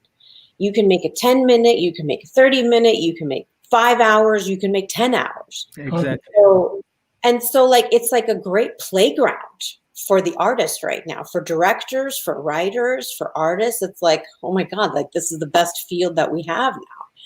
And especially, you know, during the pandemic, it's a great time to hone down like your writing skills. And if there's projects that you want to put together, it's a great time where people are open to talk, you know, about things that can happen. So if people utilize the time right now, it'll be great. So as a producer, it's a fantastic time. So I totally agree with Thanks, Pooja. Thanks, Kunal. And thanks, Katalanga. I think that's all the time we have. Anna says, how about focusing on children movies, which I think needs a lot of support? Yes, Anna, coming right up in the startup showcase. There's going to be a children's film project that's going to be pitching. So stay tuned and watch. Karthik Rangarajan has a fairly long question on OTT platforms. Karthik, sorry, couldn't take this question right now, but we will talk about it later. And Arul says, great session, great panel, love movies. Do you guys channel investment in Tamil movie industry with some proper guidance? Yes, Arul, we will definitely take this conversation offline.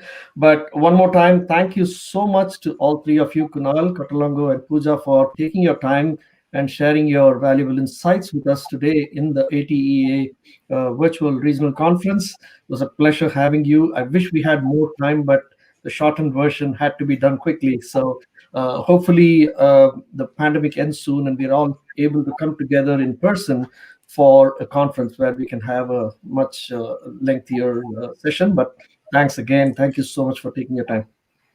Thank you. Thank you. Thank you. Bye-bye. Tony, over to you.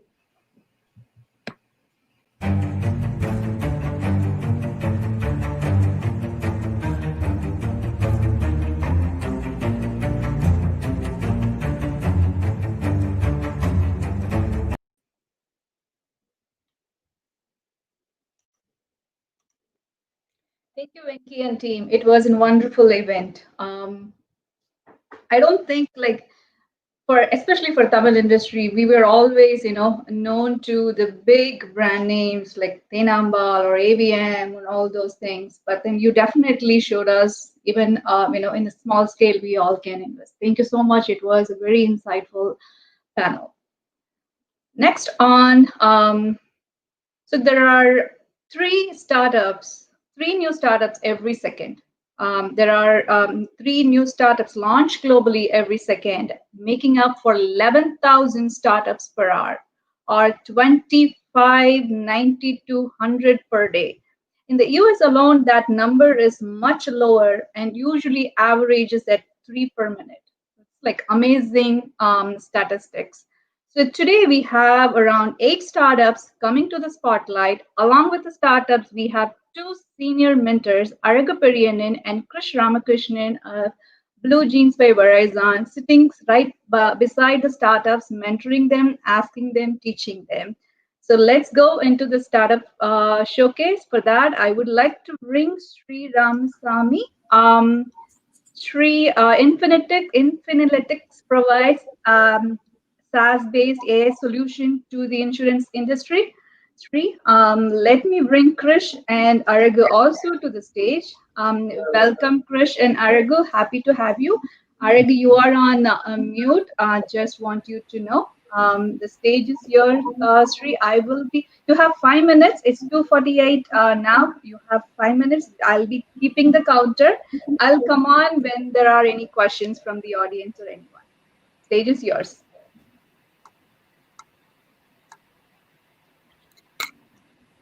Can you see my screen? Not yet. Not yet. There you go. Perfect. The audience can see your screen now. Please go on to presentation mode if you would like to.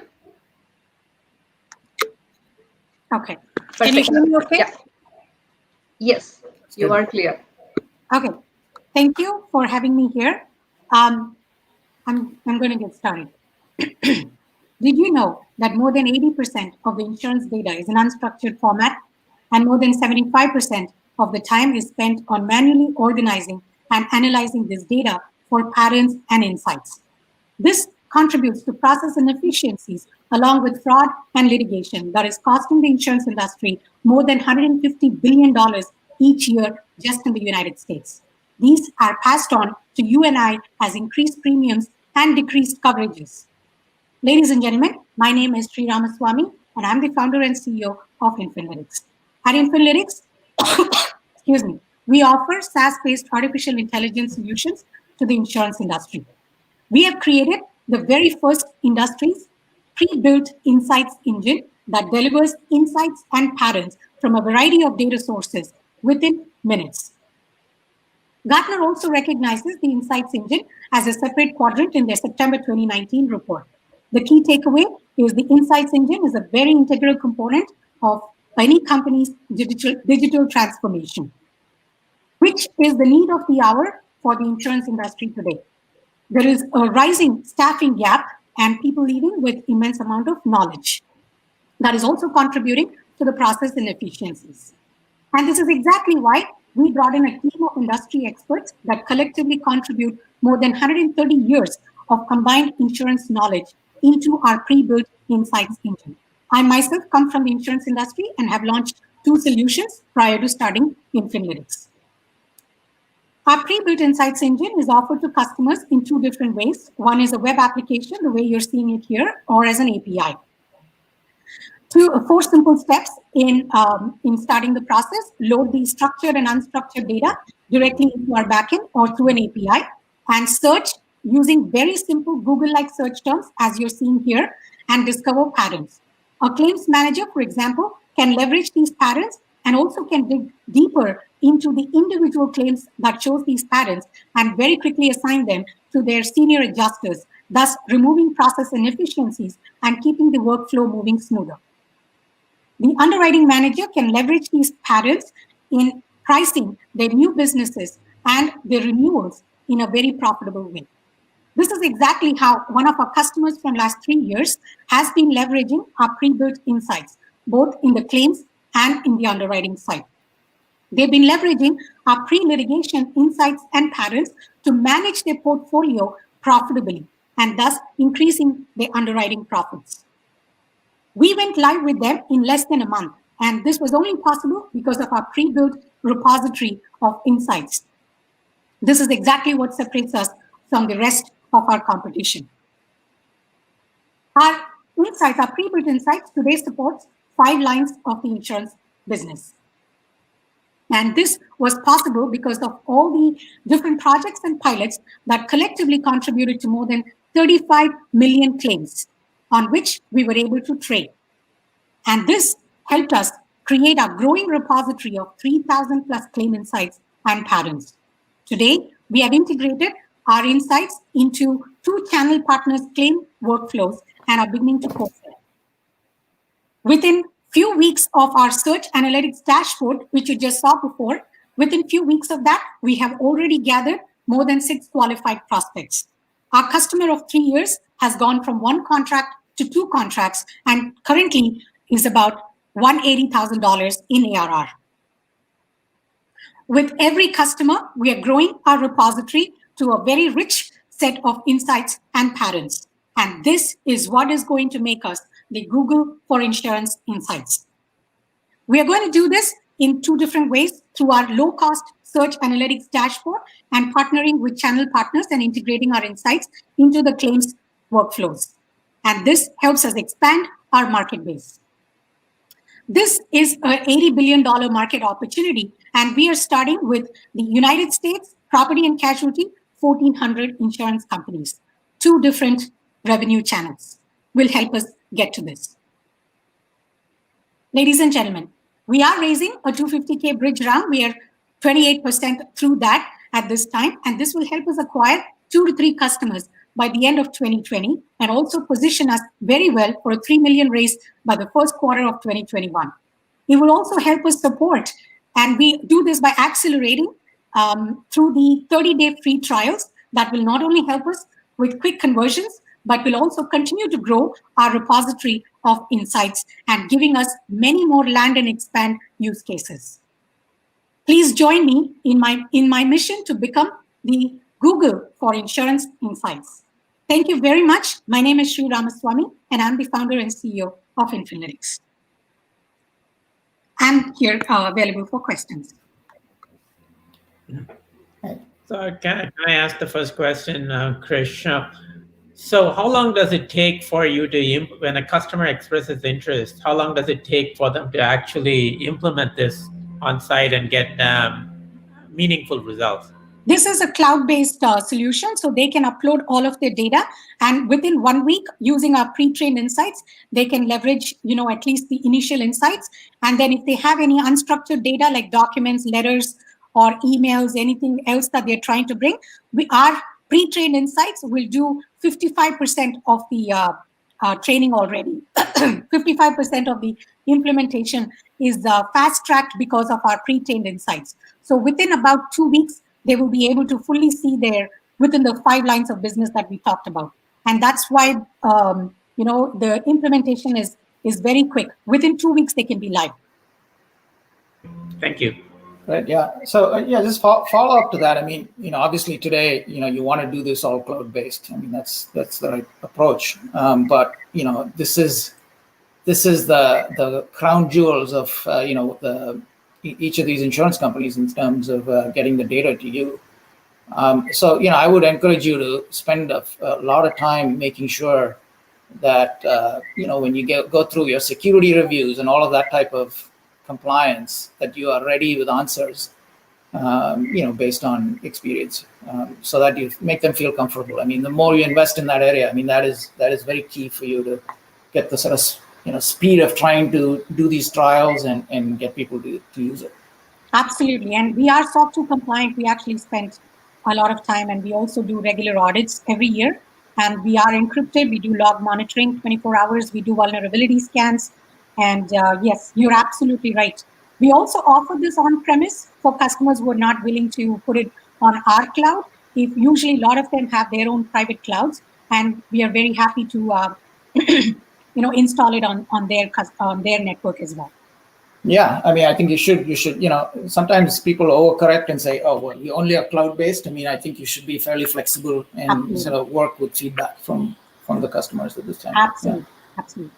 I have one quick question. I know in the interest of time, why are you only raising $250,000? If the market is so big and you're early in the market, as you say, isn't $250,000 like a small amount to go after an $80 billion market? It is the amount we're raising. It's a bridge round that we're raising, and we want to get to about 2-3 signups by the end of this year and get to a desired valuation before we start raising the big round. Great, thank you. Great, yeah, thank you. Thank you, everyone.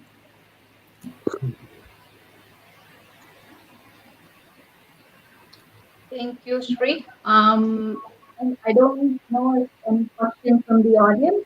Let's move on to the next startup.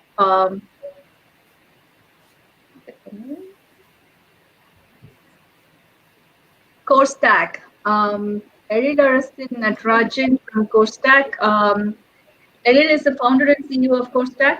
CoreStack's goal is to empower enterprises to rapidly achieve continuous and autonomous cloud government at scale. Eril, the stage is yours. You have 5 minutes to present. It's 2:58. And Arun and Krish are on the side to help you. Thank you. Go ahead.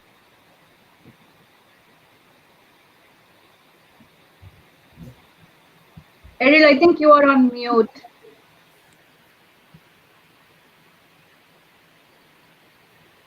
I don't hear you. Click on the mic setting and it will show you.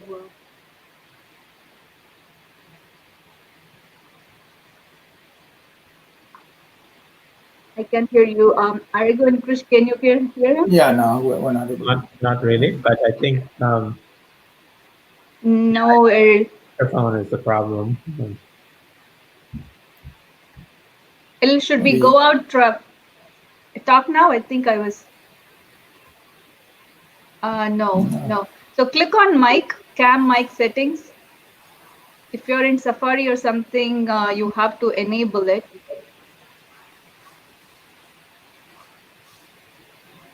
Maybe you can switch to the next person and then come back. So, Eril, let's work on it offline. Aditya, are you ready? Yeah. So, let me. So Aditya, you are next. Let me see. Oh, good.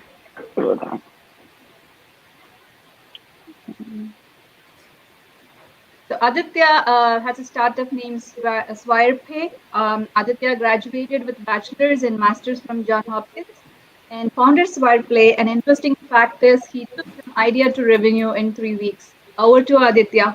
It's 3 o'clock and you have 5 minutes to present. Oh, thank you. Good afternoon, everyone. Let me take this opportunity to introduce you to SwirePay. So SwirePay provides a single point of payment integration for both accounts receivable and accounts payable.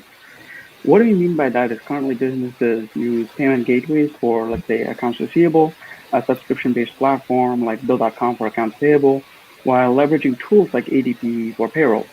We simplify this by providing a single ecosystem to manage both AR and AP with automated bookkeeping. And despite a boom in e-commerce and B2C fintech, I would like to start by highlighting some of the key payment challenges for enterprise and B2B businesses. As mentioned before, currently AR and AP teams juggle between multiple tools for invoicing, payroll, and accounting.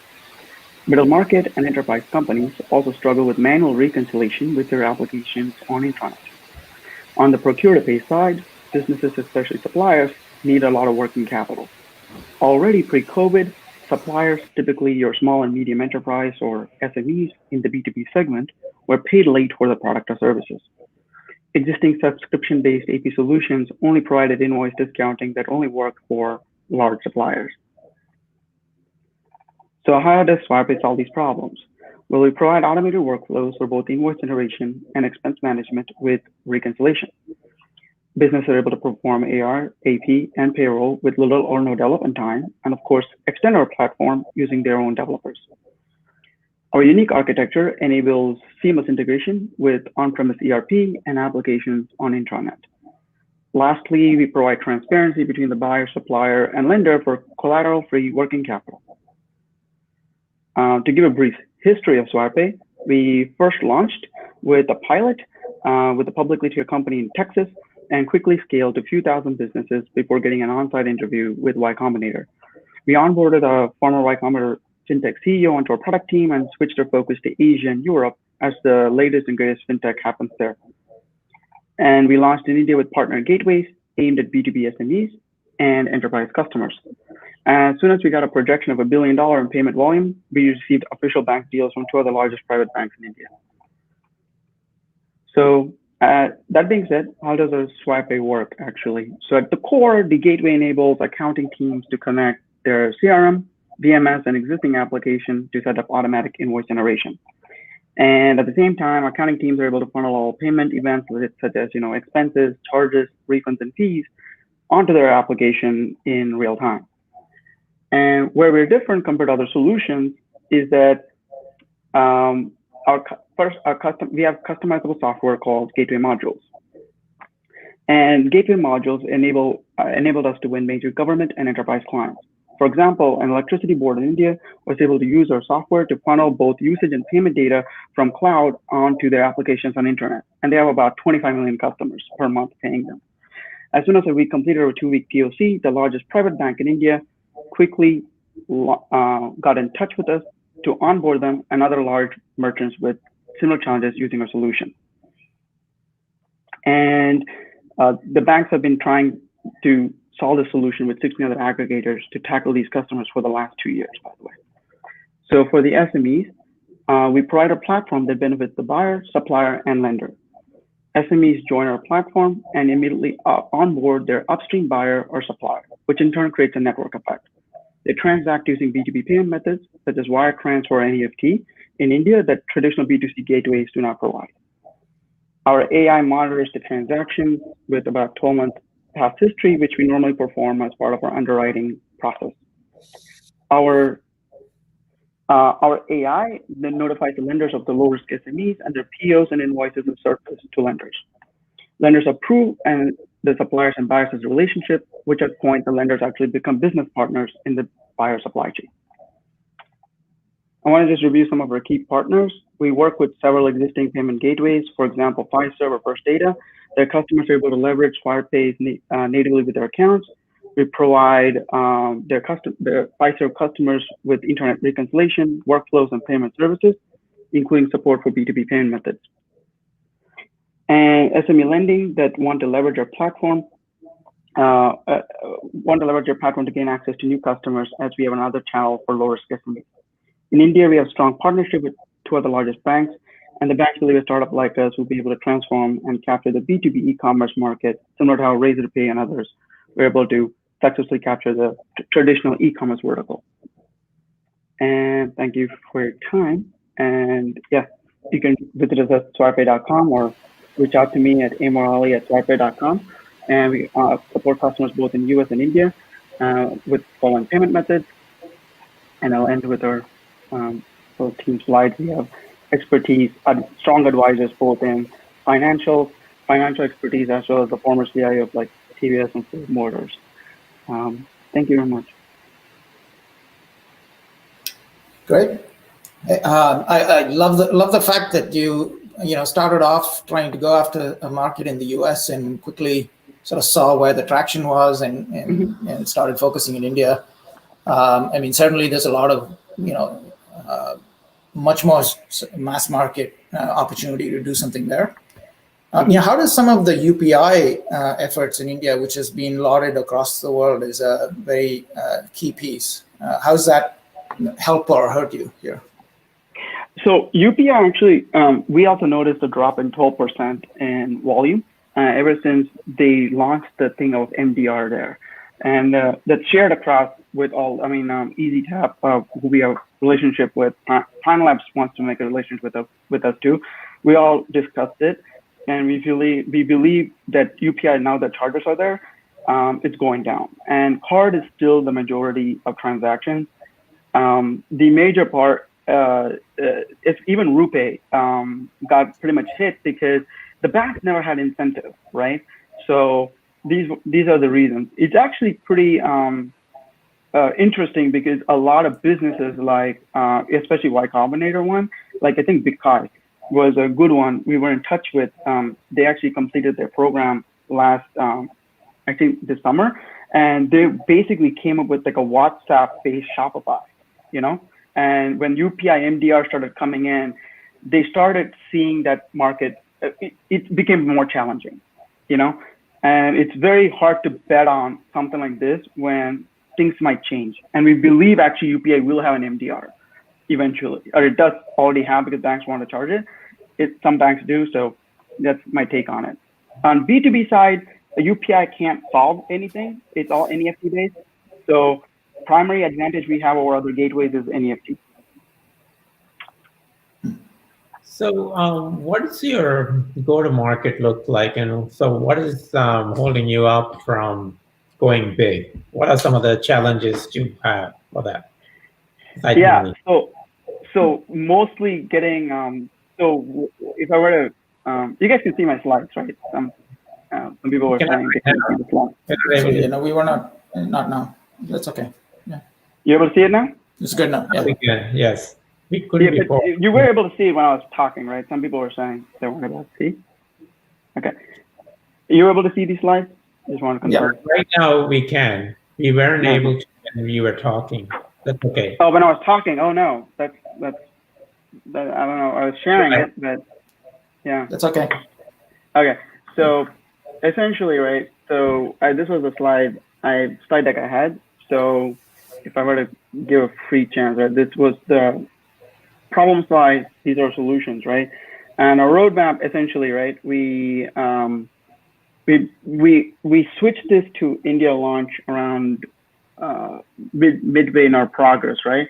And we see when we talk to B2B SMEs there, especially, that they're mostly looking at just where you're getting a working capital at. It's a different problem to address.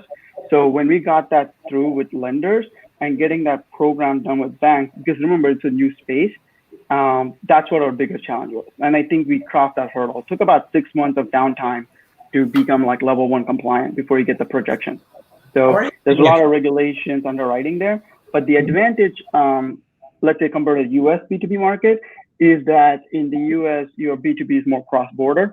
So you have actually higher regulation in terms of Forex and other things that come with wire transfers. One more question. How are you getting your customers? I mean, SMEs in India market, is there a channel you go to, or is it partnering with the bank is the go-to-market strategy for you? Yeah. So in case you were not able to see before, I was sharing. So the gateway modules was one of the things that directly the bank was interested in, right? So to get large customers. And for the SMEs, the banks themselves have a lot of SMEs that want to get lending. And in fact, due to COVID, there are a lot of even in US and India, both passed regulation for banks to force to lend to small and medium enterprises. So this is a great way, and directly from the bank, we get a lot of references. And in general, we do see a network effect too, because when a buyer or supplier come, they want to refer to other people, so they get more of their POs and invoices financed, right? So we do have a massive network effect. Step one, step two is just keeping up with demand, because yes, the transaction volumes are high. Yes, we're making transaction fees, but like I said, majority of customer quotes that we have, if you can get using my data, get my next PO financed, I'm in, So we have to constantly struggle to make sure we meet that demand. Aditya, I gave you 2 extra minutes. Can we finish it? Yeah. Okay. Aragukrush, any last question for Aditya before we let him go? No, that's good. Yeah, thank you. Okay. Thank you, Aditya. Good luck. Thank you. Thank you.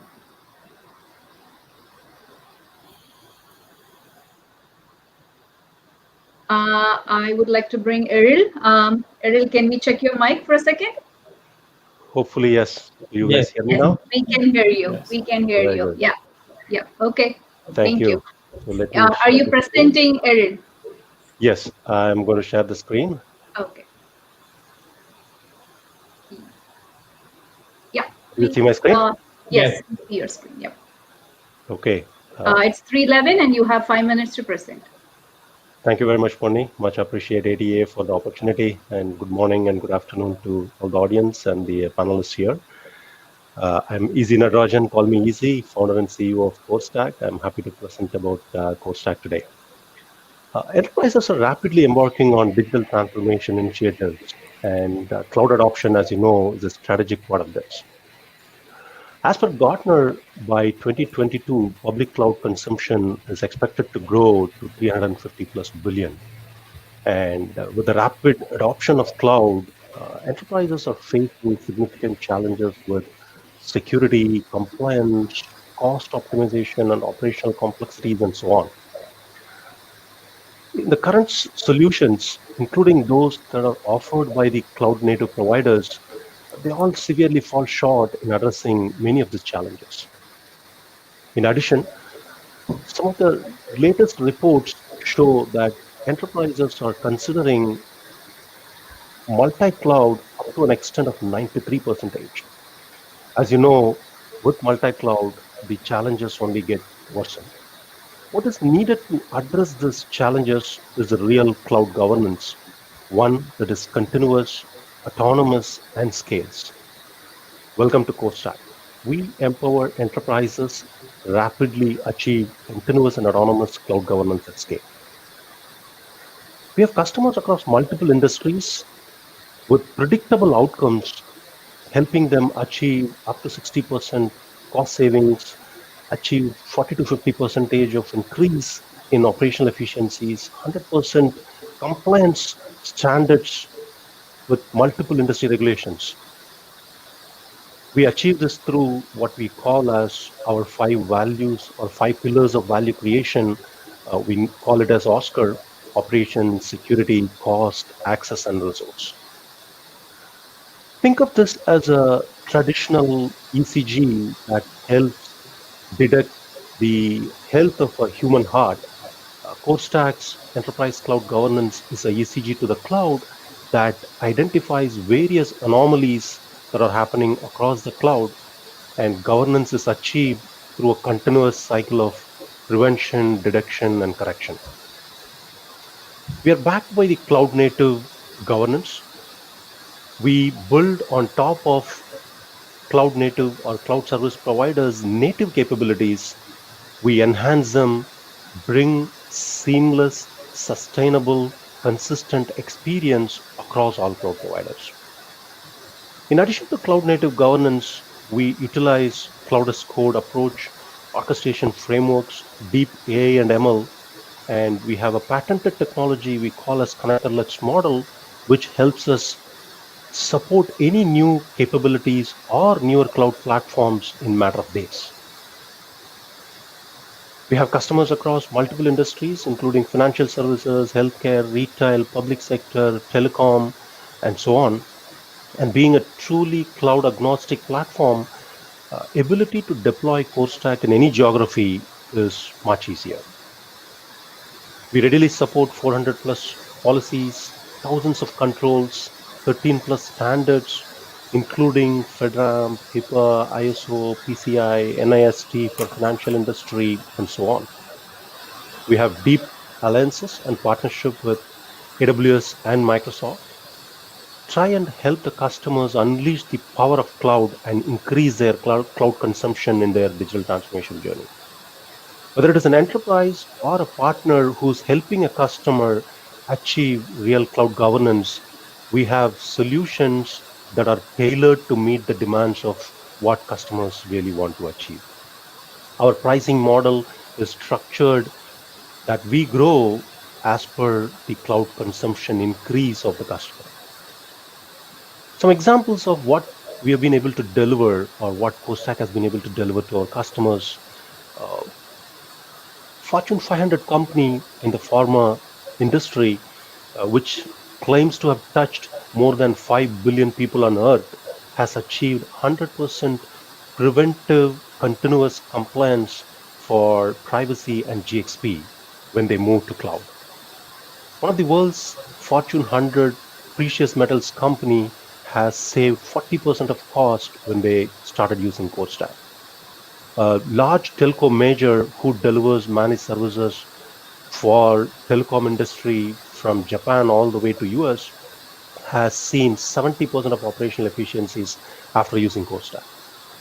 Most recently, one of the US federal departments has chosen CoreStack to achieve 100% continuous NIST, which is a financial standards compliance for some major rollouts.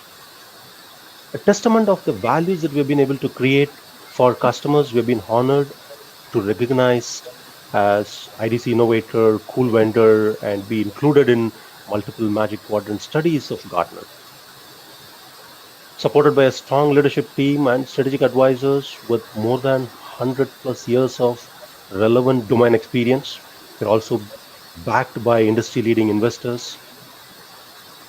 With the support of strategic advisors like former CEO of Wipro and ex-CIO of Microsoft, we truly believe we are delivering exceptional and transformational digital transformation value with cloud for our customers. Welcome to CoreStack, and thanks for the time. Happy to answer any questions. Chris, you want to go first? Yeah, I have a couple. I only have one quick question. I mean, very interesting and very impressed with how far you have come. How old is the company? We are 5 years old. We have raised our Series A. We have raised a little more than $10 million so far. We will be looking forward to raise our next funding early next year. Okay. And in the initial presentation, you had mentioned that 93% of your customers said multiple cloud. What was the purpose of mentioning multiple cloud as? I mean, it has nothing to do with your Okta product, right? Whether they use single cloud or multiple cloud. But the point is you can work on multiple clouds, the point you were trying to make there? Yes, customers in the regulated industries or when they're expanding into multiple geographies, they want to leverage the best capabilities that are offered by various cloud providers. Also, the cost becomes a critical factor. Various cloud providers, based on the pricing strategy, offer difference in prices. And there are certain compliance requirements that are very specific to the regionals. Like you go to Germany, there is a German regulation. You go to China, you go to Australia, Brazil. All these countries have specific regulatory requirements as well, which are supported by one provider much better than the other provider. And also we see that larger industries, they don't want to get stuck with one particular provider. They want to have the freedom. So there are multiple reasons that lead an enterprise to use multiple clouds. Yeah, no, absolutely. I mean, I think something like this needs to be multi-cloud. I mean, for me, as leading sort of the operations and as the acting CISO, one of my biggest fears is any engineer nowadays can just put up a server in one of these public clouds and can compromise your service. And so sort of being able to monitor everything is important. On the flip side, I mean, I assume a lot of your business is on AWS and Azure. One of the biggest fears of any company like yourselves is some of those providers offering something out of the box as part of their service, right? And so how do you how have you battled that? Like, has that been an issue where AWS adds guard duty or something? They've got a lot of things coming, and suddenly this is kind of like the old days of Microsoft when somebody builds an interesting app and then Microsoft sort of includes that in the OS. Truly. We are a cloud native platform. We enhance the fundamental capabilities that are offered by the cloud providers for continuous and autonomous governance. They deliver basic capabilities of how to utilize the resource, how to optimize, but the responsibility of using them to the fullest power is with the customer. Specifically, when you look at the industries, right? How a pharma company uses differs from a retail to a financial industry, and that's where CoreStack comes in. We enhance the basic capabilities value, make it easier, achieve the highest value for that particular industry. That's how we differentiate ourselves. So you bring in industry-specific knowledge. Yes. Yeah. And when we talk about thousands of standards and policies, like HIPAA caters to a healthcare industry, versus NIST PCI caters to a financial industry, whereas a FedRAMP caters to a government industry. So we make it tailor-made for the industry-specific usage of underlying cloud. Yeah. Very nice. Our time is up, Arun. Thank you very much. No further question. Thank you so much, and wish you all the best. Thank you for accommodating. Much appreciated. Bye-bye. Okay, next on, I would like to bring Anita. Anita is from Seva Exchange. Seva X app is focusing to provide quick, efficient, and effective to help the marginalized and other communities. Anita, your time starts now, 3:22. Okay. Let me know when you're ready to share your screen. I am ready now. Can you see my screen? I don't. I'm sharing it. Are you using the share screen from StreamYard? Yep. Let's try it again. Oh, I have to press the button. Sorry about that. My bad. Okay. Okay. Yeah, it's coming up. Okay, choose. Yeah, perfect. Go ahead. Hi, everyone. My name is Anita Bieberg, and I'm the founder and CEO of Seva Exchange Corporation, and we are reinventing volunteerism. Millions of people struggle within their communities because existing social service programs are often slow, ineffective, and inefficient to make much of a difference in their lives. People in poverty do not have money, but they have other resources and skills to share. People with time, goods, and/or money need a way to directly reach those in need. Those in need do not always know where to go for help. Enter SevaX app. As policymakers debate future economic stimulus packages and public supports in response to the current pandemic, we need the best possible real-time information on the status of individuals and communities. We also need to ensure our economies work for everyone and not just the fortunate few. The SevaX app can address both those things. Why now? A global-wide solution like ours is desperately needed to help elderly, disabled, and other marginalized populations get the help they need, not only during this pandemic, but anytime. The inequality crisis is out of control. The economy is good at producing billionaires, but not so well at producing good jobs and rising incomes for working class people. The growing gap between rich and poor is undermining the fight against poverty, damaging our economies, and fueling public anger across the globe. I'd like to bring up this use case because Seva Exchange goes beyond just helping communities with immediate needs, but can help bring about a more just world.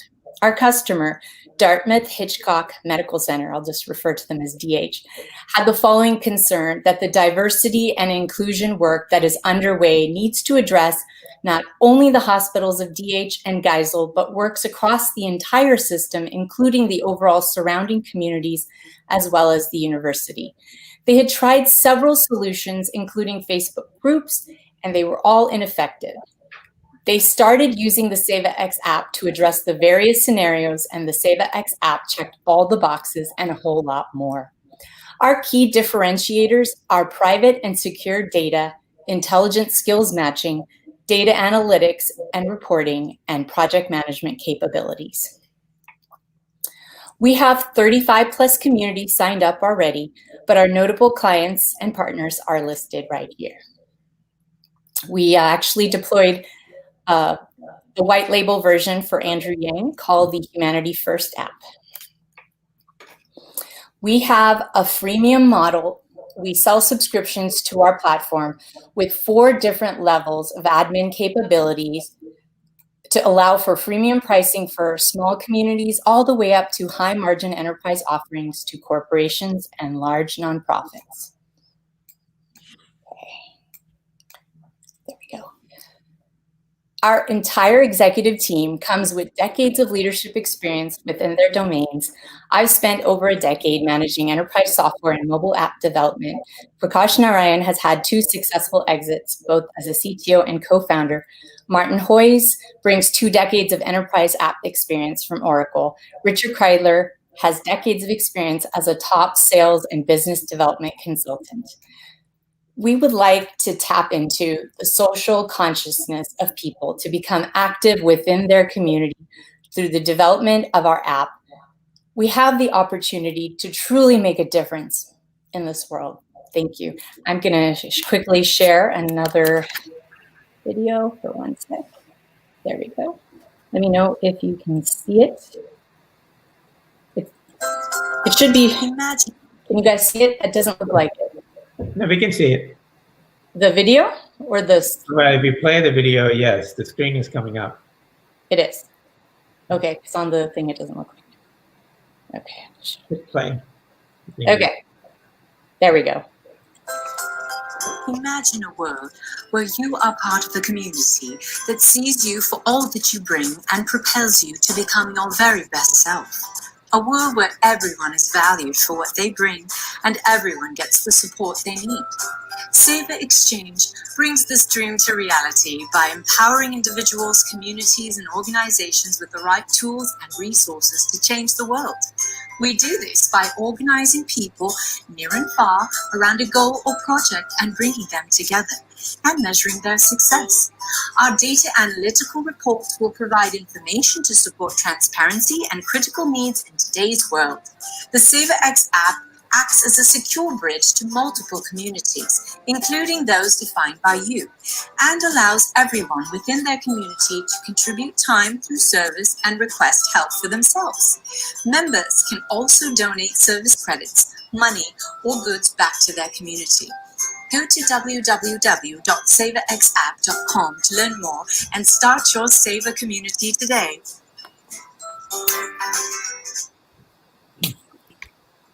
Okay, go back. Thank you. I'm gonna unsection. There you go. Hey, I need to check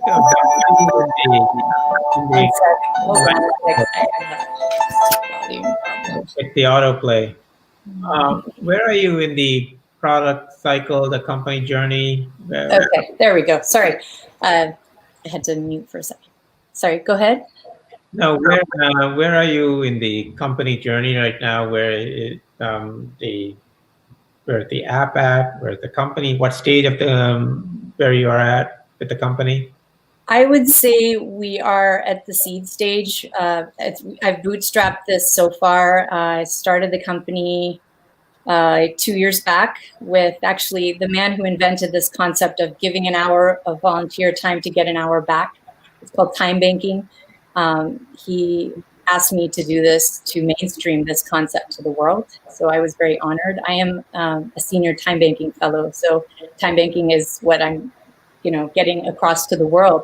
But during this pandemic, customers were asking me, well, we don't necessarily have too many problems with volunteering always. I mean, yes, we'd like to get more matching to skills and so it's more impactful. But right now, people need a home. They're being evicted right this minute. How can our app help with that? Or we need a parking spot for a trailer. So we spent the last 3 months revamping the app. So now anyone can give not only their time, and we match that with AI, but people can also give money and they can also give goods. So, and the same thing can be requested is when you're within this community, you create a project. It could be clean the beach project that's near your home. You want to clean it up. You list, I need 10 volunteers with this type of skills, probably need $50 so I can buy these guys sandwiches and some garbage bags and latex gloves. That's it. So, I mean, that's a very simple project, but we can have as complex projects as you need. Done? Is your 1.0 of your app available right now? Yes, our new release that I said we spent the last 3 months revamping is coming out in the next day or two, but it is available. Dartmouth has been using it and they're really excited to get it throughout the greater community. And I also have the Poor People's Campaign using it in the city of Anchorage, Alaska. So any of you from Anchorage can use it right now. And anyone can create a community based on whatever they like. So we could have the ATEA create a community. It could be virtual. It could be physically located wherever you are. It really it's up to you what type of community you want to be part of, as well as if you want to make it private or public. So that's all. Great. I mean, this is awesome. I mean, I was just talking to my daughter during these times. She's trying to find places to volunteer, and probably it's much harder now, right? I mean, you can't do a lot of virtual volunteering at this point. So how are you sort of dealing with that? Kids really do. So this is one thing that I am coming from a perspective as a parent. My daughter is in high school and she needs community service hours. So if her school became a part of this as a community or the city, I'm in Cupertino. We have a Cupertino time bank. They can list out the things that they're willing to offer their time, maybe help out teaching math, those things you could do virtually. And anything that they're interested in, and then they'll get matched to someone who actually does need help. Oh, very nice. Thank you. Yeah. Thank you, Anita. Thank you so much. It is for a great cause, and good luck to you. Thank you. So next, I would like to bring Venkat. Venkat has a startup named Bitwise Academy. Bitwise Academy brings immersive and interactive distance learning experience to students in K-12 and redefines the possibilities for distance learning. Welcome, Venkat. Can we check your screen share before I leave the stage? Yeah, I'm about to just share my screen. Can you guys see my screen? Yes, let me add it. Yep, we see your screen. Okay, it's fantastic. 3:33. You have 5 minutes. Okay, great. Hey, before I get started, my shout out to all the parents, with kids in school during these challenging times. You and your kids are experiencing firsthand the challenges of, learning difficult topics remotely every day. So hats off, and hopefully what I offer today might be a solution to your problems. So without further ado, every great idea needs great execution to succeed.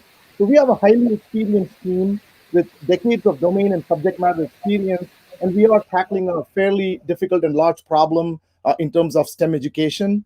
And and we have, been recipient of some top 10 awards for our innovation. So I just wanted to highlight the team. Now, how do we deal with this decline in STEM proficiencies in the K-12? There are major STEM shortages globally we keep hearing about that need multidisciplinary skills, and they're not currently taught in schools. So these skills might take many years to master, and students need exposure to these skills in K-12 itself. So our cookie cutter system has to be supplemented with multidisciplinary STEM in K-12, and the existing options are falling short. So we have a very powerful solution that supplements traditional education and helps students achieve multidisciplinary STEM skills, and at the same time help get homework and test prep done faster, improve test scores, and so on. So if you have a kid in K-12, you have to at least check us out. We have nationwide penetration within a year. So our solution is not a want, but a need. And we have wide appeal to all grade levels across all demographics. In high school and the workplace, only 17% of STEM roles are held by women. I plan to change that. I'm proud to share that we have almost 50% of participation from girls. I mean, I have 2 girls in school. So, so for me, that's super important as well. Not only that, but also bringing this to masses in a very affordable manner. So let me share some details of the Bitwise platform. So our solution is designed to allow students at any grade or any competency level get started wherever they feel comfortable. So they can explore various emerging STEM fields. And I've listed a variety of fields on screen. And these are actual tracks that students across different age groups are taking today on the Bitwise platform. At the same time, older kids in middle or high school, they can take advantage of some amazing visualization and problem-solving tools we have built to understand math and science concepts, and they can get their homework and test prep done faster. Also, our assessment platform provides detailed analytics and insights on which concepts a student has mastered and where they need more help. So we can improve a student's understanding of concepts and test scores guaranteed. You can also take advantage of live tutoring if just the visualization tools and self-reliance is not working out, or you need specific help in certain areas. We also have Bitwise Live. And we have filed patents on our unique technology platform. Now, everybody, asks us, hey, who's your competition, right?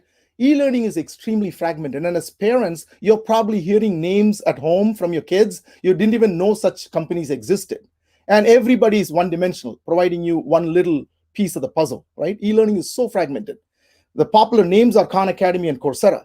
They focus on video content for schools and college programs, respectively. Then you have companies like Tinker or Code Academy that talk about coding. STEM is not just coding, right? STEM is a lot larger than that. Our STEM content caters to different needs. So we don't really overlap with Khan or Coursera.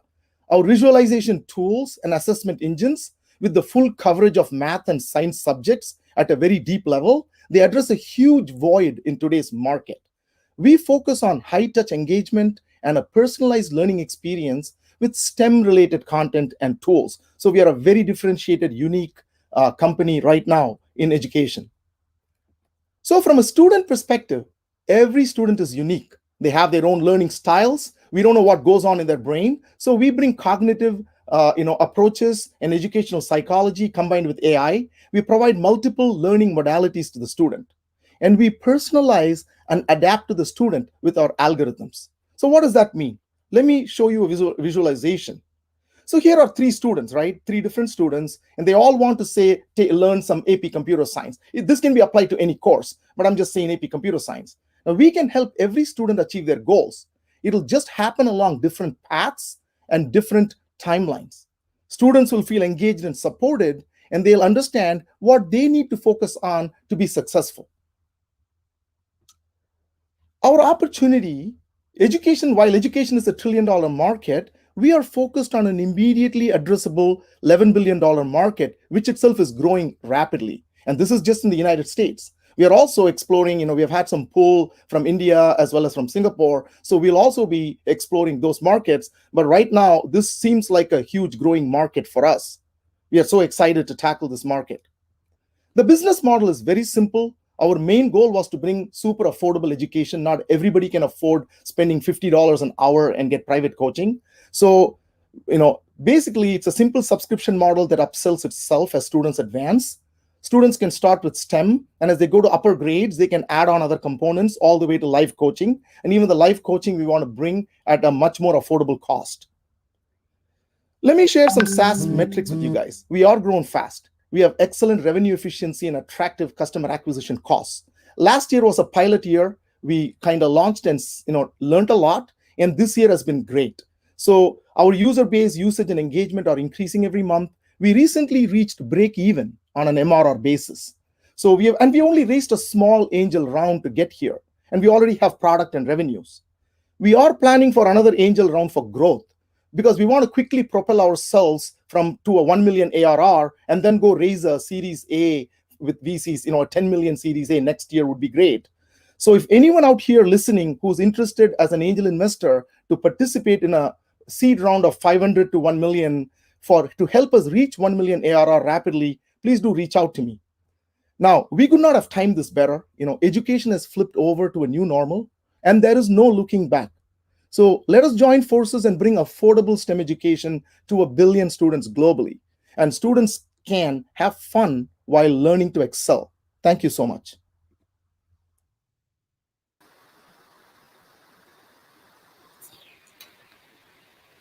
Great. Hey, right time for the right type of product. I guess my question would be, like, why are you going slow? Like, I mean, why wouldn't you basically go take more money and accelerate? What will... Right. No, I totally agree. You got to do it now. We are leaving a lot of revenue and growth on the table. Absolutely. But the thing is, this is the year. Let's see, last year was, we built the product, trying to learn. This year, things are happening. We've grown rapidly. The product is complete. And, absolutely the right time to scale. What is stopping us is basically, I think, some of the VCs, we don't know how to reach the VCs at this point, because many of them are playing it safe. They want to invest in, the 3-4 VCs we talked to told us, hey, we'd like to talk to you in March or April. We are trying to protect our portfolio. So that's why we kind of said, maybe instead of going to VCs, maybe raise a 500 to 1 million angel round, high net worth individuals, then quickly get to 1 million ARR by March, April, then go raise a 10 million Series A. Everything happens for the best. But right now, the VCs are the problem for us. We are ready to take the money and scale, but they are kind of protecting their own portfolio. We talked to 3-4 and they're saying, like, hey, our portfolio is getting decimated. Some of my own companies are getting only 50% of revenues that they projected. So that's what we're hearing. So I don't know, till March, April, it's probably going to be soft. So, I mean, in terms of, this particular space, are you talking to the right VCs that sort of care about the space? I mean, you definitely don't want to just spray your sort of discussions. Correct. We did talk to a couple of VCs who focus on the education space and a couple of general VCs as well. But they're all, I think, hurting. I mean, especially if you look at the EdTech for the last 4 or 5 years, some of these VCs, God knows why they've made those bets and put money in companies that they shouldn't have.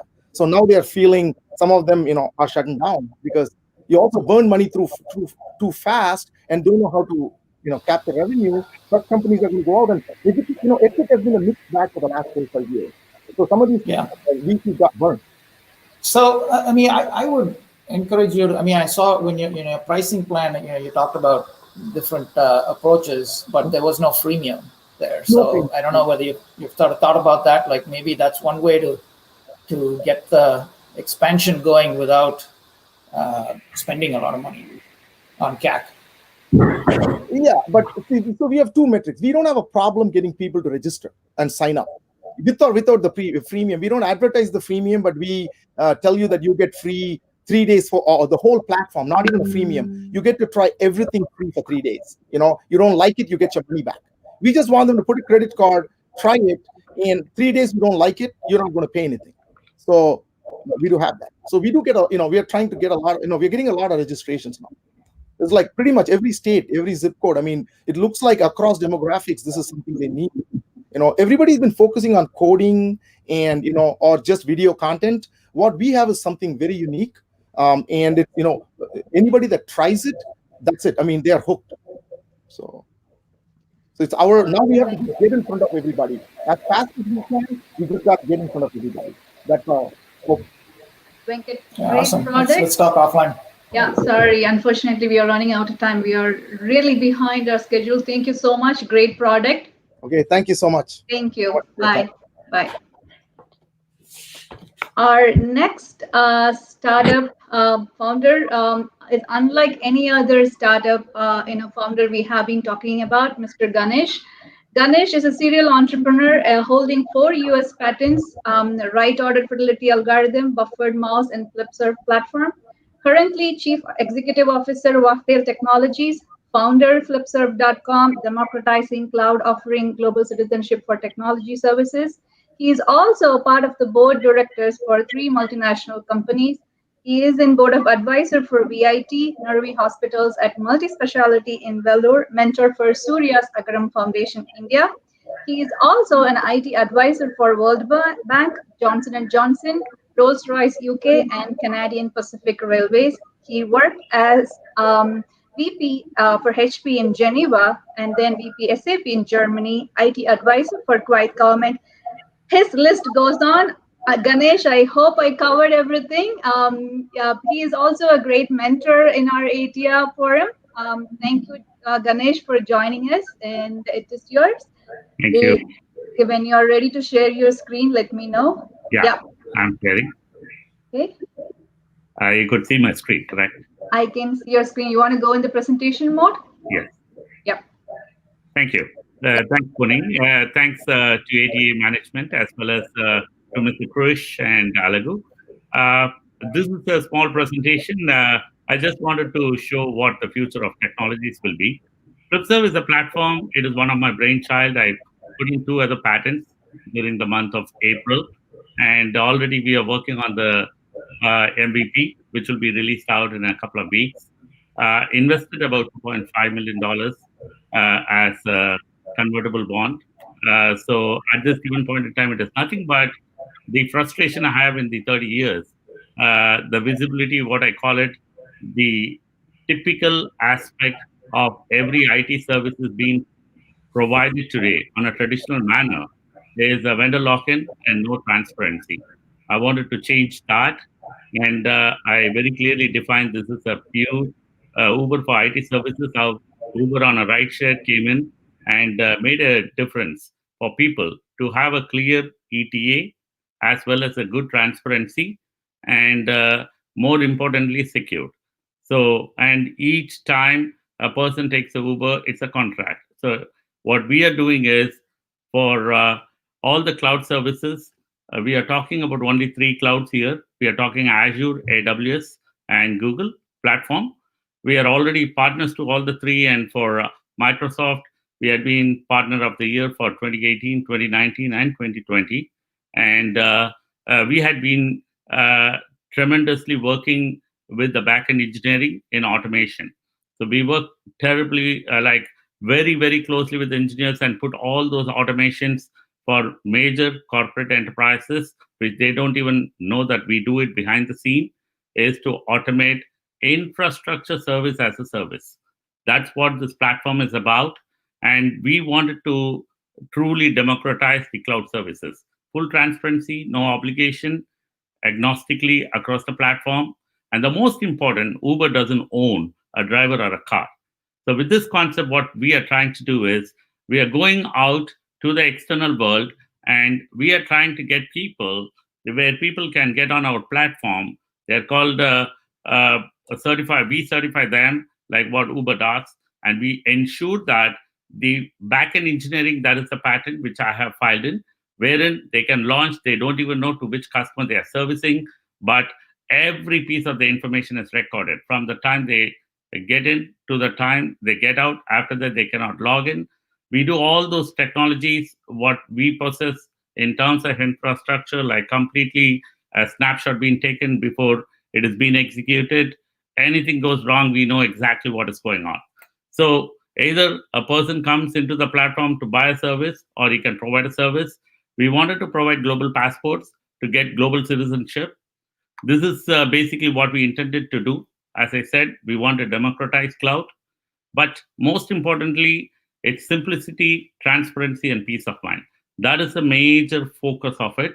So I invited people from a big London-based firm, digital services firm who can do digital marketing. They created our branding technology, digital technology, site architecture, everything. We are in the process, as I said, to provide an MVP. So what we do through unparalleled transparency, flexible service offering, no contractual. If customer comes in, we don't provide the SLA or KPI, we have to give money back. That should be the way. Transparency, people can click on it, they know what exactly been done, what time the backup is completed, is it patched, is the system running smoothly, everything. In a dashboard, they can, multiple different dashboards for cost, for performance. If underutilized machines, how automation to migrate them to servers so that they can save cost. Everything is automated. We are fully ready to go. We use Terraform for infrastructure and a lot of those products like Chef, Puppet, all these things we use on top of it for application configuration. We did our due diligence before even stepping into this. There is a clear-cut Gartner report for infrastructure and security service. We are talking about between 75 to $90 billion market space, where IDC says about 116 million. We are not touching any of this area, business area, or application infrastructure service, or application SaaS service. We are only in this space for security and infrastructure services.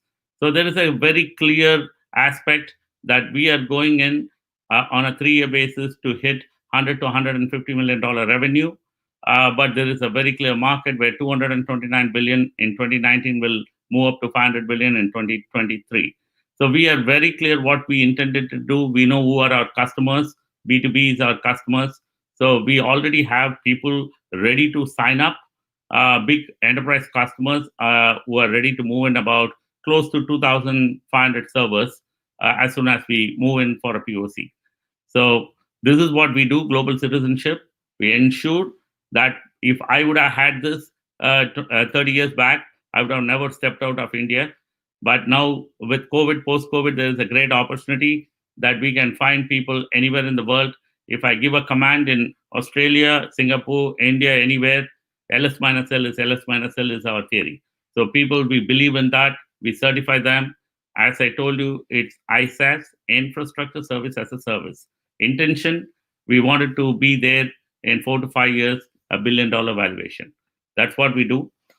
Thanks, and I'm ready to answer any questions. Thank you for your time. Thanks to ATEA management.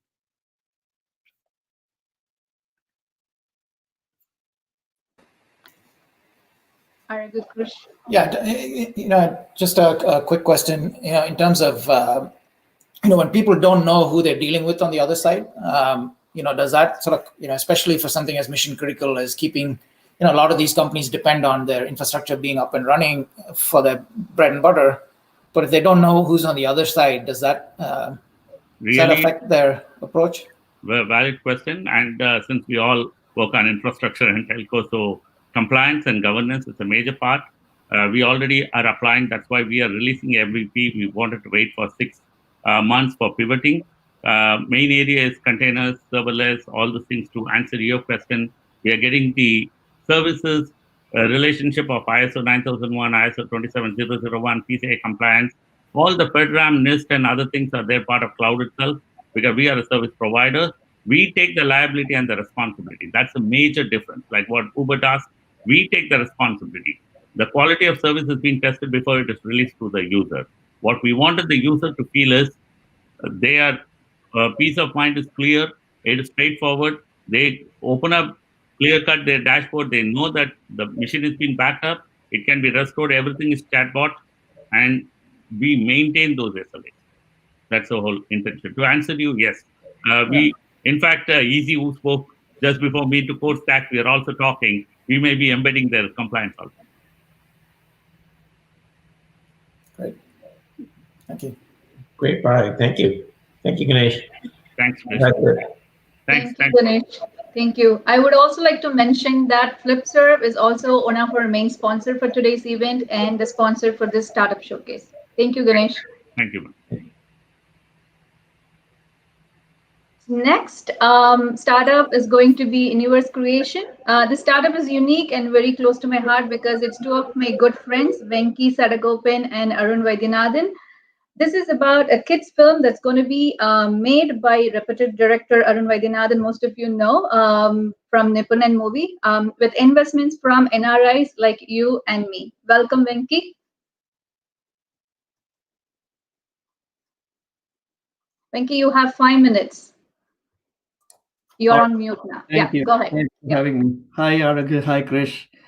I'm Venki Sadagopan, and I'm part of the ATEA team as well in New Jersey. I am embarking on a feature film project. So this is not a technology pitch or any app or anything. So we are a group of folks, generally just people like you and me, living and working in America, in corporate America. We decided we wanted to come together, pull in some money and invest in the business of filmmaking. So we formed a fund, and like some of the panelists in the previous panel, in the movie investment panel spoke, we picked Arun Vaidyanathan as the director who we will put our money on, because he's already made 4 films and he's been super successful. Every film has gone on to make a lot of money as well as get critical acclaim. So he's been in the filmmaking business. He came to America as an Oracle programmer, a software engineer, and then he followed his passion. He quit his job, went into full-time filmmaking in 2006, 2007, and now he's a very reputed filmmaker in the US and India. Basically, all the movies he's made have been in India, South India predominantly. So now where we are is we have launched a project. It's a kids film, basically because less than 1% of the movies that come out globally are focused on children.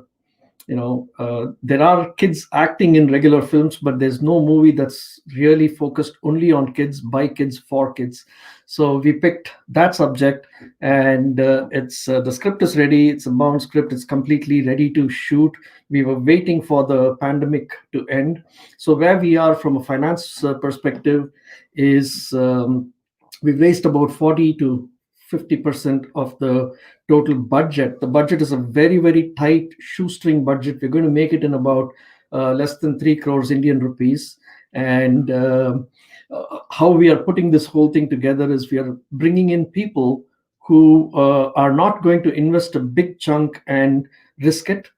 We're only taking a max of 25 lakhs Indian rupees, which is about 34,000 US dollars per investor. So every investor can come in anywhere ranging from 5 lakhs to 25 lakhs. So literally $7,000 to $35,000 will be the range of investment we are taking from each individual investor, and we are grouping about 15-20 people together in this project.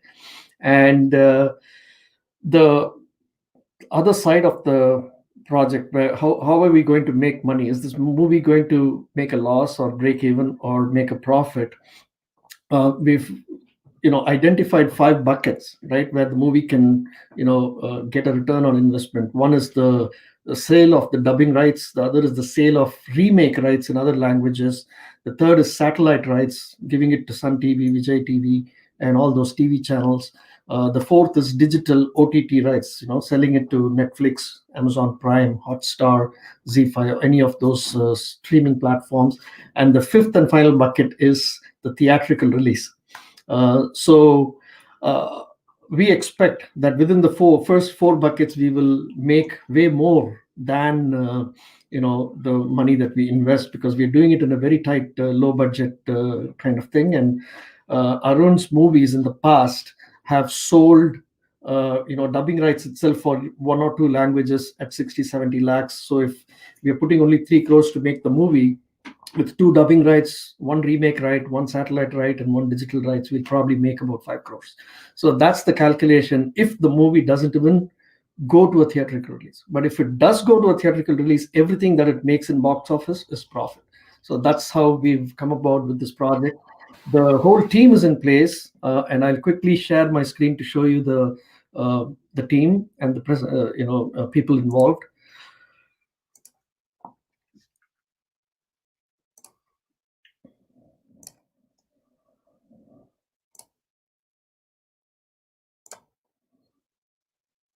All right, so you're able to see my screen?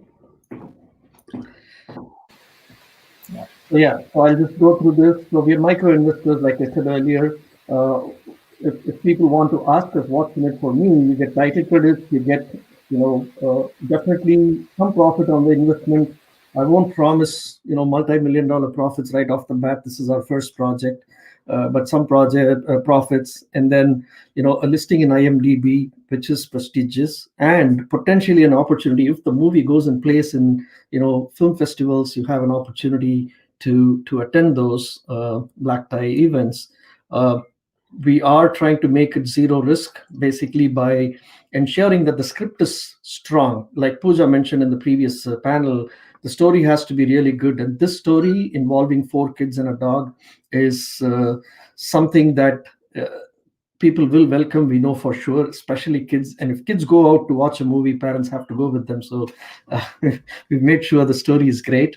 And we're using a lot of technology in the making. And all of Arun's films in the past have played at several film festivals, including like Berlin Film Festival, Shanghai, Toronto, Garden State, Tribeca, Cannes, and all of these film festivals. So we're going to take it through that route, which will literally increase the value of the movie when we go for selling it in the multi-channel sale process, like dubbing, remake, satellite, digital, and theatrical. So that's how we ensure that it's going to be a zero-risk project. Timeline-wise, we are keeping the investment window open till October 15th. We've already, like I said, we've already raised almost 40 to 50% of the required funds, and we do have a lot of interest coming in. So we are very positive that within the next 2 to 3 weeks, we will raise the necessary funds for the movie. And this is just a quick revenue projection. I've been extremely conservative here. We put 3 crores. We will definitely make up to 5 crores. So that's how we work this. But quickly going to this one, where it shows several movies that have been made at a very low budget, which have made significant amount of money. 5 crore budget, Vicky Donor made 66 crores, and movies like that made for 5, 6, 7, 8 crores, making anywhere between 60 to 100 crores in revenue. So Arun is the producer director, and I am going to show a very quick video of the movies that he's already made. But Achamundu was his first feature film, shot entirely here in New Jersey. And then we've got, he made Kalyana Samayal Sadam, Peruchari with superstar Mohanlal, and then Nibunan with Arjun, Action King Arjun. So the music is going to be done by Rajesh Vaidya. He's a Veena maestro, and the title track is already ready. We've got cinematographer Bhargav, who's an award-winning cinematographer from Czech Republic. He's one of his short films also got selected in the Academy Awards. He's a very reputed cinematographer. Editor Ruben is super popular in the Tamil film industry. He's done phenomenal work in some leading movies. And then sound mixing is going to be sound designer Kunal Rajan, who was also in my panel earlier, based out of Los Angeles. We've got a brand marketing expert that we've brought on board. He used to be the head of Reader's Diffusion in India, and he's got connection with some very, very top global brands based out of India. And we are talking about in-film brand placements, which is the 6th revenue bucket for us. Fund management, financial control is by CFO Bridge, Ramesh Jayaraman, who used to be a financial controller here in New Jersey, who's moved back to India for good. And I'm the executive producer. So that's the team. And we look forward to having many of our, ATEA followers join the project and participate with us. So having said that, I'm going to play this quick video, which shows Arun's background. So we'll complete the story here.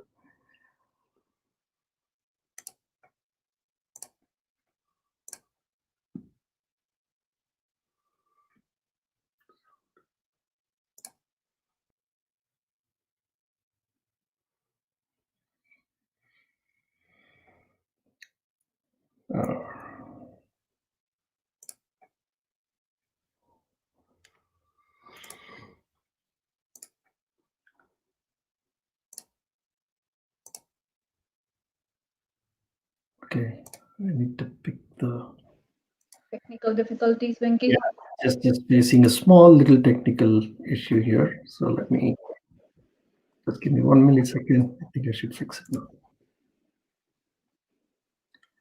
Application window. Here we go.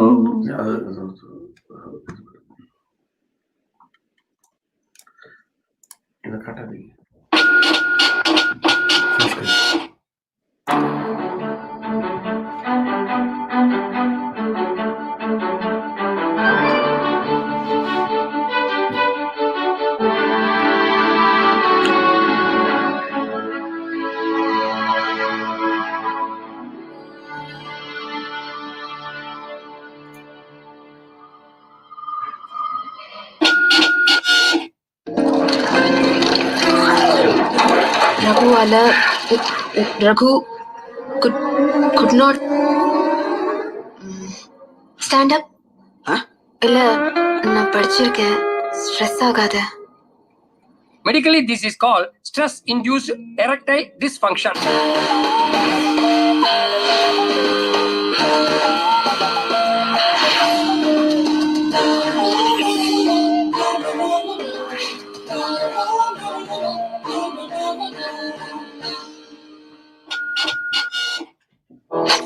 Project free, Jadi, investment, language, youth, Nira.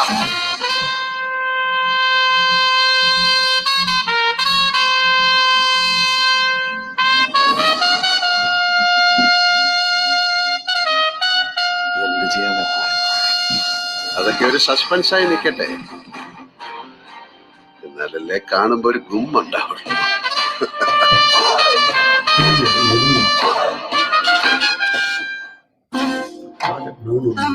பாக்குறவங்களுக்கு ஏத்த மாதிரி பெயிண்டிங்கோட அர்த்தமும் மாறும். என்ன புரிஞ்சதுன்னு பார்த்து சொல்லுங்களேன்.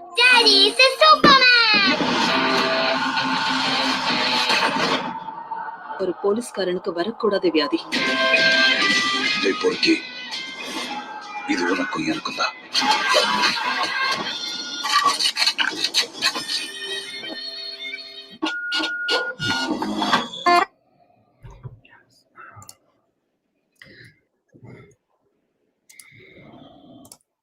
All right.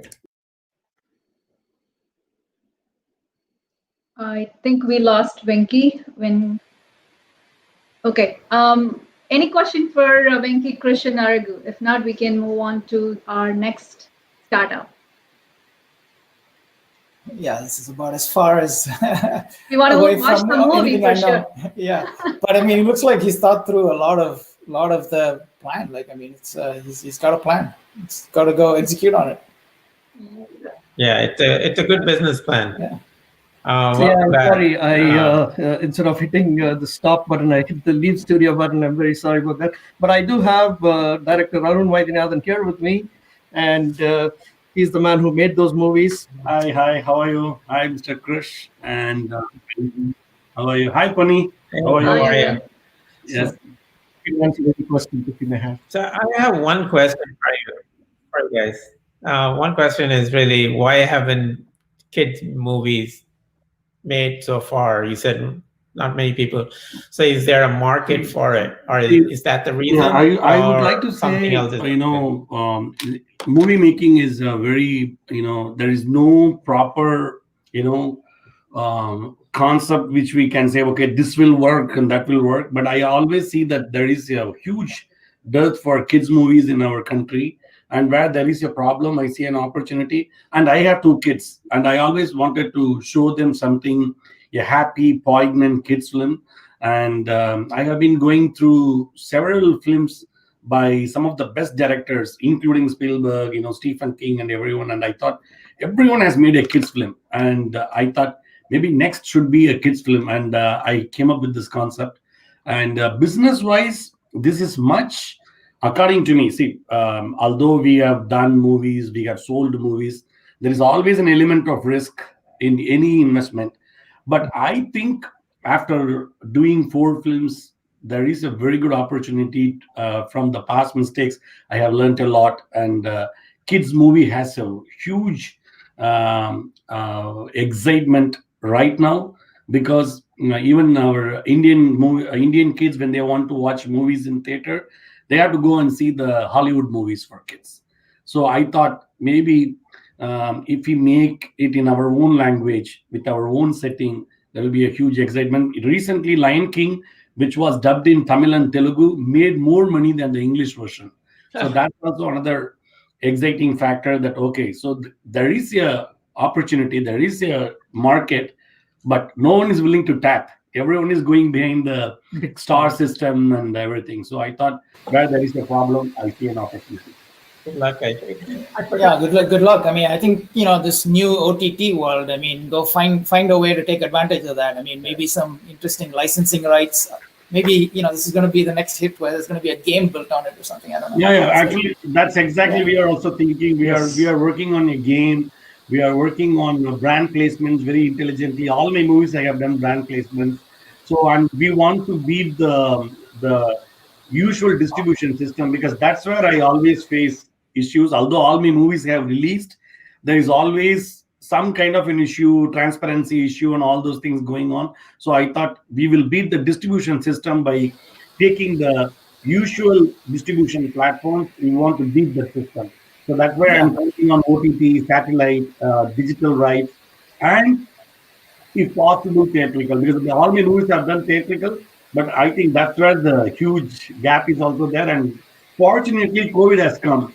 So nowadays, no one looks down on OTT and satellite movies. 1 year back, Tamil சொல்றதுன்னா என்னப்பா நீ படம் தியேட்டர்ல வராதா அப்படின்னு ஒரு நம்ம என்னதான் எவ்வளவு பெரிய படம் பண்ணாலும் people used to ask that. Now that taboo is gone now. So Netflix, in fact, Nibunan is sold for Netflix too.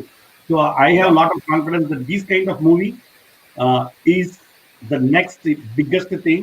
Only thing is the script has to be good, which I have made sure that we have. Available at 5. Let's do a coffee chat with Christian Aragu. I know you love talking, and I would like to hear from you too. We are actually running behind schedule. I'm sorry. All right. Thank you. Thanks for so much and good luck. Spotlight. Thanks for the opportunity. Thanks, Krish. Thanks, Aragu. Thank you. Good luck.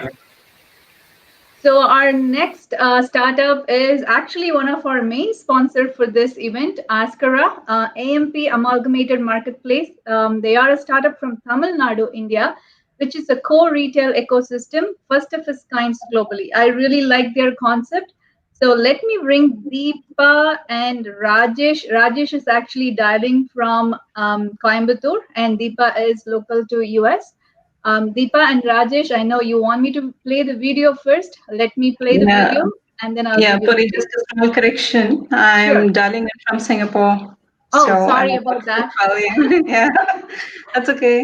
Sorry about that. So it's like 4 a.m. for you then. Yeah. Yeah. Okay.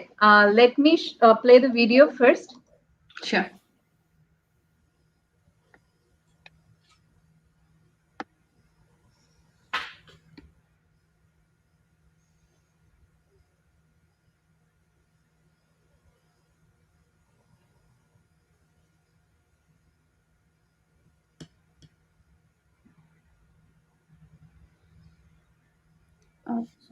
Funny, I can't hear the audio.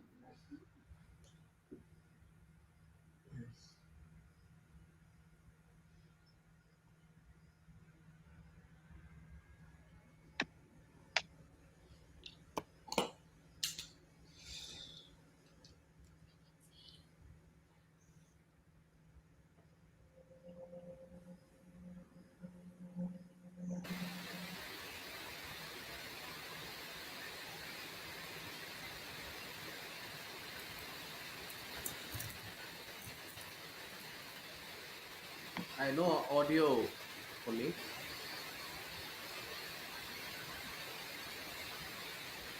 Funny, there is no audio. The users will be able to hear on the live stream, Deepa. We won't be able to hear, but on Facebook and YouTube, the viewers will be able to hear. Okay. Yeah.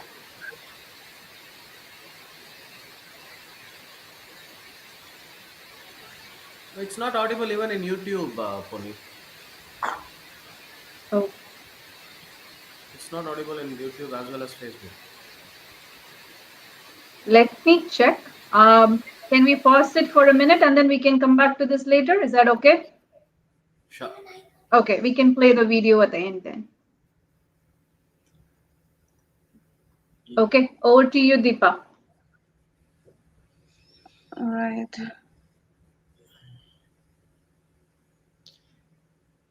Deepak, maybe you can just summarize what the video is supposed to show us without the audio. Yeah, Why don't you just give a 30-second summary? Sure, let me do that. Let me know when you can see my screen. Are you able to view it? Not yet. Your screen is not coming up. Yeah, I think Pony may need to. Now it's coming up. Go ahead. Okay. Let me just start giving you an introduction about the company AMP, Amalgamated Marketplace. So basically, this is a core retail ecosystem, first of its kind globally. So what we really do is, all of us here are into retail business and in India, and we focus on Tier 2 and Tier 3 cities. And what we have done so far, maybe I can share the video later on to see how our AMP locations look like, is more of, retail spaces supporting about 100 entrepreneurs so far, and we're continuing to support them and in the journey of targeting around 1,000 entrepreneurs by the end of 2023. I will come into the next few slides to talk about what we really do with AMP. To introduce Rajesh Kirti, he's a director, founder, and a CEO, and I look after the international business with a background coming in from Big Four, providing leadership to major projects across the globe. I was also working in the US for about 4 years and now in Singapore. Raja Iyer, Director Operations, he's also from a retail background. So together as a team, we have over 40 plus years of retail experience, pretty big ones. What we really do at AMP is basically, we identify potential locations on the high streets, and we do catchment surveys for about a 5 kilometer to 10 kilometer radius and understand the local demands and the consumer behavior there. And then we come up with a potential list of, the retail catalog as to what is needed for that specific community in that particular catchment.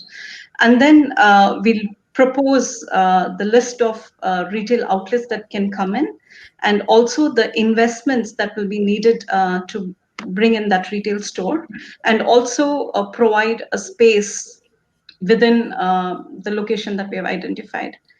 And then the next step, we make the retail store operational. So why AMP is different is because there is no fixed rental. We work on a revenue sharing basis, and we work on a shared manpower. What we really mean by shared manpower is that, when there are two different stores, one apparel and one cosmetic, for example. And when it is a non-peak hour, you don't need all the staff to be working there. You might need 1 FTE in each store, or even 0.5 FTE in each of the stores. So we shuffle the manpower, and throughout AMP locations, we have common manpowers employed with AMP. And then what we also provide is also the offline and online selling platform. When I say on offline platform, we have sales executives inside these locations, these potential buildings that we're talking about. They do cross-selling. So if somebody comes in to buy an apparel, we say, okay, there's a food court there, why don't you try? And we pay them incentives. They cross-sell the products internally. And in order to also be very competitive with the big giants, online giants, we also provide them with an online platform to sell. We also do shared marketing along with all the vending partners within the AMP location. We basically operate on two models here. So you might ask, why retail business? Why are we here into this conference here? So this is the core to it. We operate on two models. Let me first come to the FOFO model. In the FOFO model, what we really do is, we provide the retail space to the retailers or the initial entrepreneurs or people who have ideas or products. We assess them, and we also look into the catalog whether this particular location is suitable for them to start operating. And then we jointly execute the project plan. Infrastructure, we support them on the infrastructure readiness, and we allow them to do the inventory management and run the store by themselves. And as part of the revenue sharing model, we don't collect the monthly rental. Instead, we work on a revenue sharing model. So especially during COVID-19, and this pandemic times, we can't expect them having a lot of revenue. Usually the infrastructure cost is very high, especially in India. And many of the bigger players have quit the retail business, and we are seeing news across, including very top brands. Even they couldn't sustain. I think this model is quite beneficial for people running the store on a revenue sharing basis. What we here really is to propose the FOCO model, where it's more for entrepreneurs. When I wanted to be an entrepreneur, the first thing I was thinking about was, okay, I'm in a very secure job. Do I really need to take a risk of quitting my job and starting something new, and where my involvement is really required, and I cannot do dual jobs. I need to completely focus, and there's always risk associated to it. And what if it goes wrong? So we cater to that group of people, bringing in our expertise there. What we really do is, when we arrive, when we look out for the properties, and when we look out for retailers, we put in we publish the investment opportunities, especially around the product, brand, locations. And we just not promote the bigger brands. We also focus on, the small entrepreneurs who have a good quality brands. We have investments ranging from $13,000 to over $1 million. It ranges from, starting a small coffee shop. We have, for example, we have a brand called Kapi Ready. You can look at our website, kapiready.com, where we provide 4 legendary flavors of South Indian coffee, very specialized and picking up quite well, with 7 franchisees just in Coimbatore. To something like a gaming zone or theaters, or an entire AMP junction or an AMP station. So the investments could range as little as $13,000 to as big as $1 million, for different projects that we have in place. And what we also do is, based on the surveys, we do a very detailed catchment survey. So the survey basically, to give you an example, we do a survey as to, if we had, let's take this coffee shop. We all understand coffee.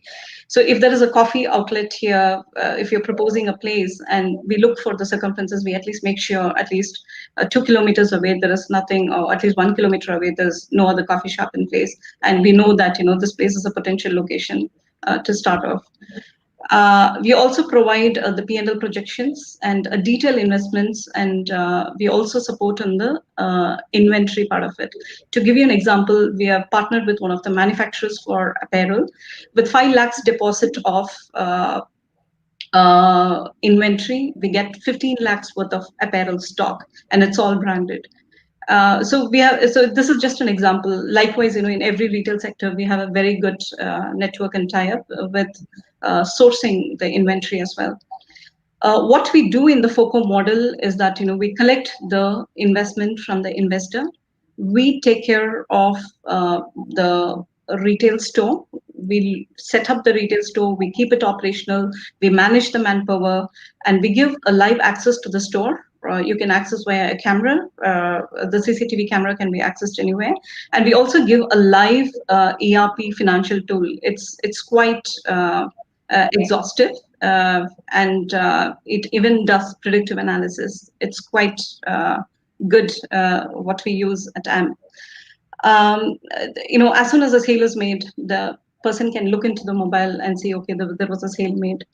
And what we also do in the FOCO model is that we share the revenue on the turnover and not on the profit, and we guarantee minimal returns based on the investments and the vertical that's been invested in. In the FOCO model, the investor doesn't share the loss. They only share the turnover, percentage in the turnover, and the percentage varies with different verticals. This is completely managed by AMP, and the investor just sits back, just looks at the store and looks at the ERP. And whenever this person is ready to come in and take over as an entrepreneur, is welcome to do so. This reduces the risk of an entrepreneur as such. So why invest and partner with AMP? First of all, as I told you, break the fear of being the first-time entrepreneur. We have the knowledge and expertise. For example, Rajesh, who joined with me here today, has the experience of setting up Reliance stores, and he was a 5th employee in South India, and he was heading the South India region. He has experiences with KFC and a lot of Taco Bell and so on, and Staples also. Yeah, Rajesh, sorry if I missed any more. And also, the transparency of that we provide, especially the access to the store and the ERP, is something really good.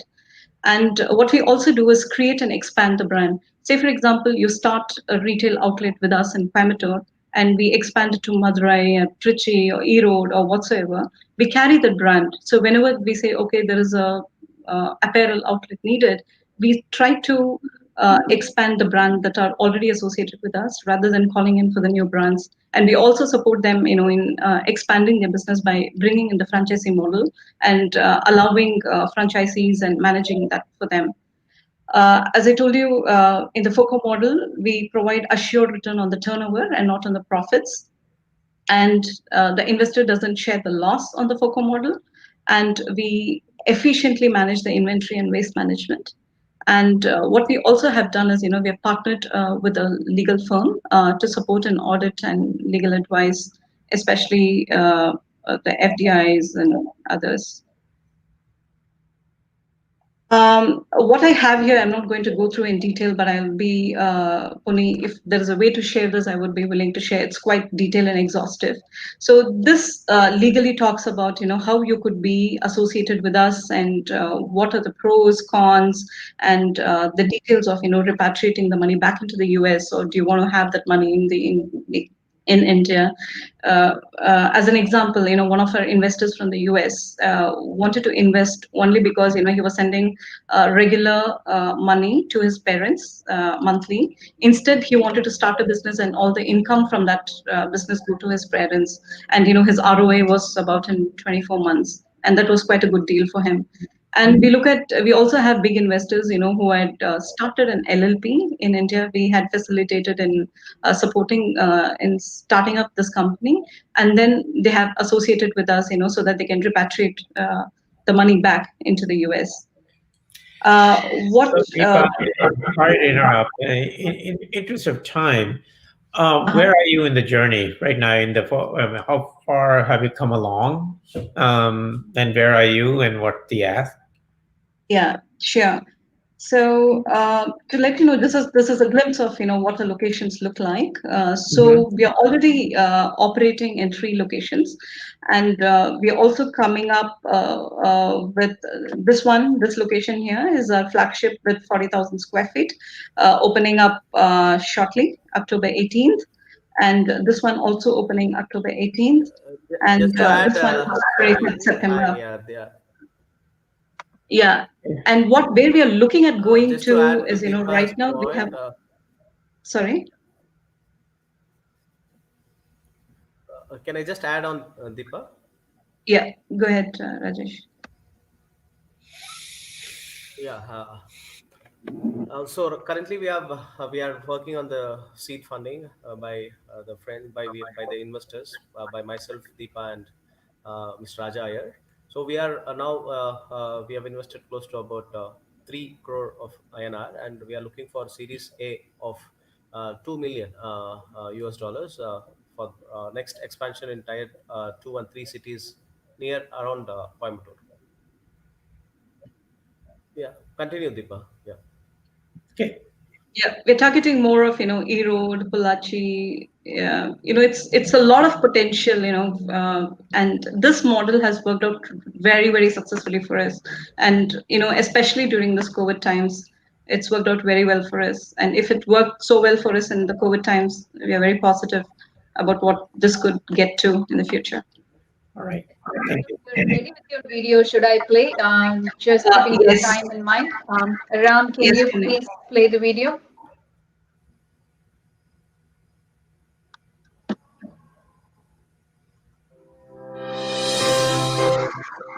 global lockdown caused by the COVID-19 pandemic has severely hit several businesses all over the world, and the retail industry is not an exception.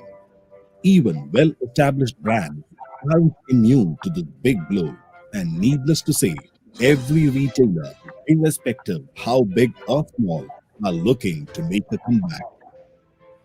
I've identified 4 key challenges in any retail format today. One would be high rental, two, high manpower cost, third, high marketing budget, and fourth, a threat from e-commerce sites for the offline stores.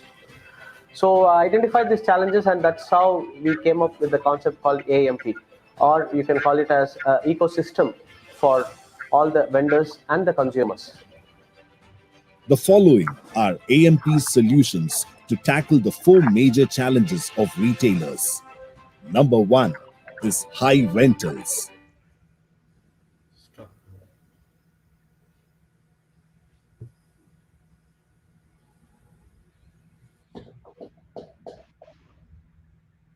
Ram, I think the video is stopped.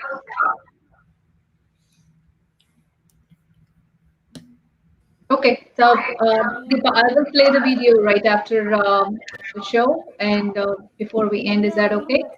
Sure, but do you have any other questions? No, thank you. Good concept. Yeah, so we would be sharing our contact details, and we would like to go in for individual consultation if anybody is interested. And going forward, we will be publishing our retail opportunities to ATEA members, and support us in this. And thank you for the opportunity for sponsoring this event. Thank you. Thank you. Thank you, Deepa and Rajesh. Good luck.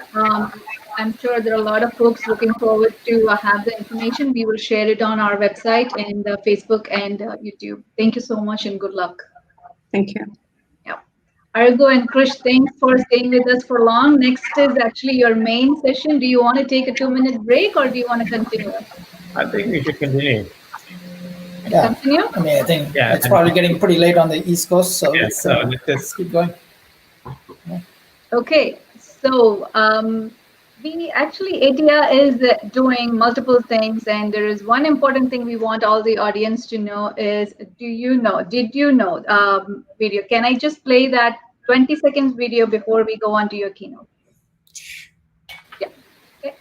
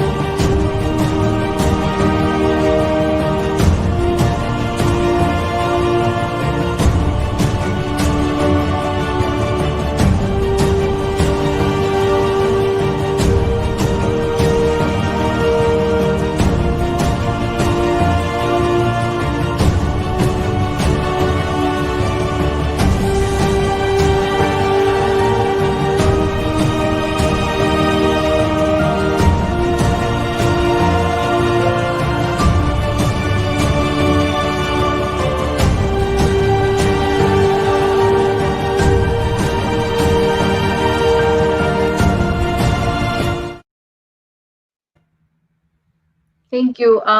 Those are very interesting facts, especially knowing that like East Coast has majority of the entrepreneurs. So I think we are finally on to your session. I know just 35 minutes late for a virtual event, not bad, right? Sorry about that because you were like, you both were very interested in the startup showcase. So I didn't want to, interrupt and speed them up. And even the startup founders were great. Before I give the stage to you, I would like to introduce our two mentors. I didn't get a chance to introduce them before. Arun is the co-founder and chief technology officer of Blue Jeans Network, a pioneer in business video conferencing, recently acquired by Verizon, the largest mobile operator in the US. Erica has 25 years of research, product development, and entrepreneurial experience in the Silicon Valley, bringing innovative network and video products to market. Erica co-founded Blue Jeans 10 years ago after a brief stint as an entrepreneur in residence at venture firms, Norvis Venture Partners and Greylock Partners. Prior to that, he was CTO of Blue Code Systems, the leader in web security for larger Fortune 500 enterprises. I mean, his experience, like other mentors, is really long, but one interesting fact I noticed was he started his career at Apple in the 1990s in their advanced technology group, working on video over network, and was a founding member of the QuickTime streaming team, the underlying foundation for Apple's iTunes and media products. Arega is also an alumni from BITS Pilani. We have many folks joined who are from BITS Pilani. Next, our next guest, Krish, Mr. Krish Ramakrishnan is also the co-founder and first CEO of Blue Jeans Network, which was recently acquired by Verizon. At Verizon, Krish leads the market expansion of Blue Jeans into new areas such as telehealth, remote learning, and 5G. Krish has been founder and CEO of successful startup ventures, including Topspin, a data center virtualization player, and Internet Junction. Krish served as general manager for various business units at Cisco for over 10 years. Krish currently serves as a trustee of Landmark College in Vermont. In 2019, Krish was awarded as a honorary doctorate degree from Monmouth University. Krish also has an MScs from Monmouth University and a bachelor from Madras University.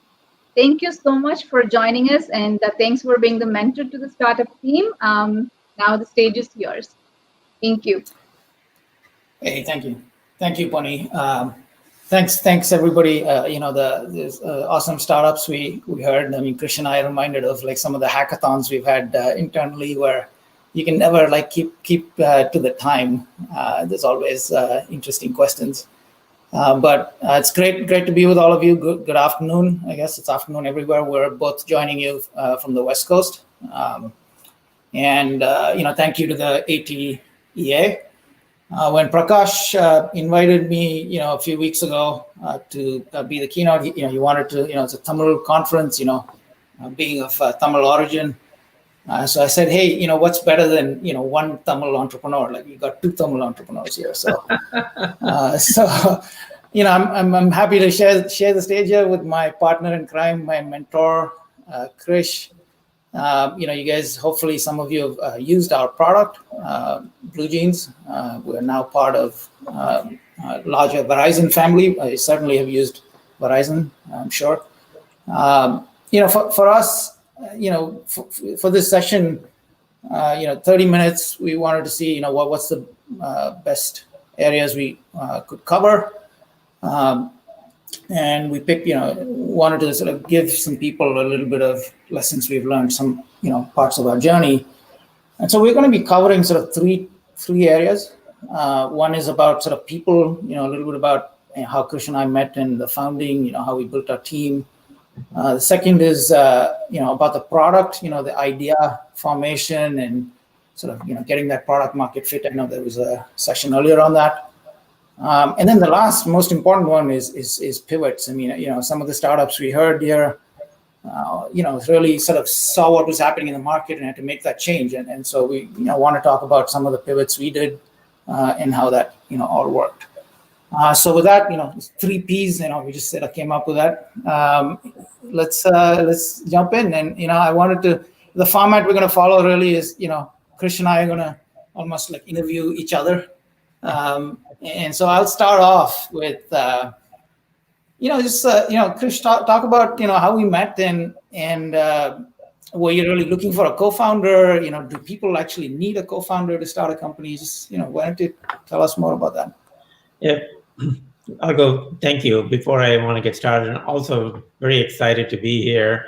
I listened to all that startup. I echo with what Arun was saying. We went through many of this. Nice to be in that early stage with that drone running to kickstart a company. Going back to when I started as an EIR at Excel, one of the venture firms, I wasn't looking for a co-founder. I was just looking for an idea to develop a company on, and I had interest in video. And I ran into Algo, and we both said, hey, we want to start something in video.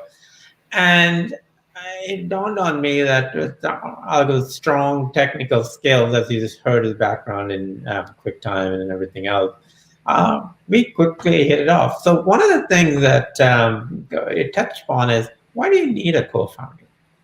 You may not need it. After all, if you have a co-founder, you're sharing the stage.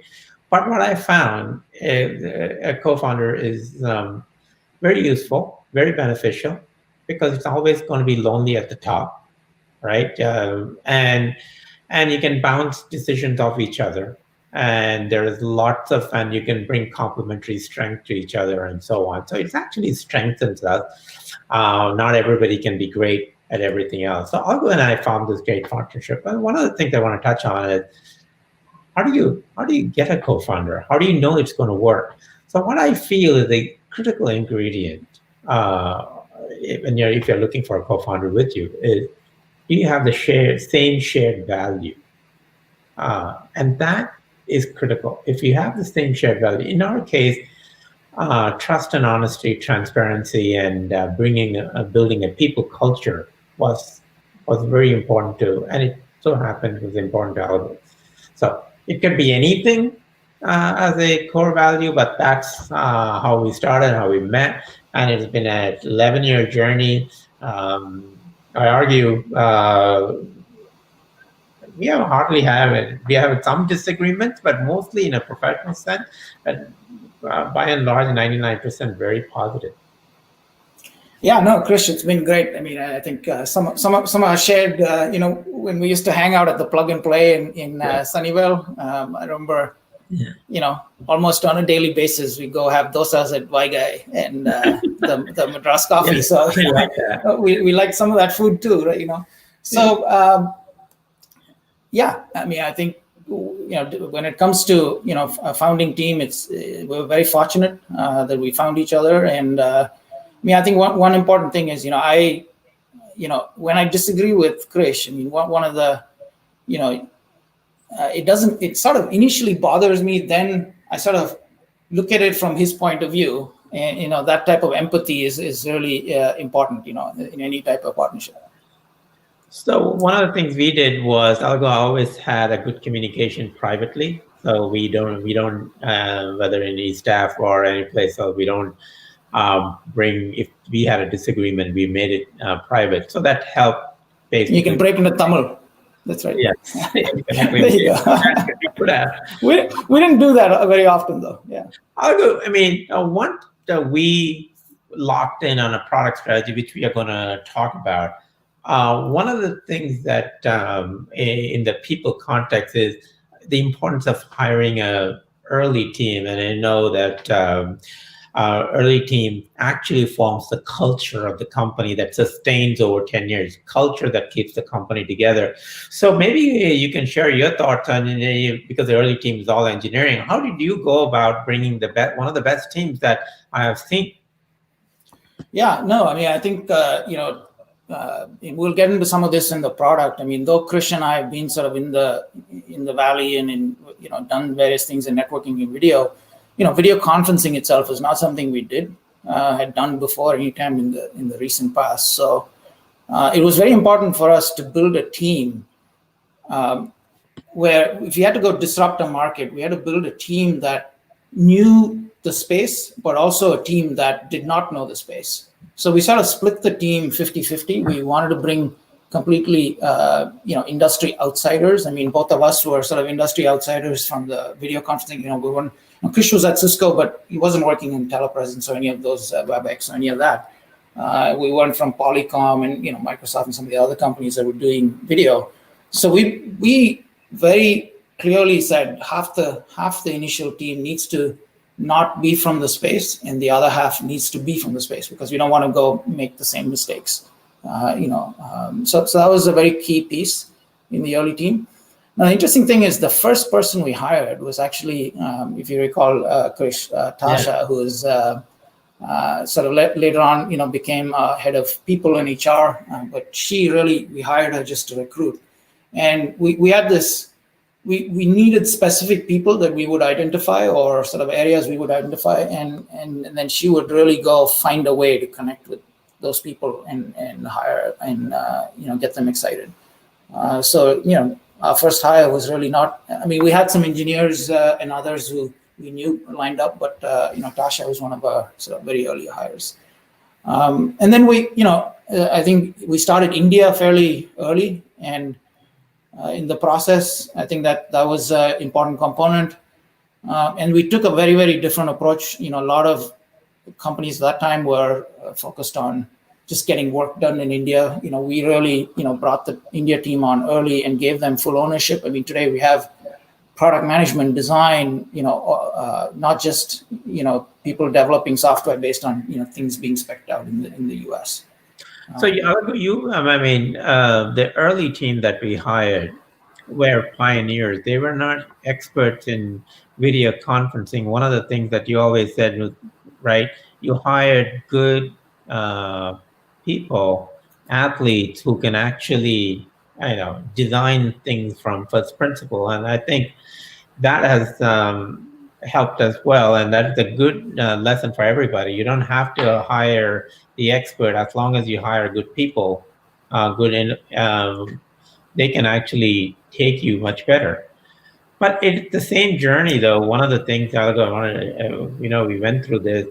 The early team does not mean that the early team is what you rely on.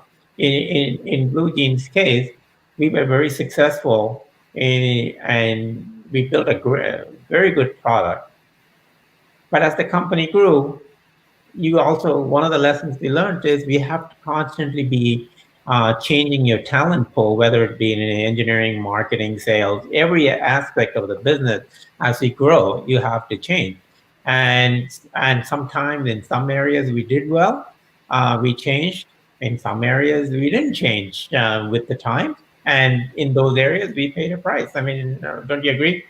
Yeah, no, absolutely. I think, we certainly, there's a sort of a, I think you mentioned this before, which is, you get sort of trapped into this, some of your really early performers who did a great job for you, the team that sort of brought you from 0 to $10 million in revenue and 10 to 50 and then 50 to 250, the skill set is not the same, but you tend to want to reward some of those people who sort of took you through the previous stages, and you got to find the right balance of doing that for sure, but also recognizing when that's not working. Right. So one of the things I always advise some potential young entrepreneurs to start, obviously when you're starting, you're hiring your friends, and because they're the ones who make, if you don't have funding, working with you for free, and it's all wonderful. But how do you make those tough decisions as you grow and you get your first customer and second customer? How do you let your friends know that they are not the one that is going to get to the next level, right? It is that honest conversation. It's very tough to have, and typically you tend to postpone those. So lessons learned from us, especially with people. People is the most important one in building a company, and taking tough decisions or being open and honest, it will save you a lot in terms of building an excellent company. Yep. Let's move on to the second P that we're going to talk about, which is product. Yeah. And the ideation and all of that. Yeah. I think a lot of people we've even earlier today there was, how do you sort of pick the right idea?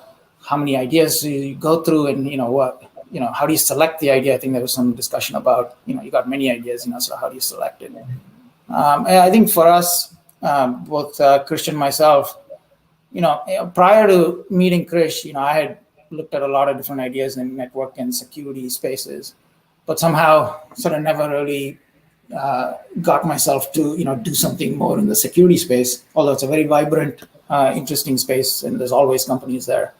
We all both really came back to this notion of video.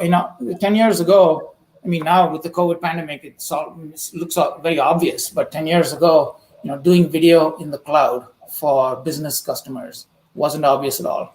People were doing everything on-prem. Consumer video like Skype existed, a bunch of other things like that existed, but it wasn't very obvious. But at that time, Krish and I, this is where some of the shared vision and values and all of that comes in. We felt like there was an opportunity for businesses to use video, and that was just a gut feel, because it was, I had teams that were across multiple geographies. We had used video and then turned off using video during the early 2000s downturn, and I could kind of see the teams drift apart. So I had a strong feeling that video was here to stay. There was nobody really doing a good job on the business side. There was the high-end telepresence type of devices, and then there was consumer Skype. The lower end, there was not that much mass video. So Krish, why don't we talk about how did we come up with the idea and then validate it, in terms of with customers? The way we thought about it is, hey, we had a belief that video is going to be needed someday. When we look back now, like today, video is like and we have that belief, and within that, we were looking for a unique problem to solve, which is, hey, how do you get everybody to connect independent of format and the interoperability matter? So the way we went about, and I think typically this is what, right? You talk to industry experts, you talk to some customers, and one thing I want to caution everybody, when you talk to customers, they may not exactly know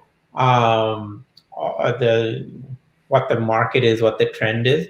What customers typically are, they have a headlight, is 3 to 6 months. They look at their current pain point. It's really up to the entrepreneurs to look at and say, can we make a industry out of this, right? This is maybe a feature or product.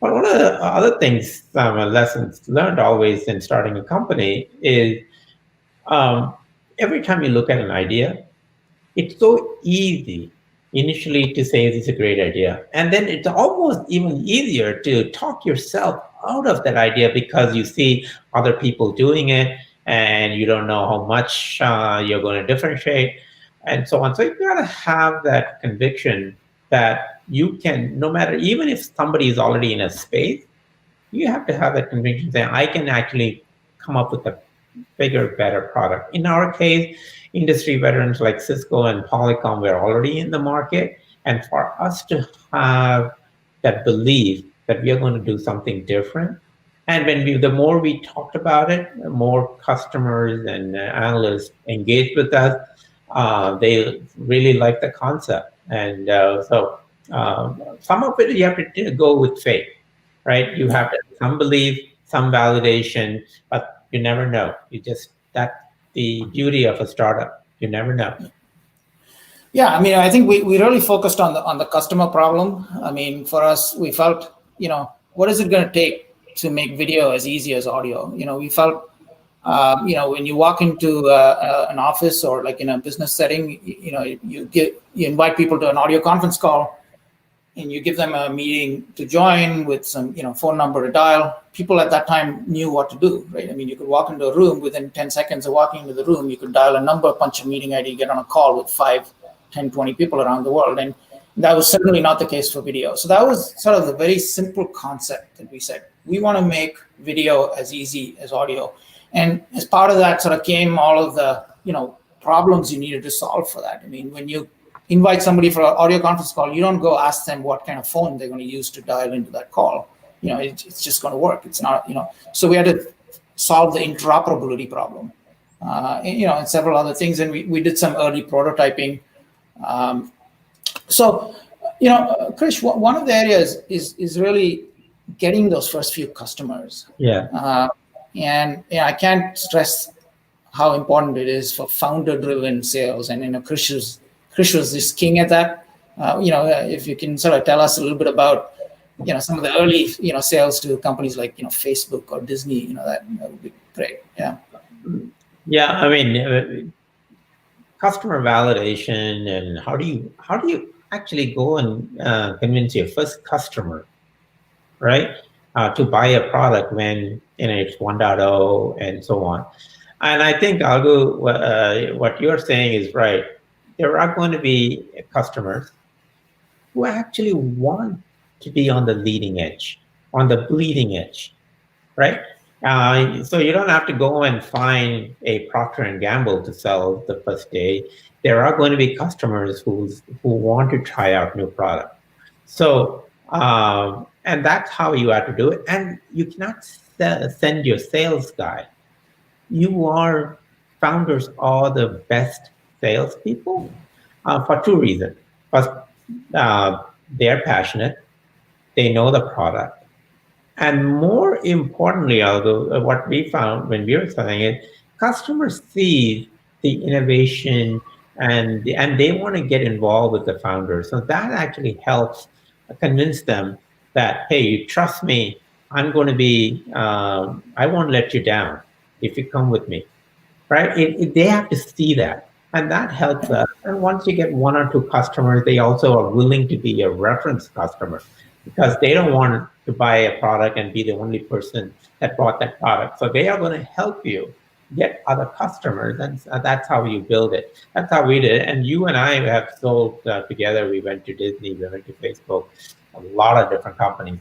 And by the way, some of these companies, even though the market is has Zoom and everything, some of the largest social media platforms and largest industrials have standardized on Blue Jeans because of the strength of Arun and myself committing ourselves to building this company, and they see that. Yeah. So, and the journey, I mean, right now when we look at it, at the end of the day, we built a company quite successful, and we had our ups and downs, but it was not always so smooth, right? Where even the initial product, how we started, what we started and what we ended up was completely different, even though we executed. Maybe we can turn the subject over to how pivoting happened. Our 1.0 product was not fundable. So maybe what do you think about that? Where you just so I think in several of the previous startup pitches, you heard some founders sort of pivot, and I can tell you one thing. The only I think that I don't know who to attribute this to, but they say the only thing constant is change. Only thing certain is that uncertainty in startups, right? And so you got to basically, deal with change, and for us, we had to deal with that right from the very beginning. We got started Blue Jeans around, we started during the financial crisis of, 2008, 2009, and then we exited like in the COVID crisis. But, during that time, our initial idea was really, to adopt, video in businesses. It was really, we wanted to control the entire user experience. And so we actually had the idea of building hardware along with a cloud service. And that didn't go very far. So our first pivot was very, very early. Maybe you can sort of talk about that, Krish. I mean, that, Right. So I'll tell you the story, right? Our first pitch to a very big venture firm was on a Monday. Typically, venture firms give you a pitch on Monday. Guess what? The previous Sunday, Lehman had gone bankrupt. So their focus was not on listening to you. The venture firms were like my God, the entire financial industry is in a crisis. Why am I listening to two guys who don't have any experience in video conferencing who wants to build hardware? So it is that type of experience we went through when we started in the financial crisis, but it did not stop us. We constantly had to work our pitch and finally jettison our hardware. And totally, in 2009, when cloud was just a distant technology for a lot of people, I mean, video, we advocated cloud-based video conferencing and went about convincing that. And that was one of our best pivot from a hardware-based solution to a cloud-based solution to get started and convincing everybody that the cloud is the future. So I remember those days. We didn't even know we could process video in the cloud, and somehow you had the idea of how to go about convincing everybody that you can actually process a lot of video in the cloud. Yeah, and for us, I'll sort of lead up to our second pivot, which actually happened like good 20 million in revenue. I think that first pivot was one of the good ones, and it's easier to pivot very early on versus once you've sort of built up a bunch of revenue. So we went about focused on cloud-based conferencing, and the idea was to build something where you could invite people to a call and they could join with whatever software or hardware they had. Like, so if they had large conference rooms with Cisco and Polycom and all of that, they could join a BlueJeans call. And then, you could just dial into a BlueJeans call on a phone.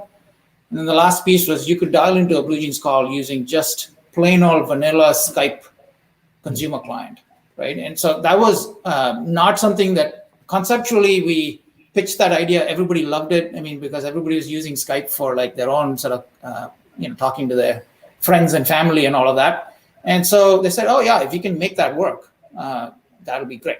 And so we actually pitched that as an idea, but we didn't really know how to make it work. But later on, we did figure out how to make it work. This is where like some amount of fortuitous sort of luck also plays in any entrepreneur's journey. At that time, Skype was building this app that was going to run on TVs, the Samsung and other sort of smart TVs. This is talking about 2009. So we convinced them to actually give us that app, and we ended up running it on cloud-based servers and wrapping some software around it and running 200 copies of it. And so when you actually dialed into BlueJeans, you thought you were talking to another Skype on the other side, and that's how we sort of brought it into the cloud. Now all this like worked, and then people loved it, and in 2 years we had built like $10+ million in revenue, going towards 25, and that's when Skype got acquired by Microsoft, and pretty much within 6 months they canceled the license that we had for our ability to actually do this interop. So imagine that was a very key part of the strategy, the interoperability and ability to, we didn't have our own client. I mean, today BlueJeans has desktop apps and browsers and all of that way to join. At that time, we were a cloud-based service purely, and you would connect to us through hardware or software like Skype. And when Microsoft pulled the license, and we had like literally a 12-month time frame to migrate everybody over. I mean, that was a near-death experience for the company. We had to scramble and change our plan and go build a whole client. I mean, over the journey, we had so many ups and downs, some near-death experience, some missed opportunity. And that, I mean, in one sense, that's all part of the journey, right? The missed opportunity, I would say. If you look at Zoom, the freemium model helped them. We had considered a freemium model many times, but decided that for the market that we had focused, freemium wasn't as interesting. But in retrospective, that's one of the lessons learned is if we had done freemium, it would have been a different outcome. So one of the things that for me, from a lessons learned perspective as we wrap this segment is in your journey, there's so many ideas that come about, business model ideas, product ideas, all that. Yeah, we can do this, we can do that. But it ultimately success comes down to whether can you execute on those ideas. Ideas is 1%, success is 99%.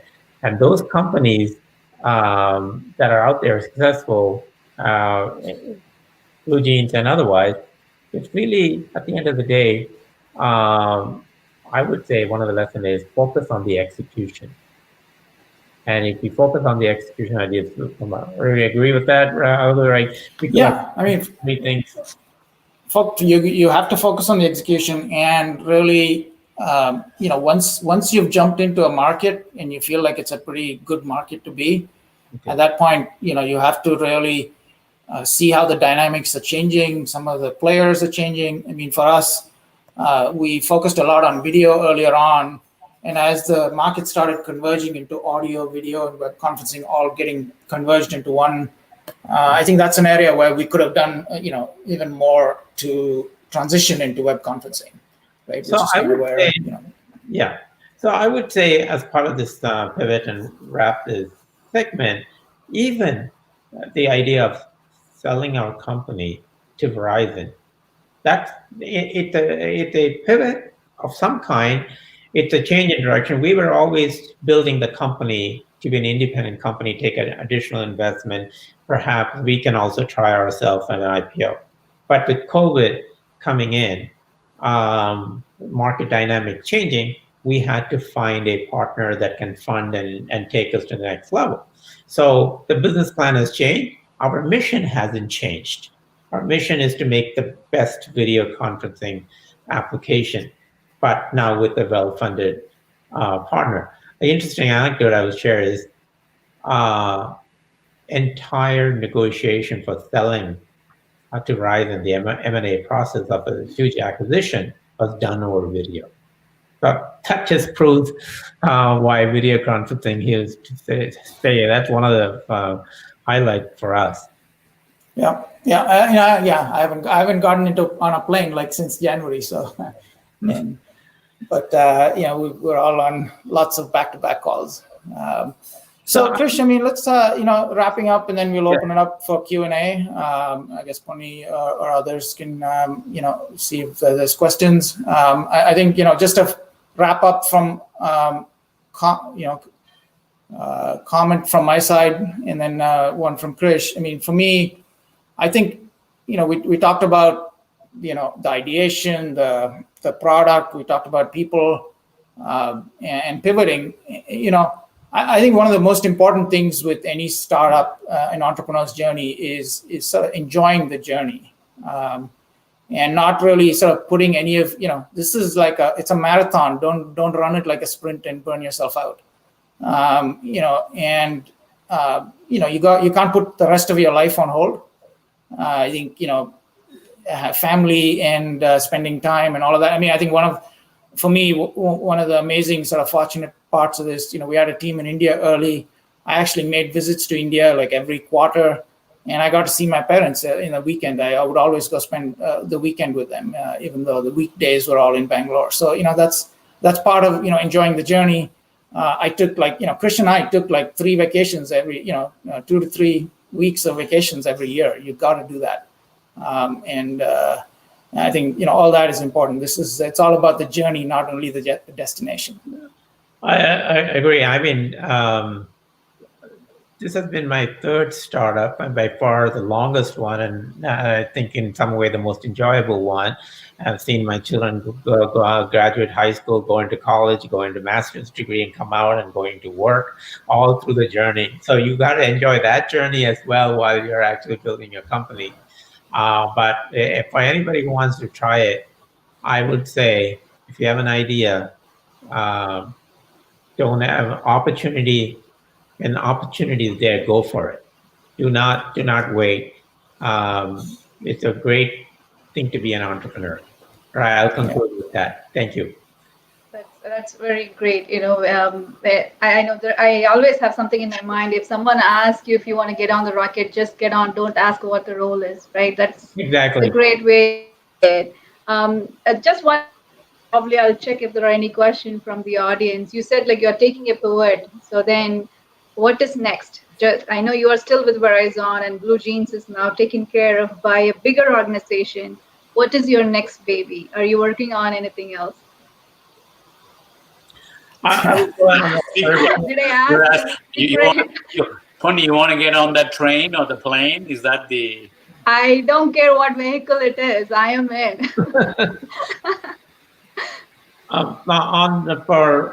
Speaking personally, I think one of the obligations that we have when a company buys Blue Jeans or it's a big acquisition, we have a moral obligation to make that integration successful and it's successful for Verizon.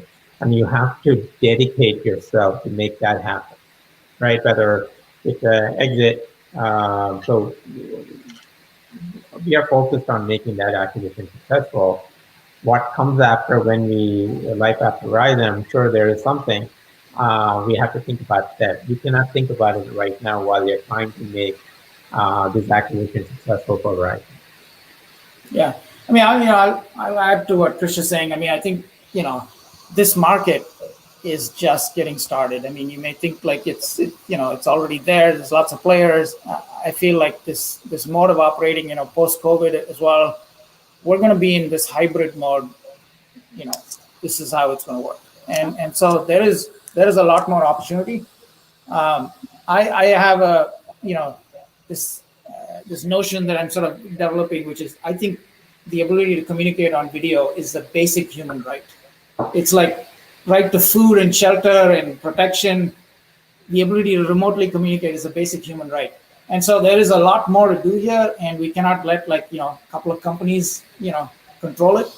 I think there has to be, vibrant competition and more things like StreamYard we're using right now, or many other things like that. So there's a lot more to do in this space. So there is a question from Prakash. So Zoom had a lot of issues, mainly security issues during the pandemic. Did Blue Jeans try to pitch themselves as an alternative to Zoom? I know even in India, Indian government were asking for companies to pitch and come up with solution. Was it something you thought about to enter in? Yeah, I mean, we've from a security point of view, we've been a much stronger provider in this space. I mean, there are many large Fortune 50 companies that are using us. Specifically with India, we struck a very strong partnership with Airtel, one of the largest providers there. So Airtel's video offering is based on Blue Jeans, and we're really going after government customers and many different larger companies in the Indian market as well as other global markets. Absolutely. Right, great. So, I mean, you definitely touched on work-life balance, taking 3 weeks vacation. I don't know if you watched the women panel. Every women entrepreneur was touching on, I have a role of a mom, I have a role of a daughter. 3 weeks vacation is different, and the weekends are different. But Monday to Friday, were you there for your family? Because, especially when both partners are working, it is a challenge if one partner takes, full-time for the corporate and then very little for the family. Is that something you had to deal with, or you had a better way of managing? We had a culture. I called it family first. What it meant was your employee is going to be as successful as and productive only if his or her family is taken care of and they're whatever. And family issues do not come from only after 5, right? They can be throughout the day. You may have to go to a PTA meeting, you have a doctor's appointment for a child, or you get something else. So we trained our managers and our supervisors and employees to say, take care of the companies behind you. Take care of that without feeling guilty. That's the key. Right, you got to encourage them to take care of that without feeling guilty, and then think everything else will take care of. And then, surely enough, that's one of the cultural values people talk about at Blue Jeans, is how a family-friendly culture. You hire people smarter than you, so they'll help you succeed, right? Yeah. Yep. Okay. Ram, any questions? No, I no questions from me, but I want to thank them, both Arun and Krish, in taking time to come here and share their experiences, because it's very important that our lifetime is not enough to learn from mistakes. Okay, we need to learn from each other, and I think hopefully people who are all listening learn from all of you. Meaning, if you can make that transaction, the entire deal on a video call or a video conferencing, and you are able to close it, I think people will get that confidence that things are possible at this time. And meaning, I work for a financial services company. We all went online in no time, and it all happened due to video conferencing system and Zoom, which we never liked before. Now that's the game in town. So first of all, I want to thank you both in taking time in your busy schedule to come and spend, not only giving us all your experience, but also giving encouragement to that startup showcase and sitting here for the whole thing. So we really, really appreciate from the ATEA team. So thank you very much. Hey, thank you. My pleasure. Thanks, Alago, for inviting me to be part of the journey here. No, it's a great thank you, Ram, and thank you, Pony. We actually took a break because you both asked questions each other, so it was. But yeah, Arun, sorry to interrupt you. Go ahead. Yeah, no, thank you, Ram, and then Prakash as well, and Pony.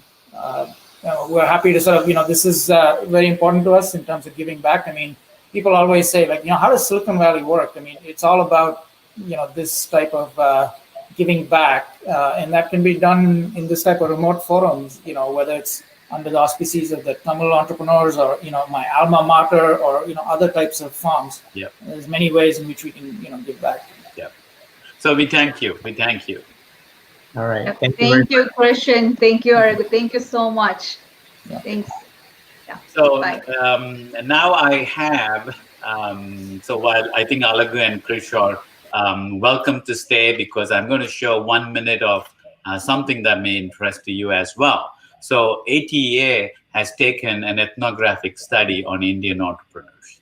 Dr. Suji Iyer, along with her students, have done this research. So this is Source ATEA. So we're doing it, and I just want to show a snippet of what that is. It's a 1 minute snippet. The idea here is to understand the Indian entrepreneur or the ethnics impact to the economic structure, the job creation, and the capital, liquidity of the capital. So here it is.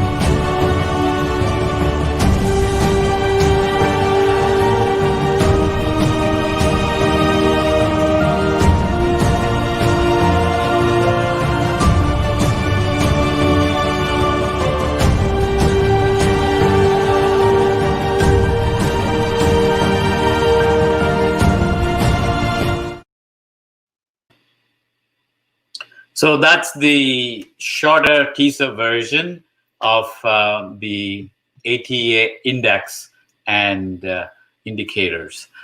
So we'll be happy to share going forward, more information on this. So with that, I wanted to kind of come to the end of our program, end of our day. It's a little longer day. I know everybody's trying to take a break, including Punni. So first and foremost, thank you, Punni, for doing this for the whole day as an MC. I know this is the first time you're doing, and that too virtual, and it went flawless, more than flawless. You did fantastic, and I wanted to, on behalf of the team, everyone, we thank you for a wonderful job. Single-handedly, you were able to do the entire logistics, and it's fantastic. So that's great. And I also want to thank all the people who are behind this, helped you in putting out this one. Now, this will be available, this entire thing will also be available in YouTube and Facebook for you to watch, come back. And what we will also do is we will try to cut this into smaller segment, and you can actually watch going forward as well. So I thank all of our audiences who stayed this long with us in watching and learning from us. It is the way of giving back to the community. We have more things planned, as I said in the opening. And please follow us on Facebook, YouTube, and also on the website, and be in touch with us. So once again, thank you all. And Punni, you want to say something? Yeah, Ram. So did you notice that all the speakers, keynote speakers, our panelists, everyone said something. They are like, here is my contact me whenever you need it. Where else you will get that kind of open forum where esteemed entrepreneurs who are 20, 30 years of experience willing to help. That's what this forum is for. I urge the audience to take a great opportunity, and you can contact us at info@ateausar.org. We will help you connect with the mentors. We will also connect you with the startups. I'm already getting queries to connect with these startups who were pitching earlier. I have been messaging them, here is the contact. So that is what this forum is about. So please make use of the opportunity and the mentors ATEA is providing you. That's all. And again, you said everything. You closed it nicely. Thanks to all the speakers, panelists, and our fellow members. And don't forget our sponsors. Yes. Very important to bring them before we close, to thank them as well, right? Yes. Yeah, the event wouldn't be possible without our sponsor, Usha Krishna Kumar, New York Life Insurance, Flipserve, Askera, AMP, and Integrated Technology Services. Thank you, our sponsors. So just to end this, I'm going to put a mindfulness video so that people can just relax and get back to the present state. Thank you all. Thank you.